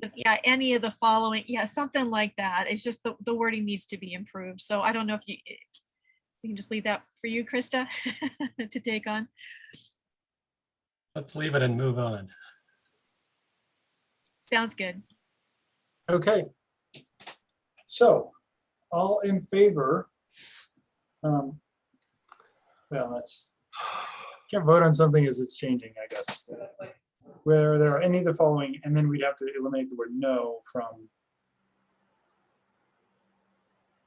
each of the numbered things, right? Yeah, then it would be, just pools or permanent spas, comma, solar thermal water heating, comma, recirculation pumps, comma. Can we table this for rewording for an hour? Or can Krista just take care of it? Because I certainly can't do that while we're going through the meeting, but I can do it just as a cleanup. If you can do that later, that would be great, Krista. You understand the intent. Yep. A few words might change, but the meaning will be what we are talking about here. Okay. All in favor of what we see in front of us with Krista's magical edits, clarifications later, say aye. Aye. Aye. Aye. Any opposed, say nay. Okay. Thank you. Thank you, everyone. And no, Eric and I are not done yet. No, okay. Eric thought Lisa, we were, but we're not. Lisa, 238 is now on the table. Metering corrections and clarifications. Yeah, so hopefully this is just, there's no change in code stringency. These are changes that are coming out of the Seattle Energy Code. They picked up a correction under the conversion factor. And so instead of saying at 50% demand, it lists 3,412 BTUs per kilowatt or 2730 BTU per kVA. So that's a little correction there.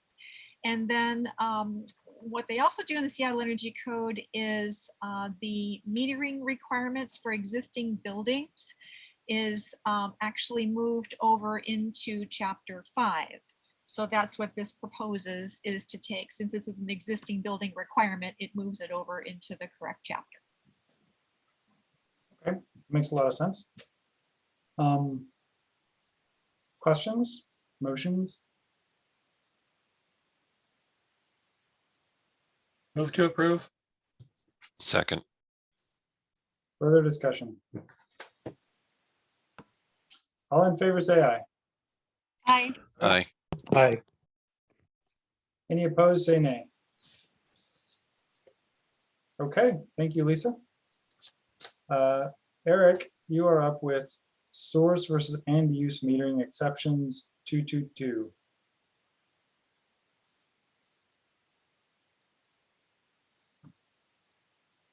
Guess that's gonna slow me down on reviewing the other one. Okay, I think I agree with your changes, Dwayne. I'll finalize after this one. So this is a clarification in the metering section to try to clearly delineate what is required or not required when you comply with these, when you can utilize the exceptions in C401, C409.1.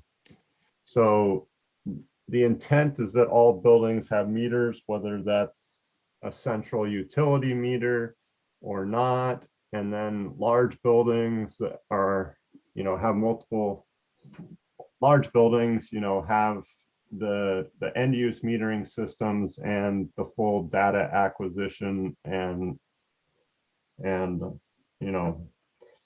monitoring and trending system. So these are, again, clerical changes to clearly delineate which sections you have to comply with. And so that's what's clarified in the first paragraph. There's a statement that says existing buildings need to comply with just the one section, where new buildings need to comply with all the other sections.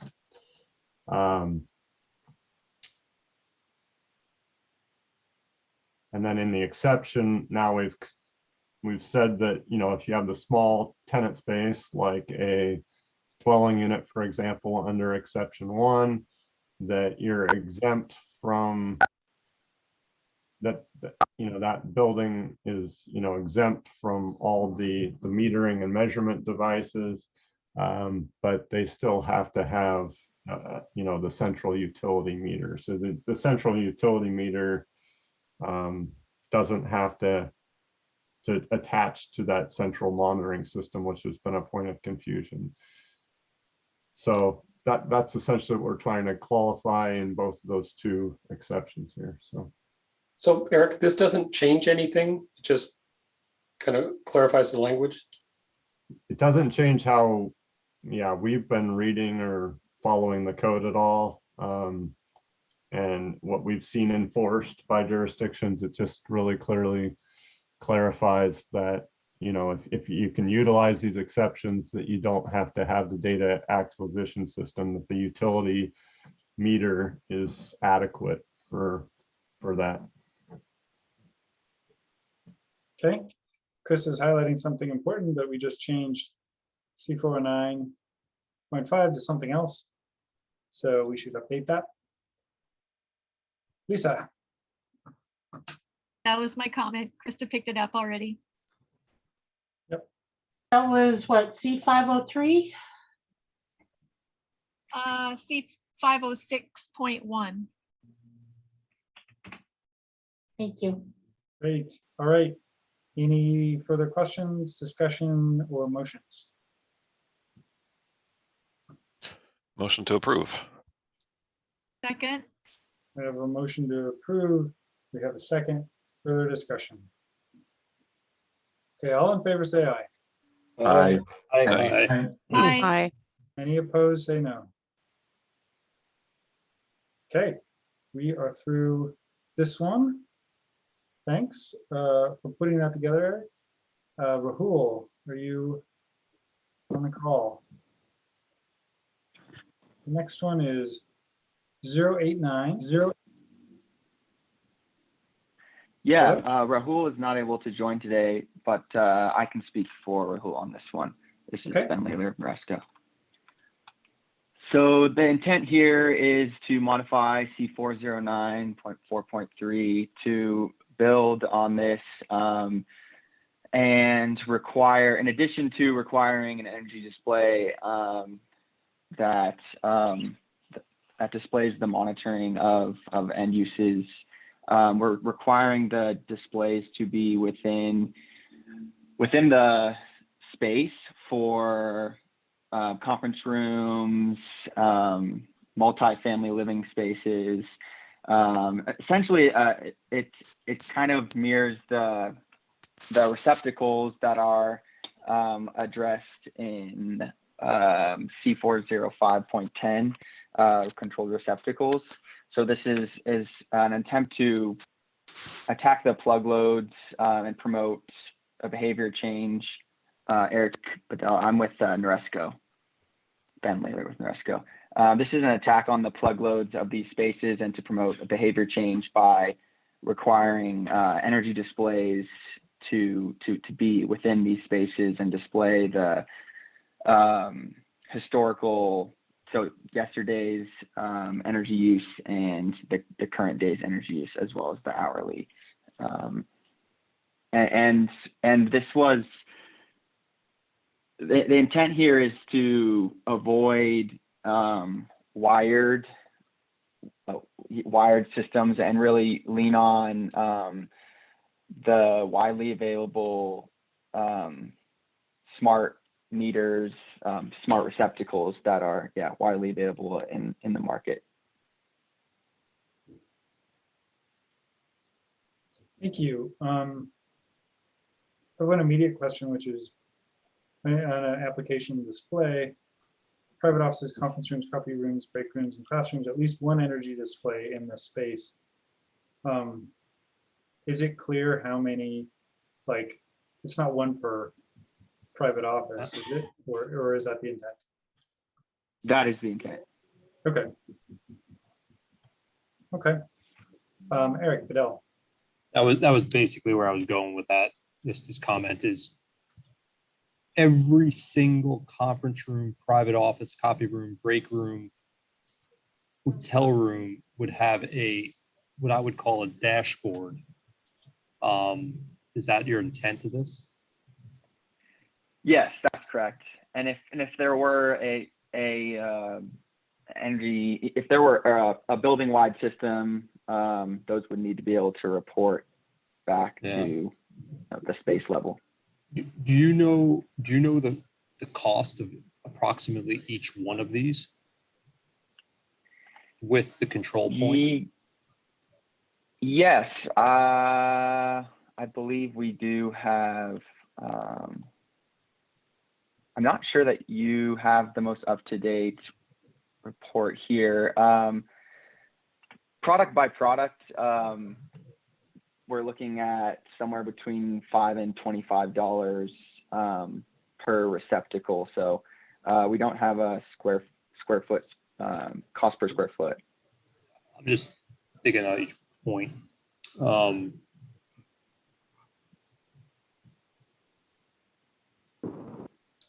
Okay, thanks, Eric. Teresa.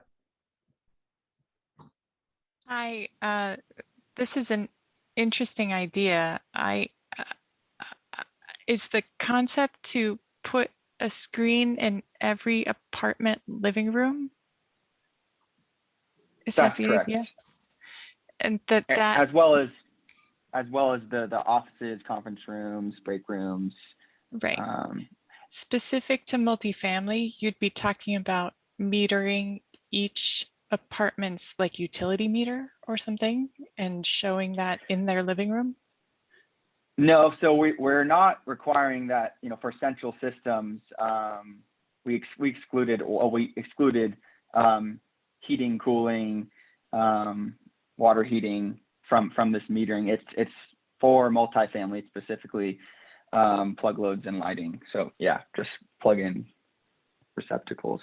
The intent here was we were trying to find a way to attack plug load energy use.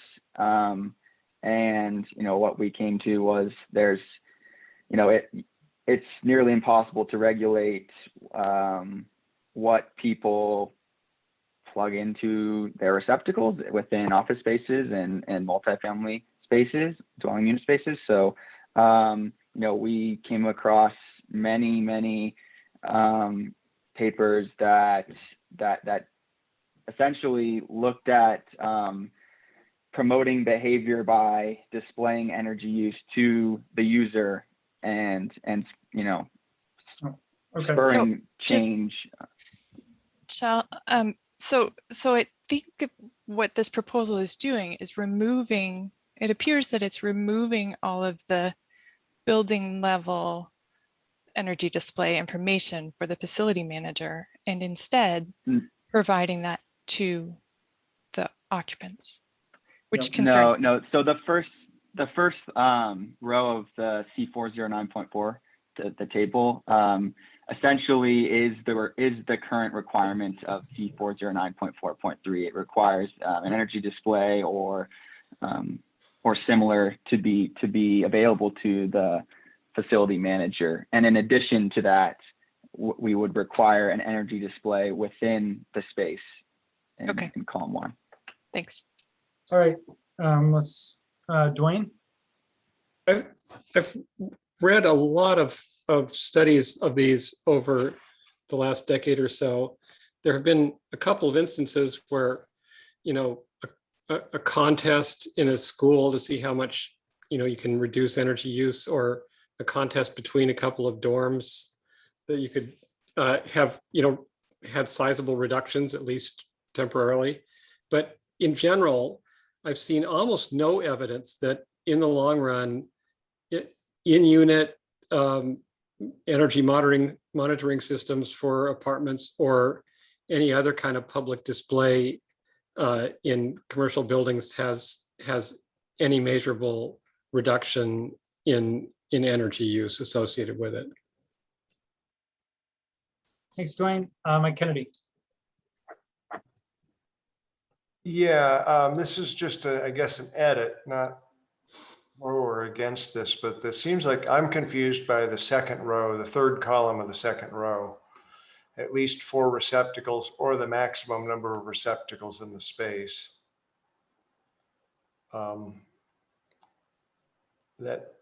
What's the intent there?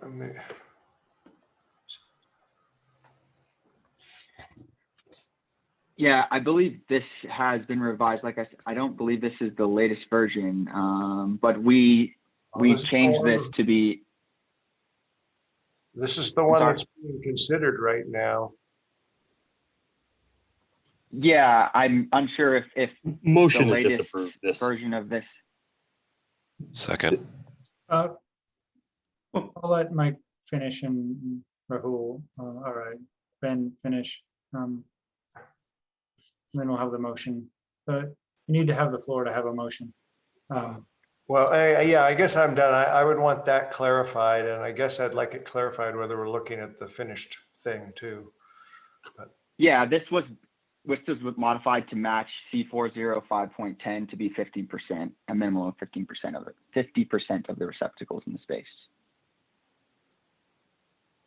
Okay, Eric. The amount of work that this would take to put in every office, classroom, conference room, and the money that's associated. Now, I agree with an overall dashboard for facilities or when you go into a building, but there's no increment here. It's and in large office, especially a large office installations, or it could be in the millions, or on campuses.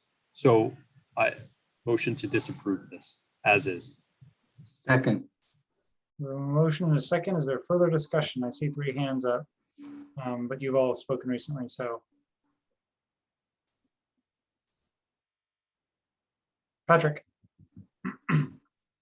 I'm with Eric. The cost to do this is, 1, not documented, 2, is going to be high, and it's just like metering doesn't really do anything. It's like you drive your car and you look at it and it gets 21 miles to the gallon. And then you go on a different trip and it gets 23 miles to the gallon. Are you doing anything different? You know, it's just, you're looking at numbers. I mean, it's not going to change how the building operates. Just like you really don't change how you drive your car. You drive it the same every day. It's truly a waste of money. All right. I would disagree. This is Ben speaking. I would disagree. I think there's numerous studies. I know there's numerous studies that point to the use of energy displays within spaces. Dwayne pointed out, Dwayne disagreed with everything but living spaces.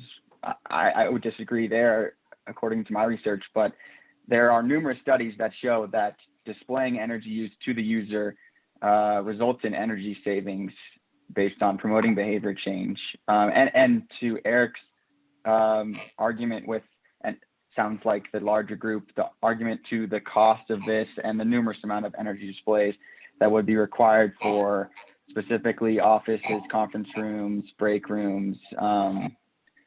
You know, if that's the issue here,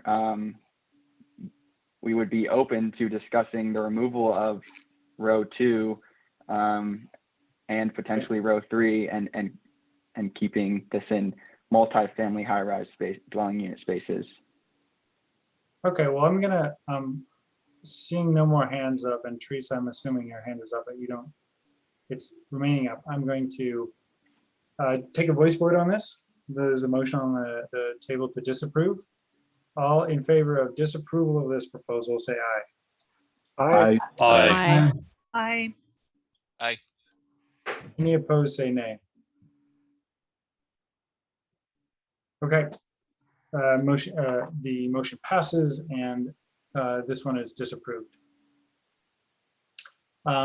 Consumption rate and display clarifications, 223 is next.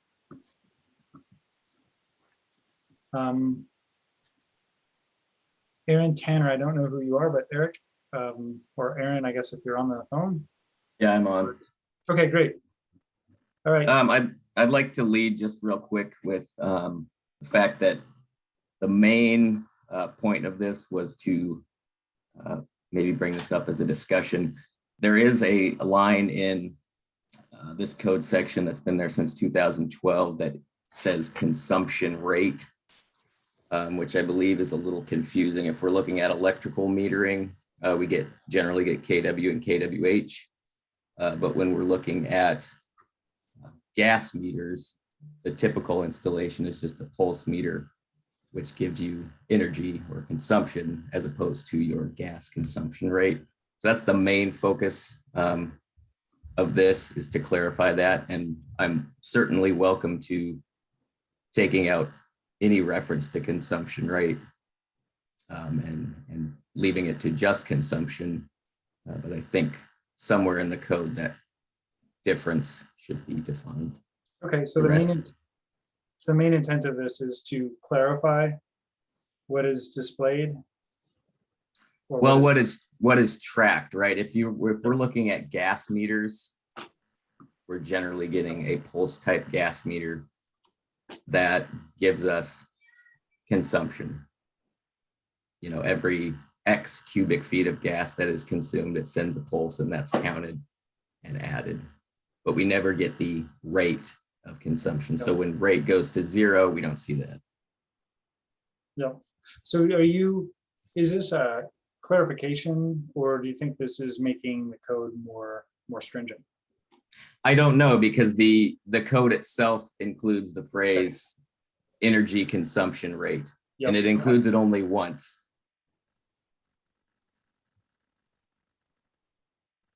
Okay. So this, just one quick, so this is based on an interpretation that we indeed need consumption rate to be tracked as opposed to just consumption. Okay. Does Tag have comments or questions? What's the advantage in knowing the consumption rate? Well, I mean, if we're looking at, say, a boiler cycling frequently, you may be able to deduce that from just consumption data. But if you get a short cycling boiler, you may be able to, you'll be more likely to see that through consumption rate data.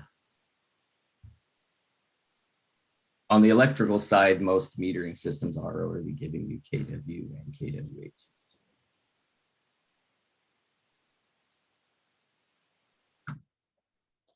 Questions, comments? So Aaron, most of the systems that you've commissioned, they would not comply with this under, because this is clarifying the code to meet the more stringent requirement, correct?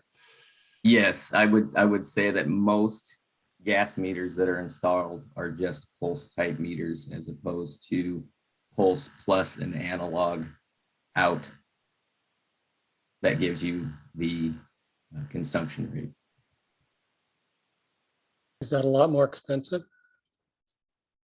If we're looking at, if we're looking at smaller buildings that don't have a DDC or a BMS system, if we're looking at systems like the Siemens embedded meter module system, that only takes a pulse input from the gas meter.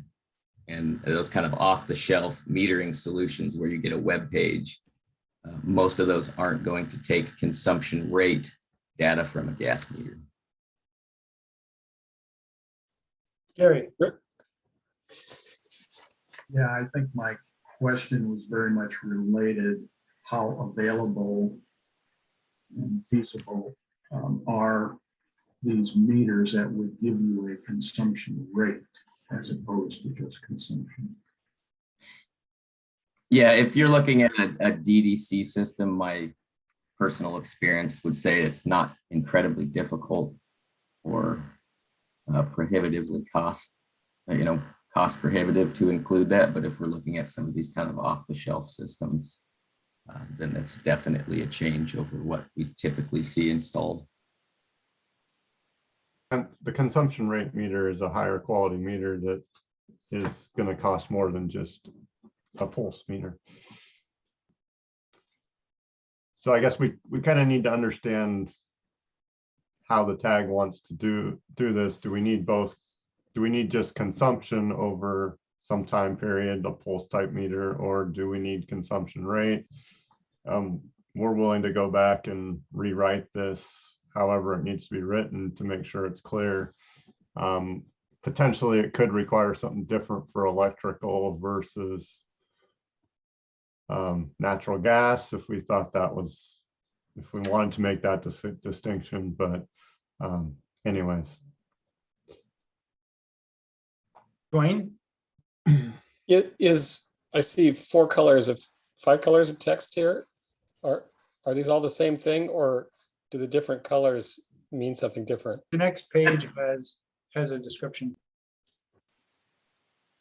Yeah, per section, I just kind of clarified what the edits are going for, since there's a couple different.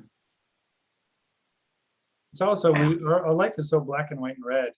It kind of adds some color. That's the designer in Shell. Yep. Dwayne, did that answer your question, or did you have another? Yeah, I just kind of concerned about this phrase, retain access to the meter data acquisition system and energy display for the life of the building. And that's talking about a third-party data service. So how does that work to retain? Yeah. That could be 70 years. Well, so here's what my focus in that is. Currently, the language already includes that that this can go to a third-party data analysis service. And I guess my fear there is that you end up with this possibly subscription-based service, and you sign up for 2 years and your data goes off into the cloud or wherever, right? If we end up with services like that, then we aren't able to access that data if they, cancel their subscription or other things. The building operator is then probably not able to access that data. And with things like the Seattle Building Tune-Up and other programs coming to the forefront at this point, if we lose access to that data, then it's going to be difficult to comply with things like that. I don't, as a building official, I don't have any way to enforce the future state of things. Got it. Michael Cartwright. So when it comes to metering the gas consumption rate, are you expecting that burden to fall on the utility?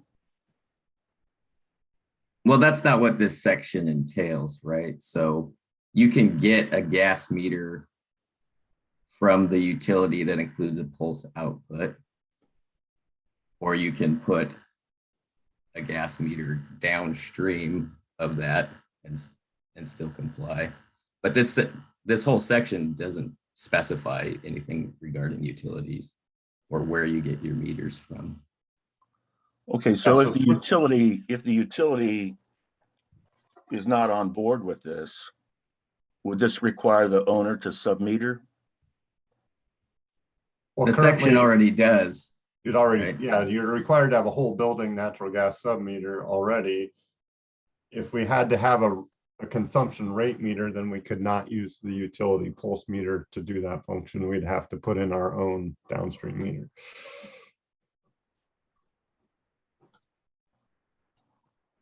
And again, the question is, as a building operator, how does knowing the rate of consumption for the building, you used the example of a boiler short cycling, but we're talking about an entire building. Knowing that rate, how does that change my behavior or inform me or? It can. I mean, if you're doing a kind of energy analysis and looking at short cycling boilers, and you see that you get these long spike, these big spikes in your consumption, you can make adjustments on your boiler, etc. I mean, the biggest thing is if we're looking on the electrical metering side, if we're looking at consumption rate or KW, right, then we can end up with some kind of demand metering or a demand limiting sequence, right? What you do with the data is going to depend on what you do with the data, but do we want to set people up to have this data to make changes? And there are monitoring companies out there that monitor the usage of buildings and the rate of usage, and they proactively alarm if you have abnormalities in your usage, right? So people are using this information to proactively chase down energy hogs or water hogs in buildings, or, do I have a leak in something? Do I have something that's stuck on? So yes, people are using rate meters to save energy. Okay. Michael, did your questions get answered? What just Eric said, rate meters, you're talking about the rate of usage, right? Correct, yes, the rate of usage. Okay, and that's So helpful. they'll look for trends versus like the rate of usage versus outdoor air temperature or whatever they're trending in the building, and they'll write algorithms that say, if we're using more than this on this outdoor air temperature day, then maybe there's something wrong. We should go check things out. There are systems out there that monitor for that. Yes. Yeah. So Eric, my context, maybe I should have said this up front, is in gas. I can see that very useful on the electrical side. How is that rate useful on gas, the rate of consumption? Well, I mean, you could have a hot water valve, for example, in a boiler system that's full open and just stuck there, and you're not going to. And so you could monitor if you're not seeing, your rate of consumption change over time, then you could alarm that and go check things out, right? I mean, you might not be monitoring that valve position, but you're going to be monitoring that you're consuming too much energy or something. You'll probably get a high temperature, but anyways, there are things that you can do. You'd see that in the hourly data. Well, if we end up with a boiler, right, if you have a pulse meter and you have a spike that's occurring, you're not going to necessarily see that until the next pulse comes out. I mean, the point here is that the code already says consumption rate, right? And like to Eric Vandermeer's point, we could reassess this and say, okay, we don't need this for gas. But the point is the code already says consumption rate. And I don't think it's being enforced or and a lot of times designed that way. And that's the phrase you've stricken in the second paragraph there at the end of the paragraph? If you go, the reference to that consumption?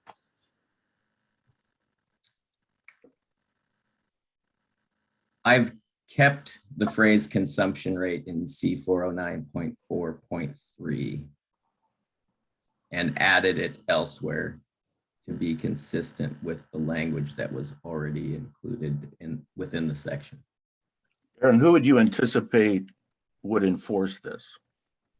What regulatory agency or inspector is going to enforce this? Well, if I'm on the commissioning side and I do commissioning, and so this is something that we see come up a lot. There's this gray area that says consumption rate, right? And at the end of the day, we end up with KW and KWH generally from an electric meter, and we get a pulse output from the gas, which is just consumption. This would be inspected by the electrical inspector and the mechanical inspector on the job. Well, and the metering system is required to be commissioned, so it would come up as a commissioning deficiency. It's much clearer in this language if you have to meet that. Mike McGivern. Yeah, thanks. I'm just trying to clarify in my mind that what we're talking about here is electronics, right? I mean, an electric meter output is a pulsed output, and it's converted by extrapolation into kWh use. And therefore you have your consumption. So I would think the same would apply on water or gas. So really adding this display module is going to require some electronics associated with the site to allow for that display module to exist and be real-time data. So in my mind, it sounds like we're almost requiring a DDC system in buildings that don't have DDC systems. So could you expand on that? Is that a correct statement or no? I guess, Mike, that brings up an interesting issue, which is this is submitted on the form that says it has no cost to it. It's simply a clarification. And what you're asking is there, I mean, what I heard is there a cost? And it sounds like the answer is probably yes. Well, can I interject real quick? Please. If we're looking at a system that requires, at this point, no changes to the code, right? We require the meters, the data acquisition system, and an energy display, right? Some of those are off-the-shelf systems, and they can do it, and they have web pages and the like, right? So we're looking at a display. So I don't know how expanding that or even changing this language slightly affects that, right? Because you already have this kind of standalone system that is acting like a DDC just to collect your metering data. So I guess to answer your question, right now, this would be a editorial clarification of the code to match what's required by the code. We could provide some, but that isn't currently being enforced or done by most projects. Okay. So we could clarify the code in the opposite direction to, say that you don't have to have this consumption rate and bring it back to status quo. But we're not making the code more stringent. We're just making the code more enforceable. Okay, thanks. That helps. Teresa. Thanks, Chal. I want to agree with what Eric and Aaron are saying. I do agree that this is a clarification. I totally missed the consumption rate idea, and I completely agree that it is not enforced on the gas side. So to the extent that we're sticking with that term, I suggest that these editorial changes are necessary. That said, I also agree that it would be more expensive to actually enforce what the code is in most buildings. And my final comment goes to the energy display paragraph and the idea of keeping data for the life of the building. I agree that that's a good idea, although actually, I guess I'll walk back what I said a moment ago. I'm not sure that that's in the code right now. So that might be a new idea. I agree that it's an awesome idea. And the way we might be able to actually put it in code enforceable language, to Dwayne's point, is to talk about having the data, I'm going to use the term physically, even though it's data, physically located within the building. So you put all the data on a server, and then if you want to pay a third-party provider to access that server that's in the building, you can do that, but the data still stays on site. Thanks, Teresa. Dwayne. Yeah, I think that the reference to consumption rate was probably just us writing the code a few code cycles ago and not realizing what it said. I think it'd be much better to go the other direction. I want to make it so that just putting a pulse meter on top of the utility meter is still a viable option and doesn't require some more fancy and expensive kind of equipment. So that'd be the direction that I would rather go, instead of saying, okay, well, we have to clarify that everything gets consumption rate as well as energy use pulses, that we go the other way. So I would well, do you want us to take this proposal back and craft it that way? And is that for both electricity and natural gas, or just natural gas? Well, both. That would be my preference, is unless somebody has this burning desire to see consumption rate information. I think that you could calculate that based on the hourly data. So yes, I would move to table this, send it back to the proponents.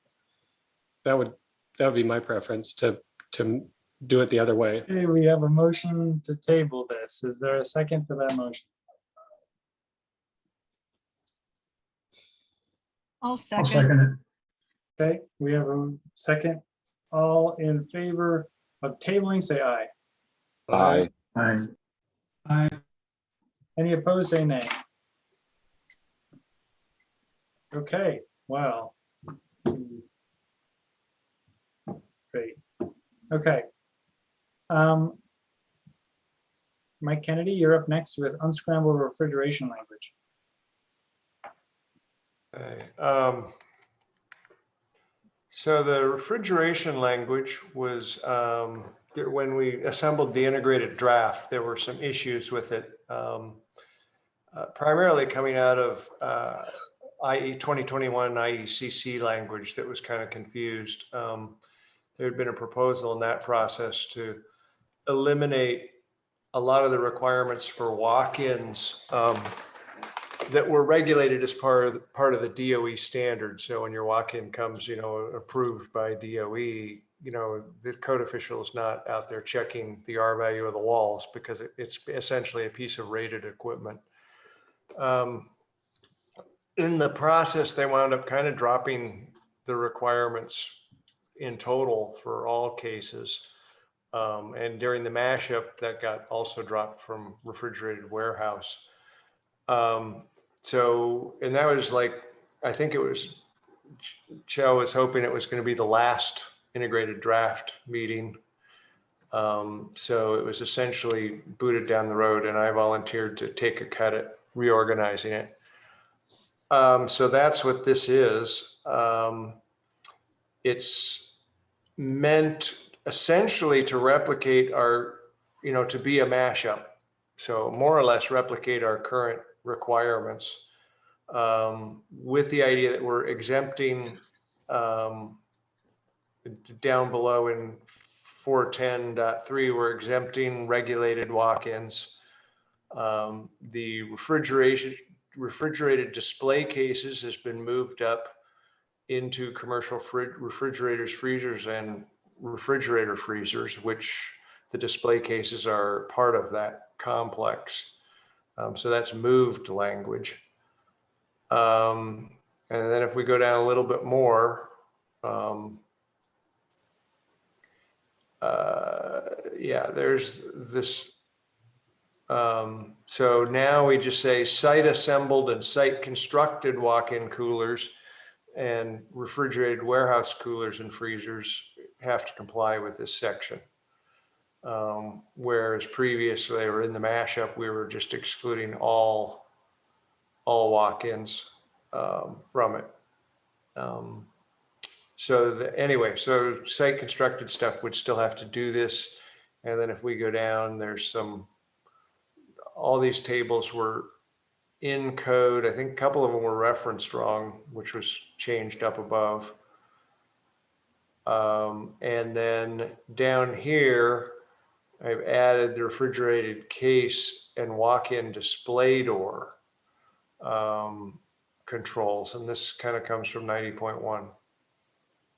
So that's the proposal. And I did do a fair bit of checking on it. It is a very confusing area in terms of where the DOE, how to define the non-DOE equipment. But I gave it my best. I did contact the proponents of the IECC changes, and we went around and they made a lot of suggestions and input to this process as well. But you haven't changed the actual technical requirements for any of this. I think it actually changes from the integrated draft only because the integrated draft wasn't, I think the integrated draft removed the requirement for a refrigerated warehouse to have any requirements. And that was what this is meant to try to address, is to actually be the integrated draft. This is great. All right. I mean, we kind of punted on it when we realized what was going on, and we wound up with, I think we wound up with a pretty confused section. Yeah. So, I'd like to make a motion to approve. Second. Okay, there's a motion to approve, and somebody's getting a glass of water as well. All right. Is there further discussion on this?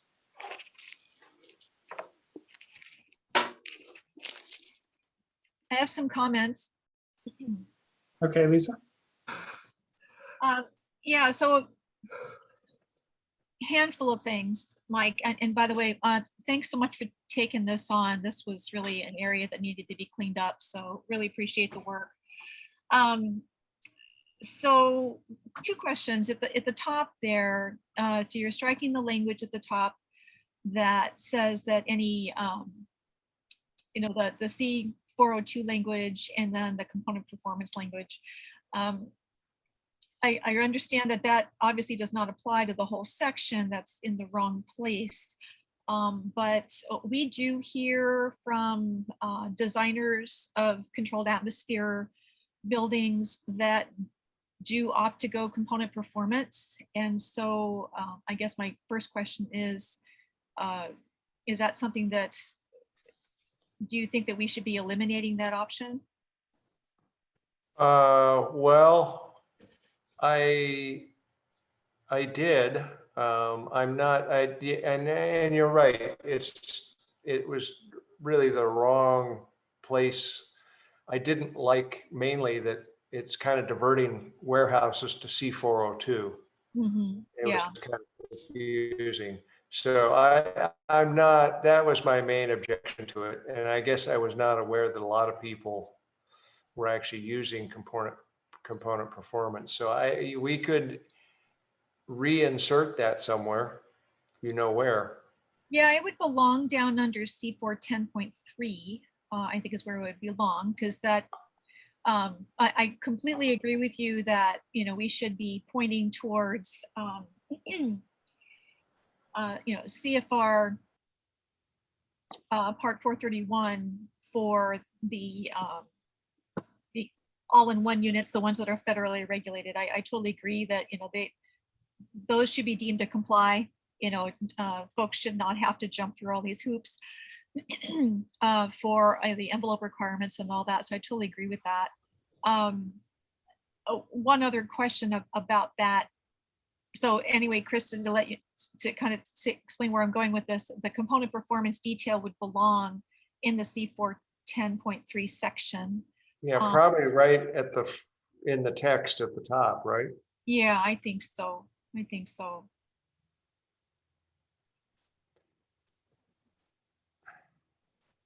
But where exactly? Because I can put it in as the first line, but there's only one sentence there. Yeah.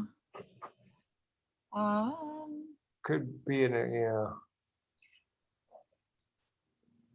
I can put some thought into that as we're going through this really quickly, and then come back with an answer on that suggestion.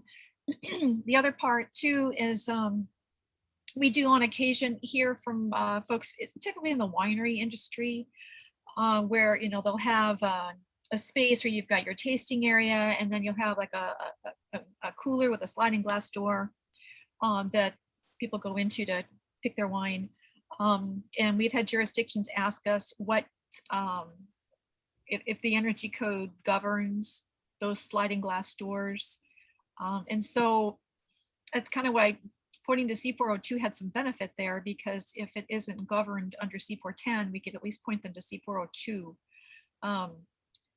So that's the other detail about removing that. Now we have something that the jurisdiction can't really point to a requirement for.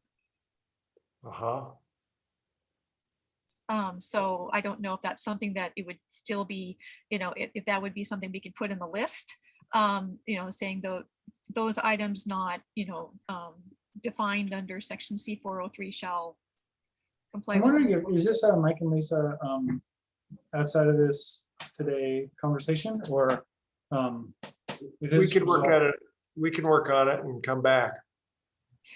Okay. I think there's going to be several minutes or more of figuring out where to put this. Okay. Well, why don't we entertain a motion to table it? Motion to table? Second. Okay, we have a motion to table, and we have a couple people asking to be part of this, perhaps. All in favor of tabling, say aye. Aye. Aye. Aye. Okay. Any opposed, say nay. Okay, we are so good at tabling things. We can table people under the table. Let's go to Mark Frankel. Are you around?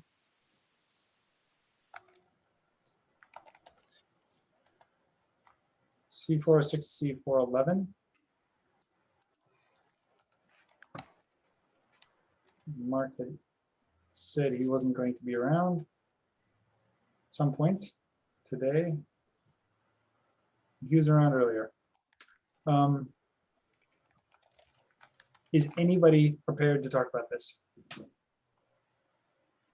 Shell, this is Gavin. I'll do my best here. Please.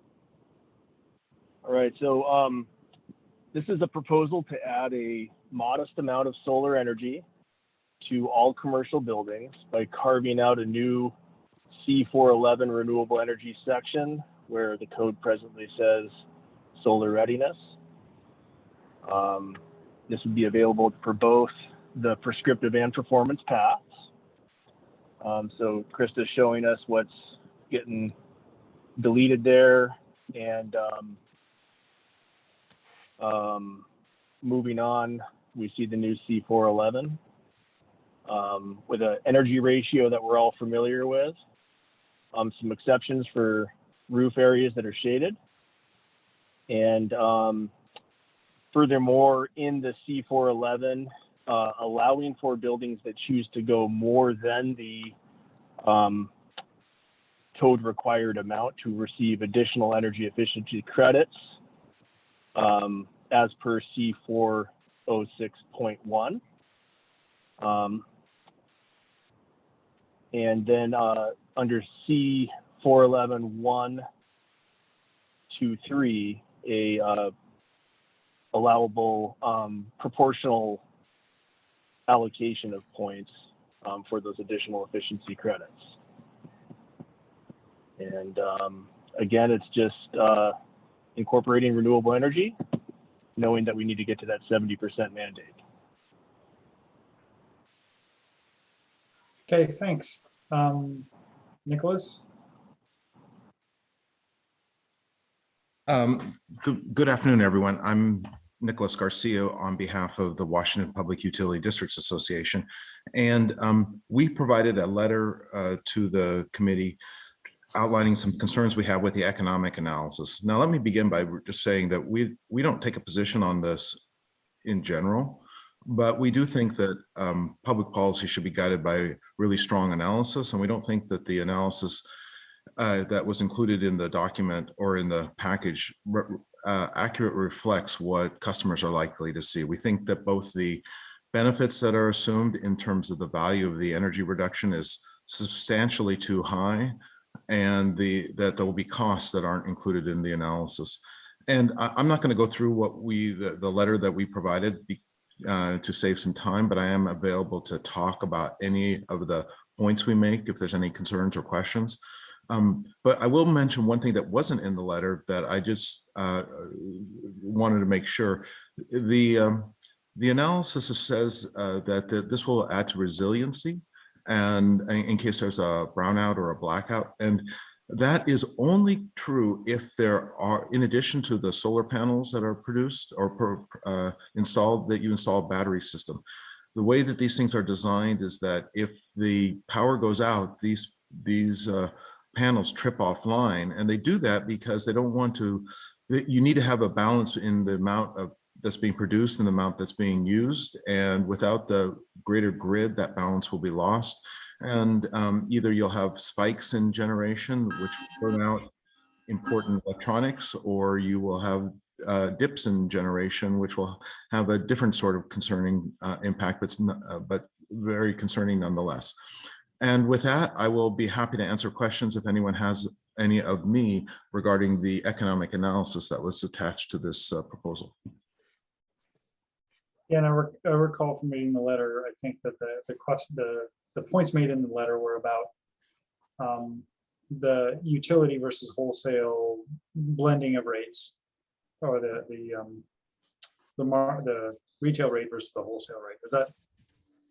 Well, so there are two ways a customer could receive benefits from this. If they are net metered, they will receive the volumetric rate that that their utility has, and I included some information in that letter that suggests the volumetric rate is probably closer to 6 cents a kilowatt hour rather than 9. But in certain instances, for some utilities, it goes all the way down to less than 2 cents per kilowatt hour.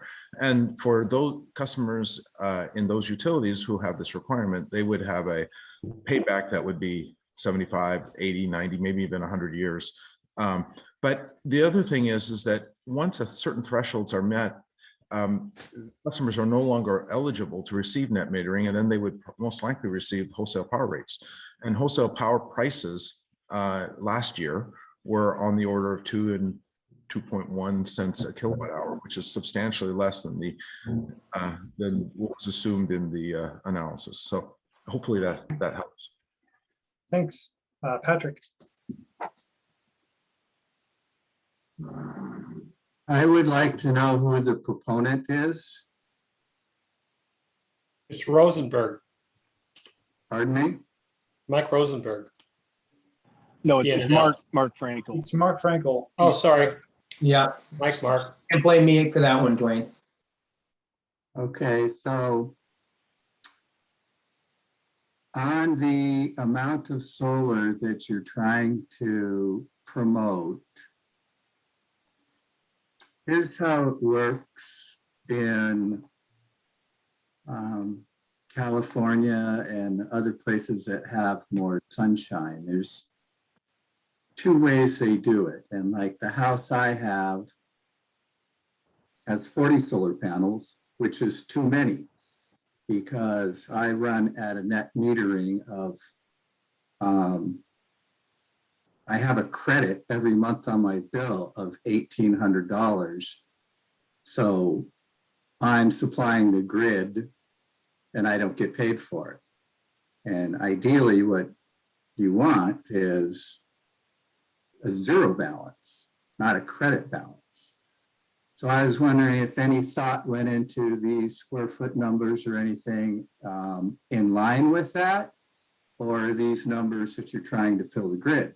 Because currently you're not going to get paid from the power companies. And so this actually, if the numbers are too high, it becomes a tax, a power tax.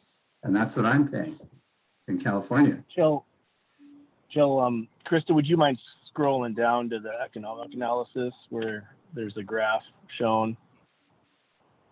Handy little graph. Right there.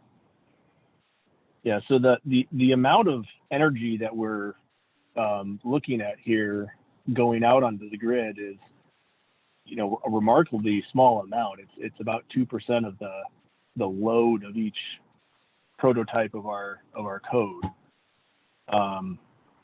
So Patrick, I think that most of this energy is going to be, other than in the case of, for instance, the large office there, most of this energy is going to be consumed on the building's side of the meter. It never will make it out to the grid.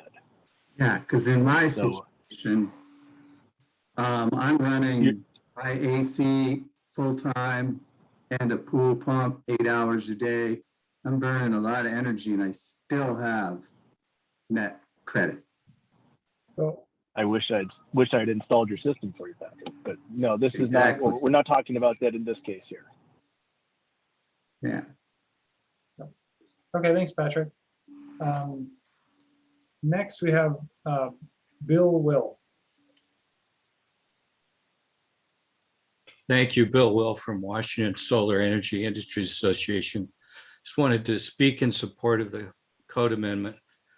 About this time last year, many of you on this call were involved in the work of the State Energy Strategy Committee, and that report was completed at the end of the year, filed. And I hope it's not going to be forgotten, because one of the conclusions of the strategy was that a projection that electric load would double in the state by 2045. So a lot of the things that the Energy Code tag is doing in terms of conservation, in terms of pushing building electrification and heat pumps to conserve energy, we're still going to need an increase in the overall electrical supply. And rooftop solar is going to be part of that equation. So, and the important thing, it's also incremental. We make this change now.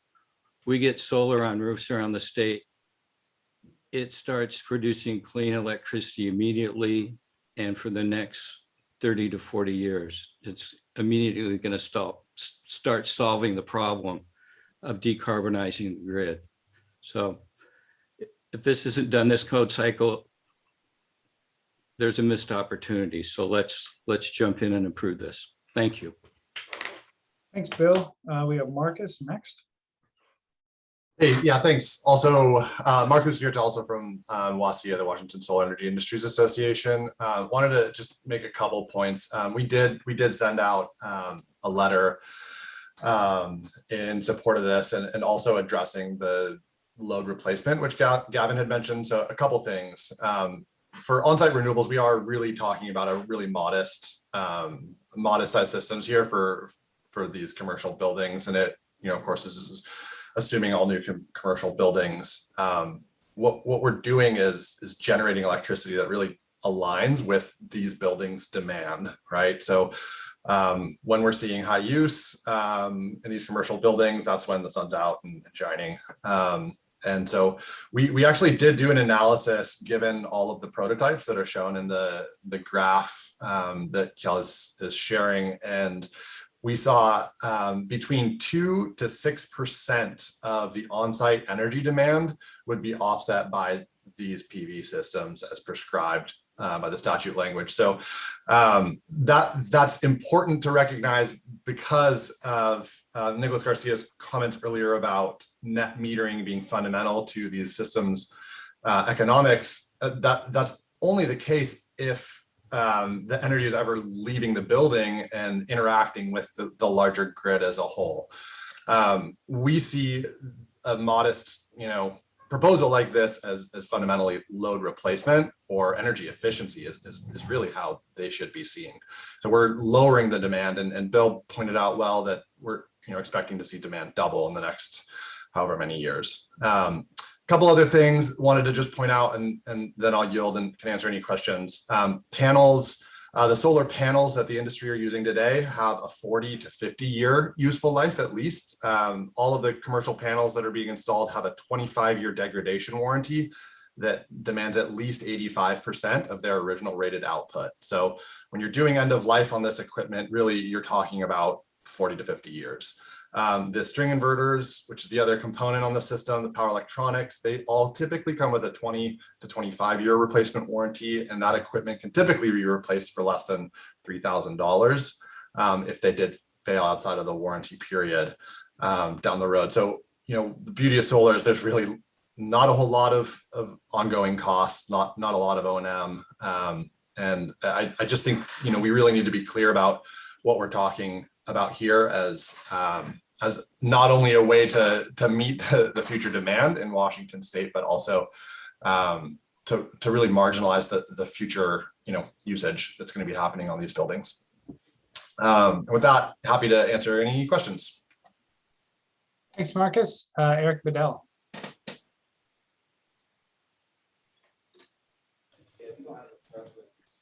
Hey, thank you. So I just want to talk about the economic analysis. This is something that I am passionate about in solar and within the confines of the company I work in. I figure I am a solar expert because I've done numerous large installations for large campuses of solar. So I literally received a proposal. We're doing an analysis for a large campus for a high-tech client in Redmond.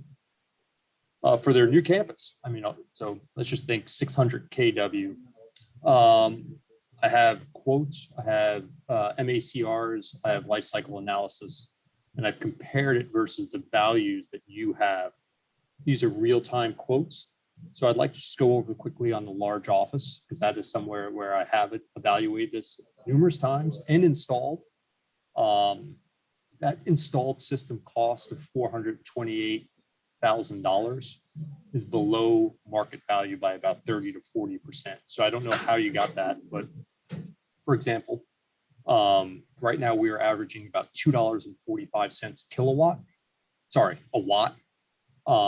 Multiply that out, which I have a real-time quote for the same size. It's about $672,000 versus the $428,000 you have. So we are a little bit low. The other place is that we are also maximizing roof areas to try to get as much solar on these roofs as possible. And what we're finding is on a roof that has approximately, hold on, let me just look at my calculations here. 47,000 square feet. Now you have to take mechanical equipment involved in screening, that we are approximately only able to put in 208 kW worth of solar. So that first one where you say kW required at 250,000, that equates to about 38,000 square feet.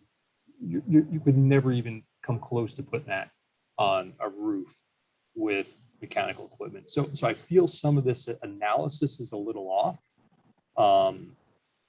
More than happy to share real calculations, real costs with you, whoever provided this proposal. However, I want to say that I do like the proposal. I do think that solar is a way to go. I just have to think that we have to find a happy medium on how much solar or an increment to potentially put in the code. And if you would want, I'm more than happy to, if depending on where this proposal goes, to work with you to maybe craft some language or craft within this proposal. So that's all I'm saying. Thanks, Eric. Krista, can you scroll up to the exceptions portion there? And Eric, it'd be great to get your input on what Mr. Frankel wrote in here for exemptions.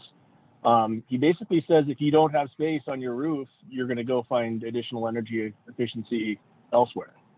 So if you have more than 80%, or if the building cannot, meet the requirements, that's the way I kind of read this.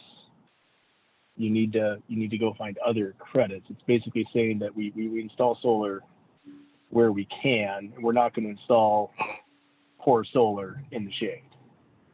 And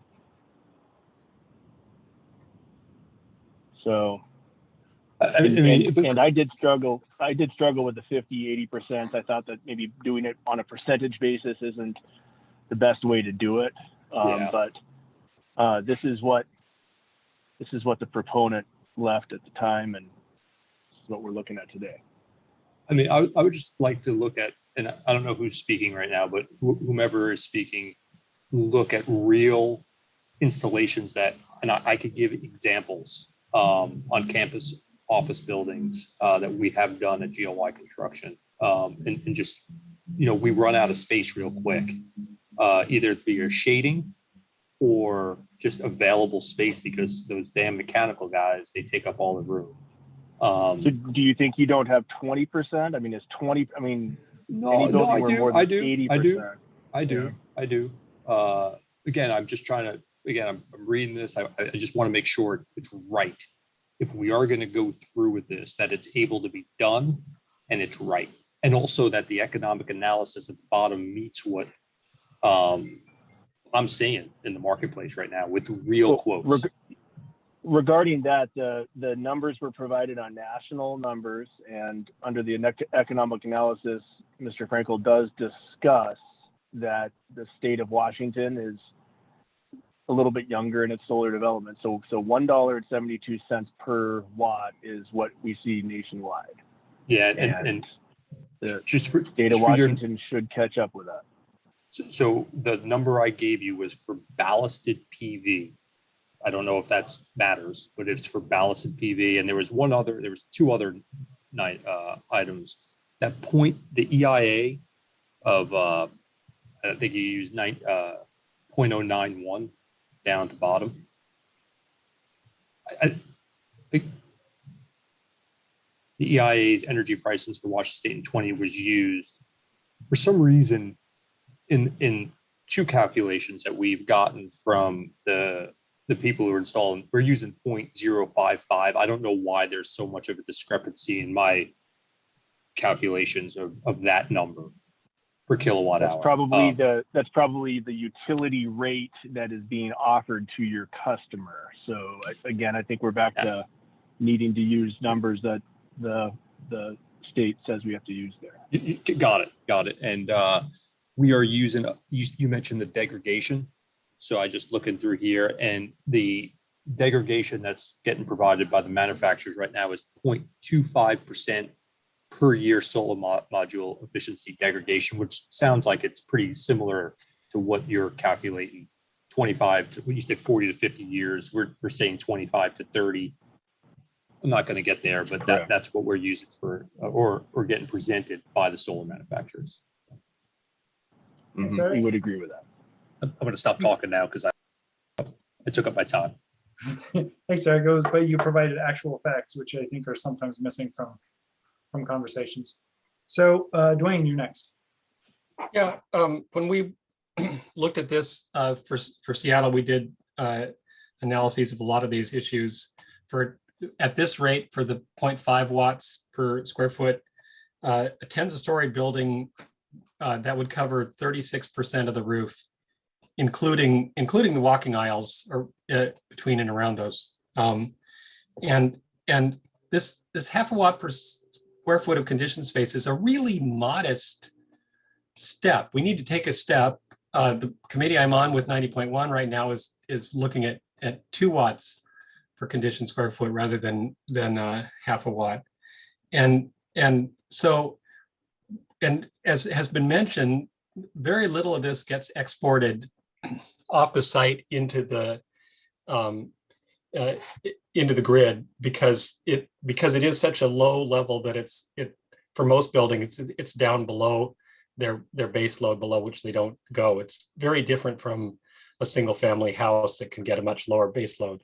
So this is a modest requirement, a good first step. And as has been mentioned, it's urgent. One final thing is, yes, for resilience, my little array on the roof doesn't do me any good because I do not have the right gear here, but it does. There's nothing that would then stop you from getting an automatic transfer switch and a battery pack and having some power to run on if you had an extended blackout, which we've had periodically here. Thank you. Thanks, Dwayne. Mike Bernick. Yeah, I really just continue on with what Eric said regarding the economic analysis. First of all, I'm on board. I think this needs to be incorporated as well. I think I just don't want to mislead people though on the economic piece. So the 1.72 watts mentioned, for the installed cost, that was per an NREL report for a 200 kW system size. So, obviously the lower you get, the higher that cost per watt goes up. So I would like to see this analysis reworked and be more realistic for some of these smaller buildings, just so people don't get misled on what that simple payback piece is. And then the last piece about buildings consuming all of the energy that's produced by these systems, that's mostly true, except when we were talking about schools, where in the summertime, those are generally closed down, and that's when they're producing most of the energy. So I'd want to be careful about having systems that go above the net meter requirement, which is or the limit, I should say, which is generally 100 kW. So we want to be careful for building types that essentially are closed down in the summer. Could I ask Michael a question on that? Please, Dwayne. Yeah.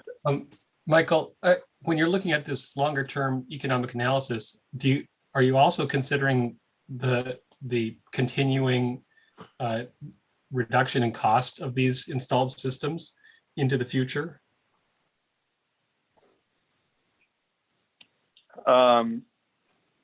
I'm not sure where you're getting at there, Dwayne, but I was just looking at the NREL report that was referenced here, and it was for a large system, 200 kW.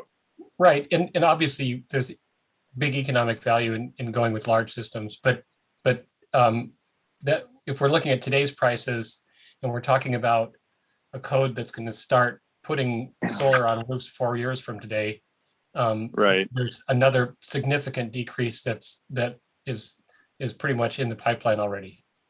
I agree with you, but I also agree with what Eric mentioned, that he's getting bids that are much higher than 1.72. And to be honest, we're budgeting around like $3 per installed watt. I mean, that 1.72 is very, very low from what I've seen. So Dwayne, 5 years. Yeah, and Dwayne, where I'm referencing is that exact project. This project is going to be built now in about 3 to 4 years is when we're going to install, just so you know. And if you want, I have it up on my screen. I can share you those. I can't tell you the project, but I have it up where I can share the cost if you'd like to see. Yeah, I have seen a couple projects recently that were bid at $1.75, where they were able to take advantage of the crane on site and everything. So it's not. I think most of them are higher, like two and a quarter, but it is possible to go cheaper, and that continues to get better as time goes on. But I'll stop. Okay, we have Patrick next. So I mean, everybody with their hand up has spoken already. So please don't reiterate what you've already said. Please say new things. I'm agreeing with Eric from GOI that I think the numbers need to be vetted before we vote. So maybe we table this and just the actual real math. Is that a motion, Patrick? I can make it a motion to table it so that Eric can share the real math with the proponent and verify the numbers so that when we vote, and we most likely should vote it in because solar is a good thing, but it needs to be accurate and doable. Do we have a second for that motion? Second. Okay. All in favor, say aye. Aye. I, Aye. Any opposed, say nay.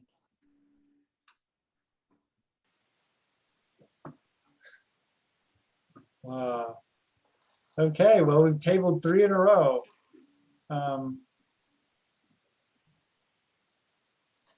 We're gonna meet in September. There's no question now. Okay, solar readiness provision, Lisa. 115. Charlotte, sorry, I have a question about this proposal that we just tabled. Sure. Are we assigning it back to the proponent to rework the math? Yes. On the economic analysis? Yep. And I'm just not certain that he's here. Yeah, can people who are interested in that throw your names in the chat and I'll try to direct it toward Mark Frankel. This is Gavin. Happy to do that. Okay, thanks. Throw your name in the chat and put something like, PV proposal. And then that way Gavin and Mark Frankel can gather and take all of your information into account and produce an economic analysis that we're as a tag more comfortable with. And just want to clarify that you don't have to be a tag member to do that. For Correct. those. Thanks. You can be anybody. Okay. All right, Lisa, go for it.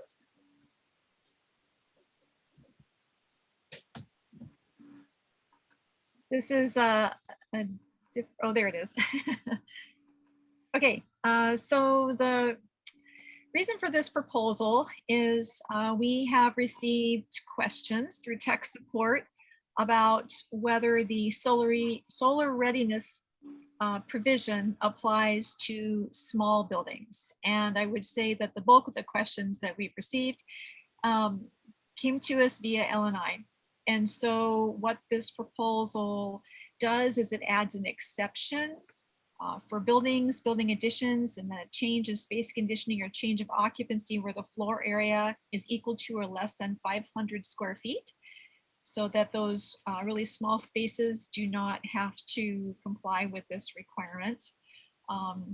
And then we also point to the additions section and indicate that additions do need to comply with this requirement. And we're adding in the language that's consistent with other requirements that says that the addition shall be deemed to comply standalone, or the designer could combine it with the rest of the building to show compliance.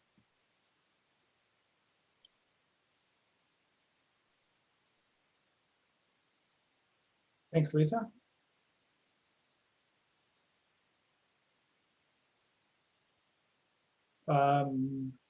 Patrick, you have a comment on this proposal? Oh, I need to lower my hand. Okay, Irina, you have a comment on this proposal? Sorry, lowering my hand. Okay. Motion to approve. I'll second.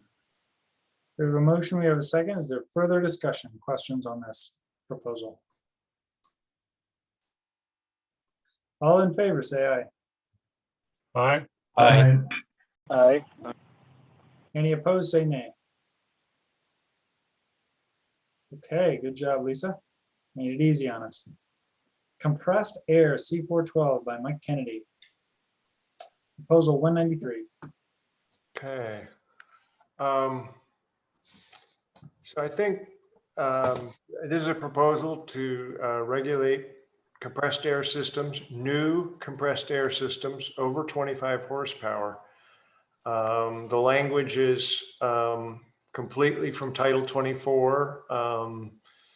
Two of the main provisions are from, I think, the 2013 version of Title 24, and then 3 new ones are from 2022 Title 24. And rather than, basically they require the systems to to shed load. A lot of compressed air systems, they have the same kind of problem of a lot of other systems. They don't run necessarily efficiently at part load, but they operate at part load all the time for the most part. So the requirements are, two of the requirements are about, you got to have compressors that can adjust their load, and you have to have adequate storage. And then the other provisions are that the system has to be monitored, and the air leaks have to be tested, and the pipes have to be adequately sized. I think the main, we can get down into those details, but I guess I'd like to talk about one issue and maybe get a sense from the tag whether this is a deal breaker first.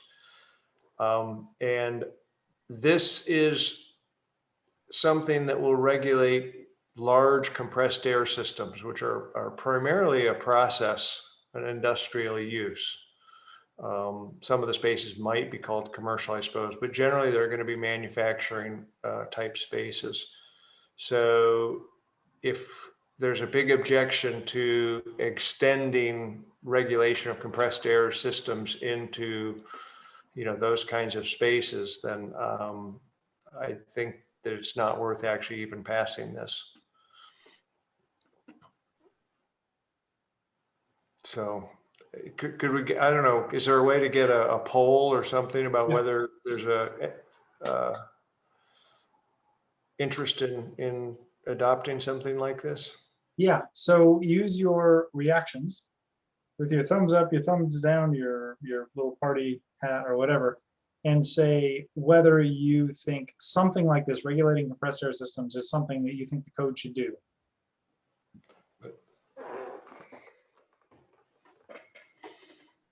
I could pitch in that Seattle's been regulating compressed air for quite a while, but our code language has not had this sort of level of sophistication that they've got here. Okay, so we have, I saw like 7 or 8 people in favor, 1 against. So that seems like we should talk about it, Mike. Okay. So if we scroll up, and this is all language that's been vetted through a pretty detailed process in Title 24. Okay, the first thing there is it adds, previously we kind of moved the process equipment exception from C403 to C401. This just adds compressed air in there, that first thing. It adds definitions of compressed air system and a couple of detailed things related to the capacity and the storage of the compressed air system.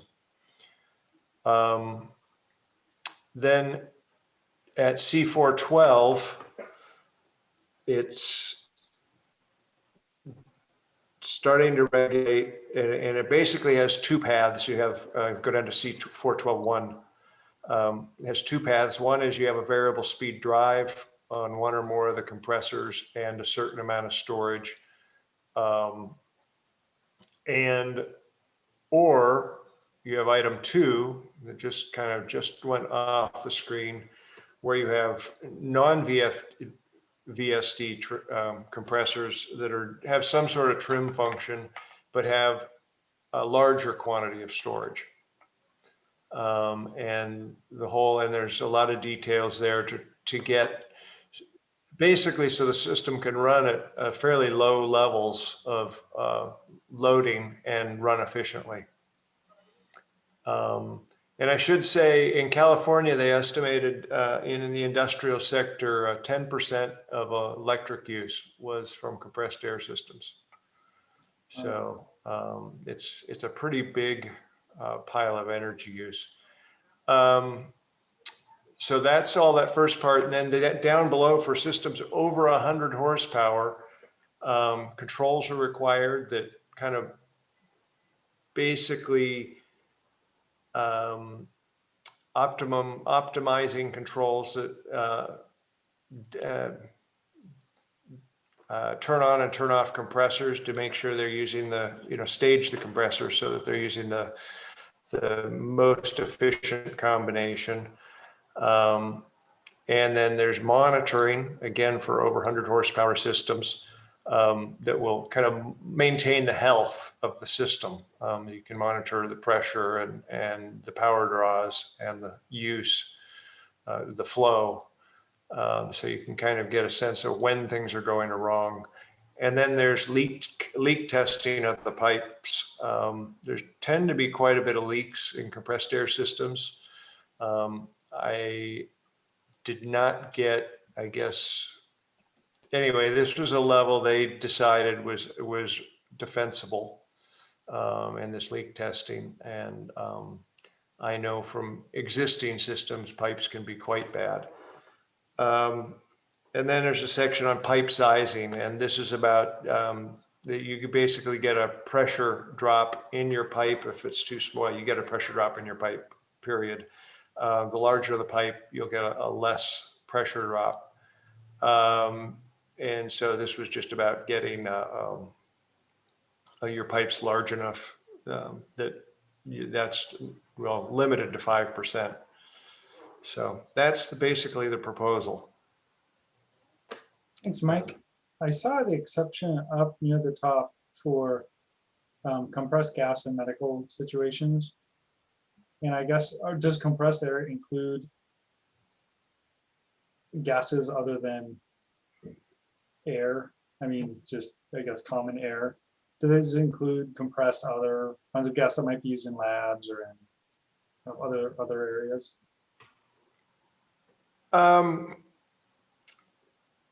Yeah, I think that's would be a matter of interpretation. I would have said compressed air was air as opposed to compressed gas system. Yeah. And I think that's more a clarification to keep the healthcare people happy. Mostly I mean, I think the hospitals I've been in, they have an O2 system, so it's not air. And they might have an air system, and then they have a vacuum system. Okay. Michael Cartwright.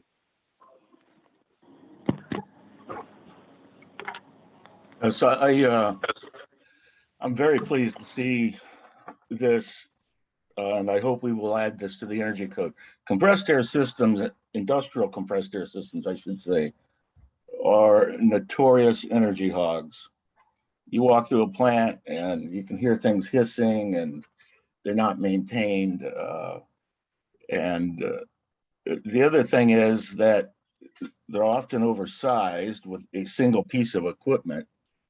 So what Mike has in here about staging the equipment and a program to select the most efficient equipment to turn on. You bring on the 25 horse, then you add another 25 horse, and then you switch to the 75 and turn the 25s off, etc.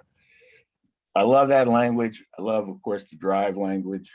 I would suggest, though, that I do a lot of lab work, and laboratory air should be an exclusion along with medical air, because they want that air 24/7 to maintain their whatever research.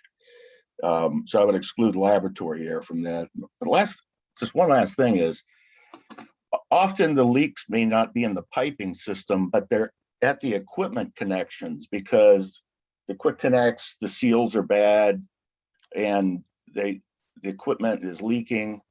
I would add to testing, where does this, let's see, can we scroll to testing? Oh, it's up or down.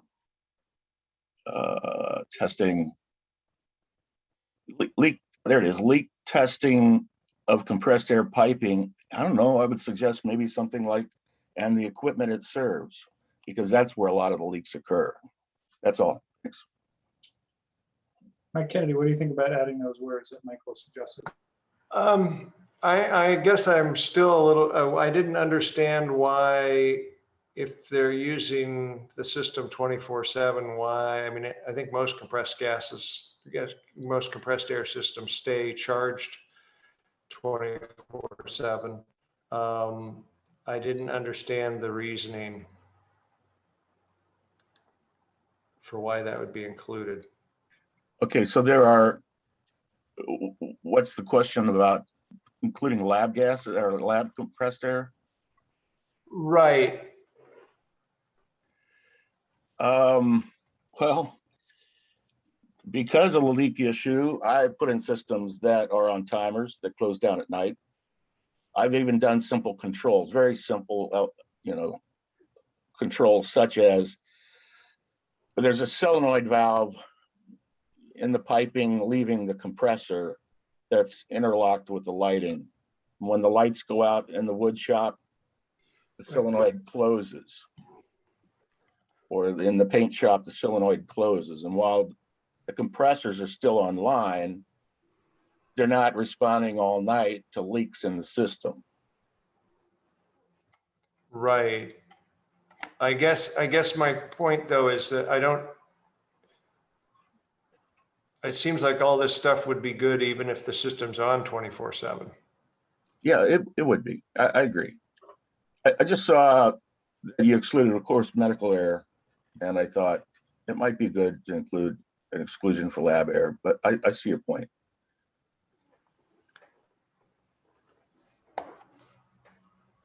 So, yeah, I retract that. Yeah, I'll retract that thought and just leave it at medical air. I would like to see something said about the equipment it serves, because we leak test, of course, our systems, brand new systems, but then they go in and attach equipment, and that's where the issue is. That's where the energy loss is. You have some. Could I chime in here for Michael as a code official? Just we typically come in and do our inspections before anybody has attached equipment.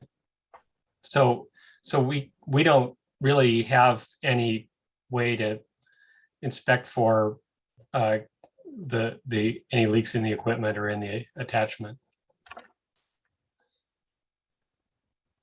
I understand that. It would be very hard, if at all, that you could enforce that.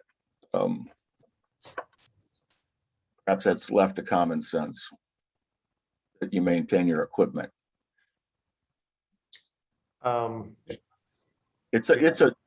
only brought it up. It's a very big source. It's the main source for loss of compressed air and cycling of compressors. It's not, I would disagree that it's primarily the piping system. It's primarily the connections at the equipment. Is there a type of connection that would work better, more consistently? Well, some things are hard pipes, some things use quick connects and hoses.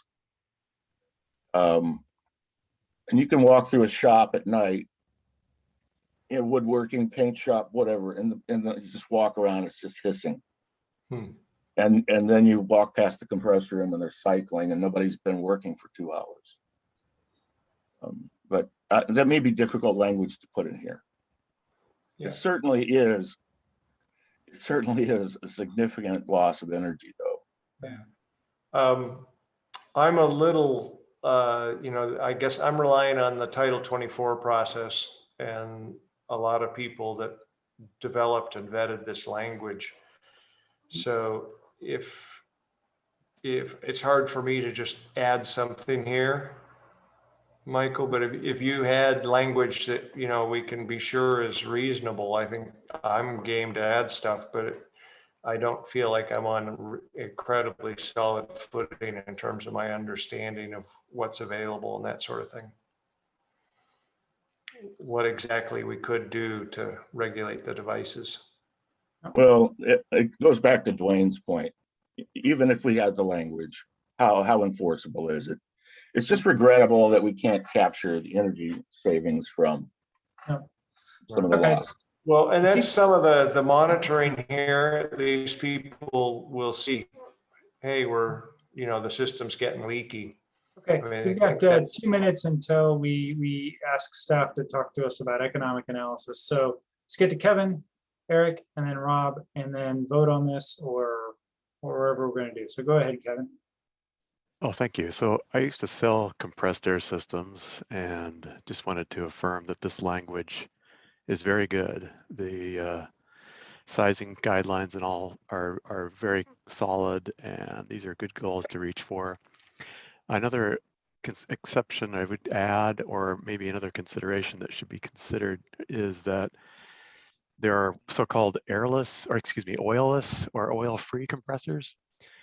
And they are typically used to serve laboratories and medical other needs that need a very clean air source, food service, for example. And those units often don't have the capability of being supplied with a VFD. They operate by staging a bunch of small compressors. And I'm not sure how to fit that in here. I would hesitate to just accept them because they should also be regulated if this is going to be going through, but they should be handled differently than a traditional reciprocal or compressor, which I think is what this language is addressing. Reciprocal or centrifugal, I should say. Or, well, anyway, you get my point. They're usually scroll compressors. Correct.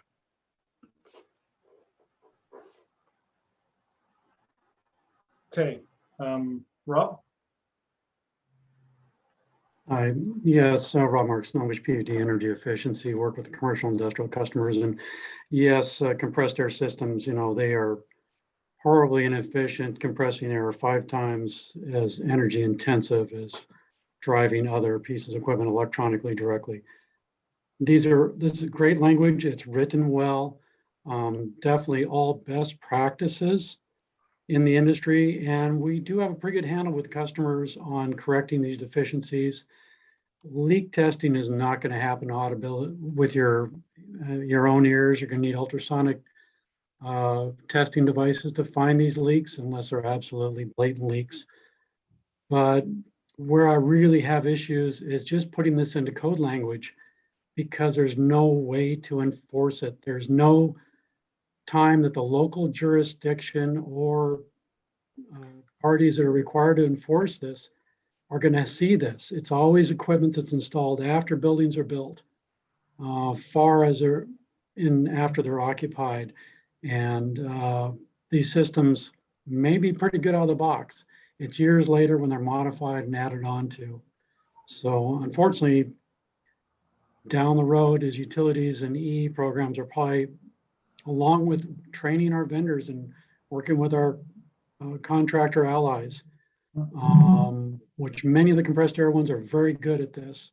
It's just getting out there and dealing with the customers and correcting the issues after the fact. But here, I think you're just adding paper for no reason. Thanks, Rob. We are out of time for this discussion. So if somebody wanted to make a motion, we could. Motion to accept as, yep. Second. I love this proposal. Okay, Yep. we have a motion, we have a second. Is there further discussion? Okay, I'll do a voice vote. All in favor, say aye. Aye. Aye. Any opposed, say nay. Okay, all right, thank you. We are done with this one, compressed air, and now I'm going to turn it over to staff. I'll just remind at the beginning, I reminded us of the 2 motions that were made last session that have not been, and then were tabled. They have not been discussed today, but we've invited staff in to talk to us about what will be done already, such that any motions that are made at the next session for equity or economic analysis are informed by what the council is already going to do. So with that, Stoyan. Yes, I'm here. I survived.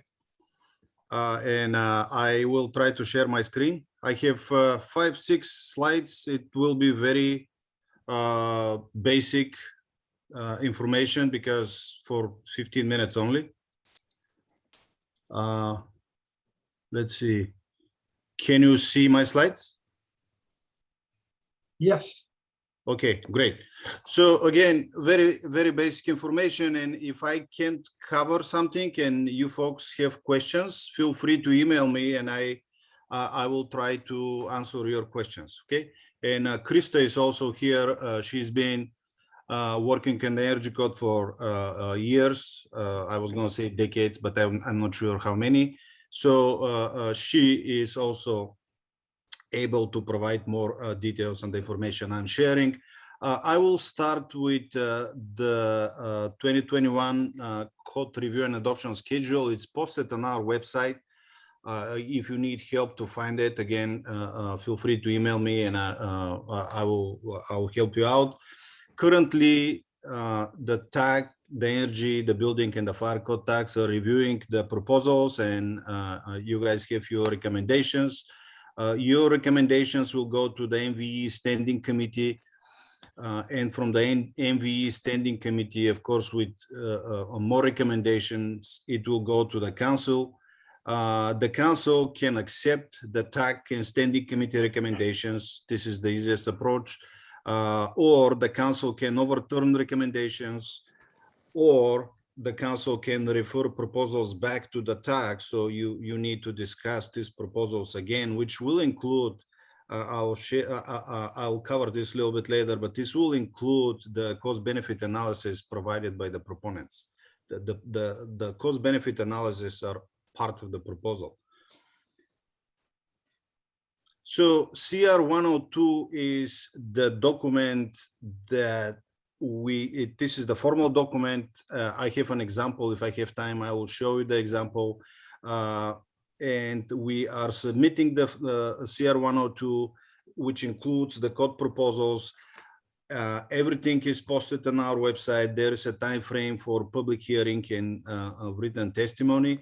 And then the council will have 1, 2, or even 3 actions to adopt the energy code. In this case, we're talking about the energy code. And the final document is the CR 103. This is the formal document that we are submitting. If this document is submitted, the codes became effective in 31 days. Okay. So now, we have some statutory requirements, which includes the cost-benefit analysis. The first one is in the Administrative Procedure Act, which is RCW 34-05-328. And the important part of this is that we need to determine that the probable benefits of the rule are greater than its probable cost. And again, I will try to cover this a little bit more in a few minutes. The second requirement that we are trying to meet, or we are required to meet actually, is the Small Business Economic Impact Statement. This is part of the CR 102, the form that I just noticed. And I have an example for this form. And there is something else that is giving us a hard time. There is a new requirement that became effective in 2018.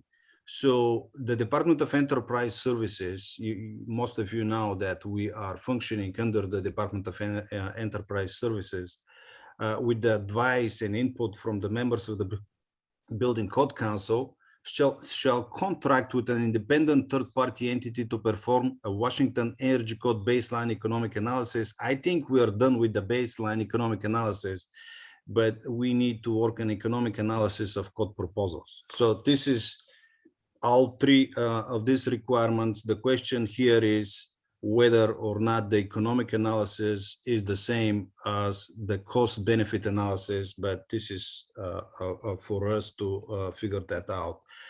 How we do the cost-benefit analysis? We use a tool which is called Life Cycle Cost Tool. This tool is in the last page on the form you are using to submit your proposals. Okay, this tool was adopted. This is the method to evaluate the energy code proposals. I will show you again the example. I'm not going to cover this last bullet points to save some time, but we received several questions regarding the work group on economic impact. So this is something that the council can use. This group is composed of technical advisory group chairs. So all technical advisory groups, they have chairs. Their chairs are council members, and these council members are part of this work group on economic impact. The work group may conduct different research related to economic and cost benefits. We had this discussion with a few members of the TAC. Was it yesterday or couple days ago? And what I was trying to clarify there is the TAC is allowed to request the work group on economic impact to conduct the research. However, it is very helpful if this request is specific, what the TAC needs, what kind of research. Is it in addition to these 3 requirements that the council needs to meet, or this is part of these 3 requirements and just the TAC is asking for more details. So this is very important for the council and for the staff to help with this research. And I promise to show you some examples.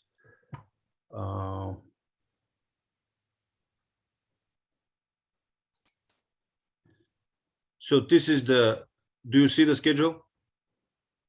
Yep. Oh, okay, great. So we are here, May through August. We are already in August. TAC is reviewing the proposals. We have a meeting scheduled for September 17, council meeting. We have MVE standing committee meeting on September 16. And this is where the council will, as I said, as part of my slides, the council will accept TAC and standing committee recommendations.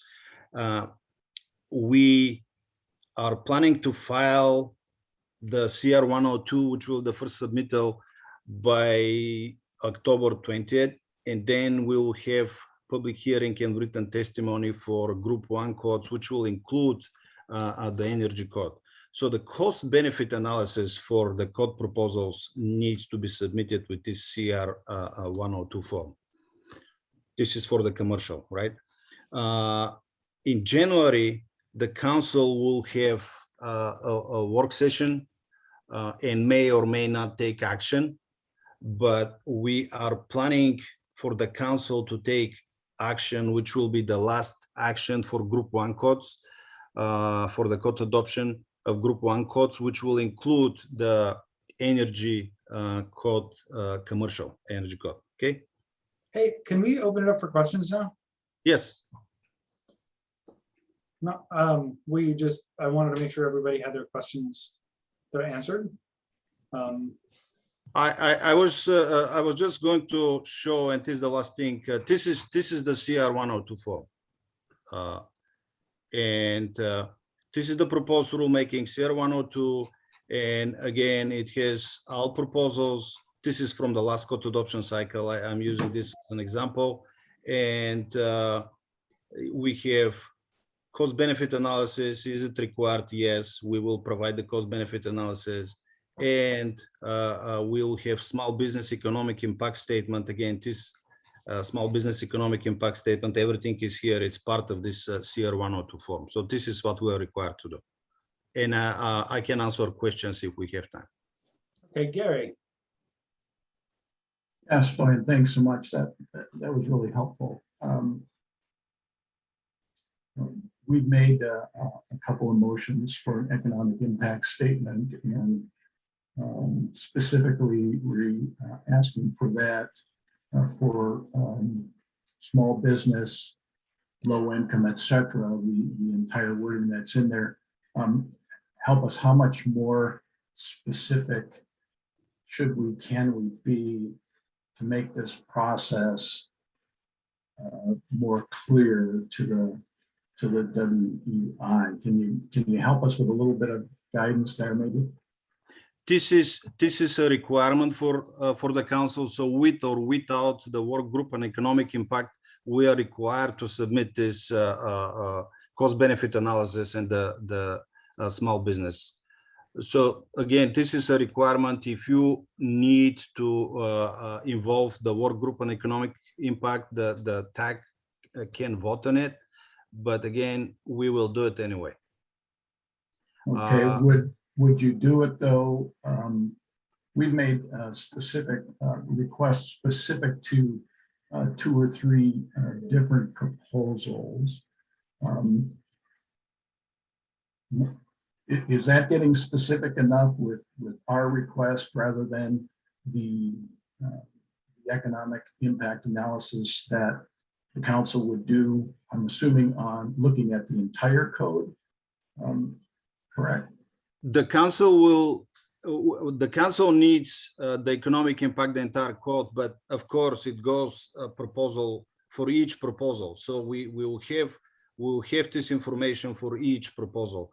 And when we discussed this the other day, I just didn't understand if you need something in addition to what the council is usually doing, or you needed more information for it. So regarding what you're asking for, I think it was clear enough. I just didn't understand if it was in addition to the documents that the council will be preparing. Okay, I guess maybe we're a little bit confused. If the council would do this automatically anyway, why would there be a process for the tag to make a specific request? That's maybe where I'm a little confused right now. Well, you don't need to make a specific request. This is why I was trying to understand why you want to make this request. So the council needs to prepare this information before the CR 102 submittal. We have different options. We can do the work by ourselves. We can hire a third party. We can use and evaluate the information submitted by the proponents. We have different ways of doing it. We haven't done anything yet. We are considering our options. One option was to use the work group on economic impact, but we haven't made a decision yet. And Okay, of course, I'm the managing director and I need a direction by the council. So the next council meeting is on September 17th. And I was planning to discuss this with the council members and get some direction for our next step. If you, following the procedure, if you want to request the work group on economic impact to conduct a research, whatever research is, the TAC needs to vote on it, and you need to specify what kind of research you need. It's just a general statement. Okay. Thank you, Stoyan.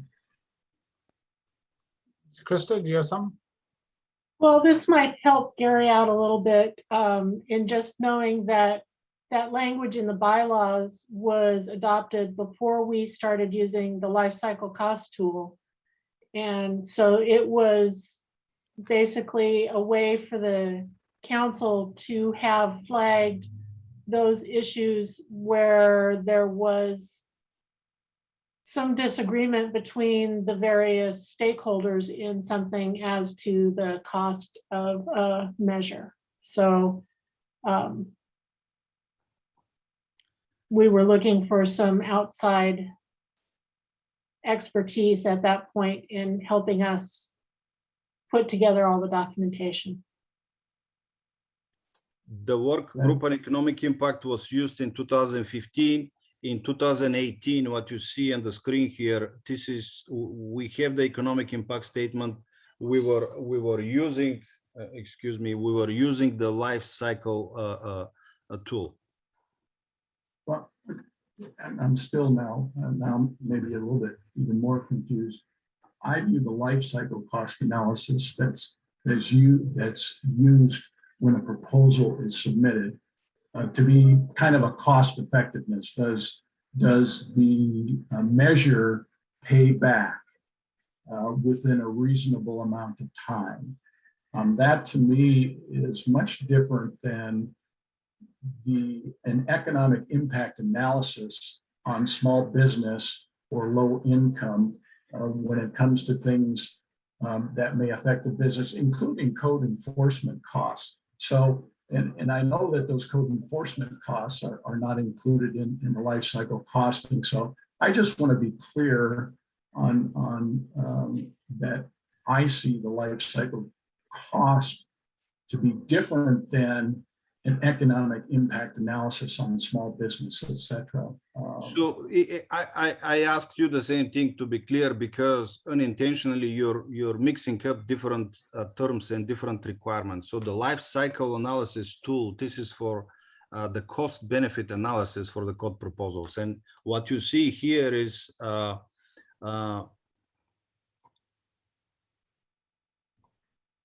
this is the impact on small businesses, okay? The Is minor that cost, one- this was in 2018. So it's not a one sentence or two, it's few pages of information. So life cycle cost analysis, again, the tool is used for the cost benefits for the proposals, and this is something else. So these are two different things. These are two different requirements. Where can we find that, or could somebody send that out to maybe members of the tag, one way or the other, or a link that we could? I will send you a link, or Krista will send a link to you. Perfect, thank you. This done for each proposal or for the whole package of proposals? This is for the whole package. And again, I'm using as an example the CR 102 that was submitted for 2018 during the 2018 code adoption cycle. So this is for 2018 energy code. Okay, we are, guess we can keep going maybe, but Kevin? Yeah, I was curious, does the analysis that the SBCC is required to provide and will provide in any case, does that include housing affordability costs or code enforcement costs? I can't answer this question right now. Okay.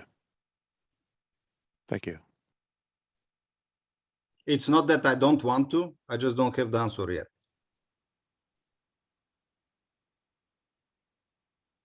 Okay, I hope it was helpful to have staff on to talk about this. I strongly urge anyone who's considering making a motion to ask for additional analysis to talk to staff regularly between now and next Friday so that any of your motions are in alignment with what's already being done and understand what also could or should be done to meet your goals. So please reach out to them and to help your motion be one that we don't have to spend hours on at the next tag. Hopefully the next tag is the last tag. And hopefully everybody will read everything in advance and come prepared with specific comments so that we can have it our last tag, or else we're going to go till midnight. All right. With that, thanks everybody for your 6 hours today, and I'll see you next Friday. Thanks, Jill. Good job, everybody.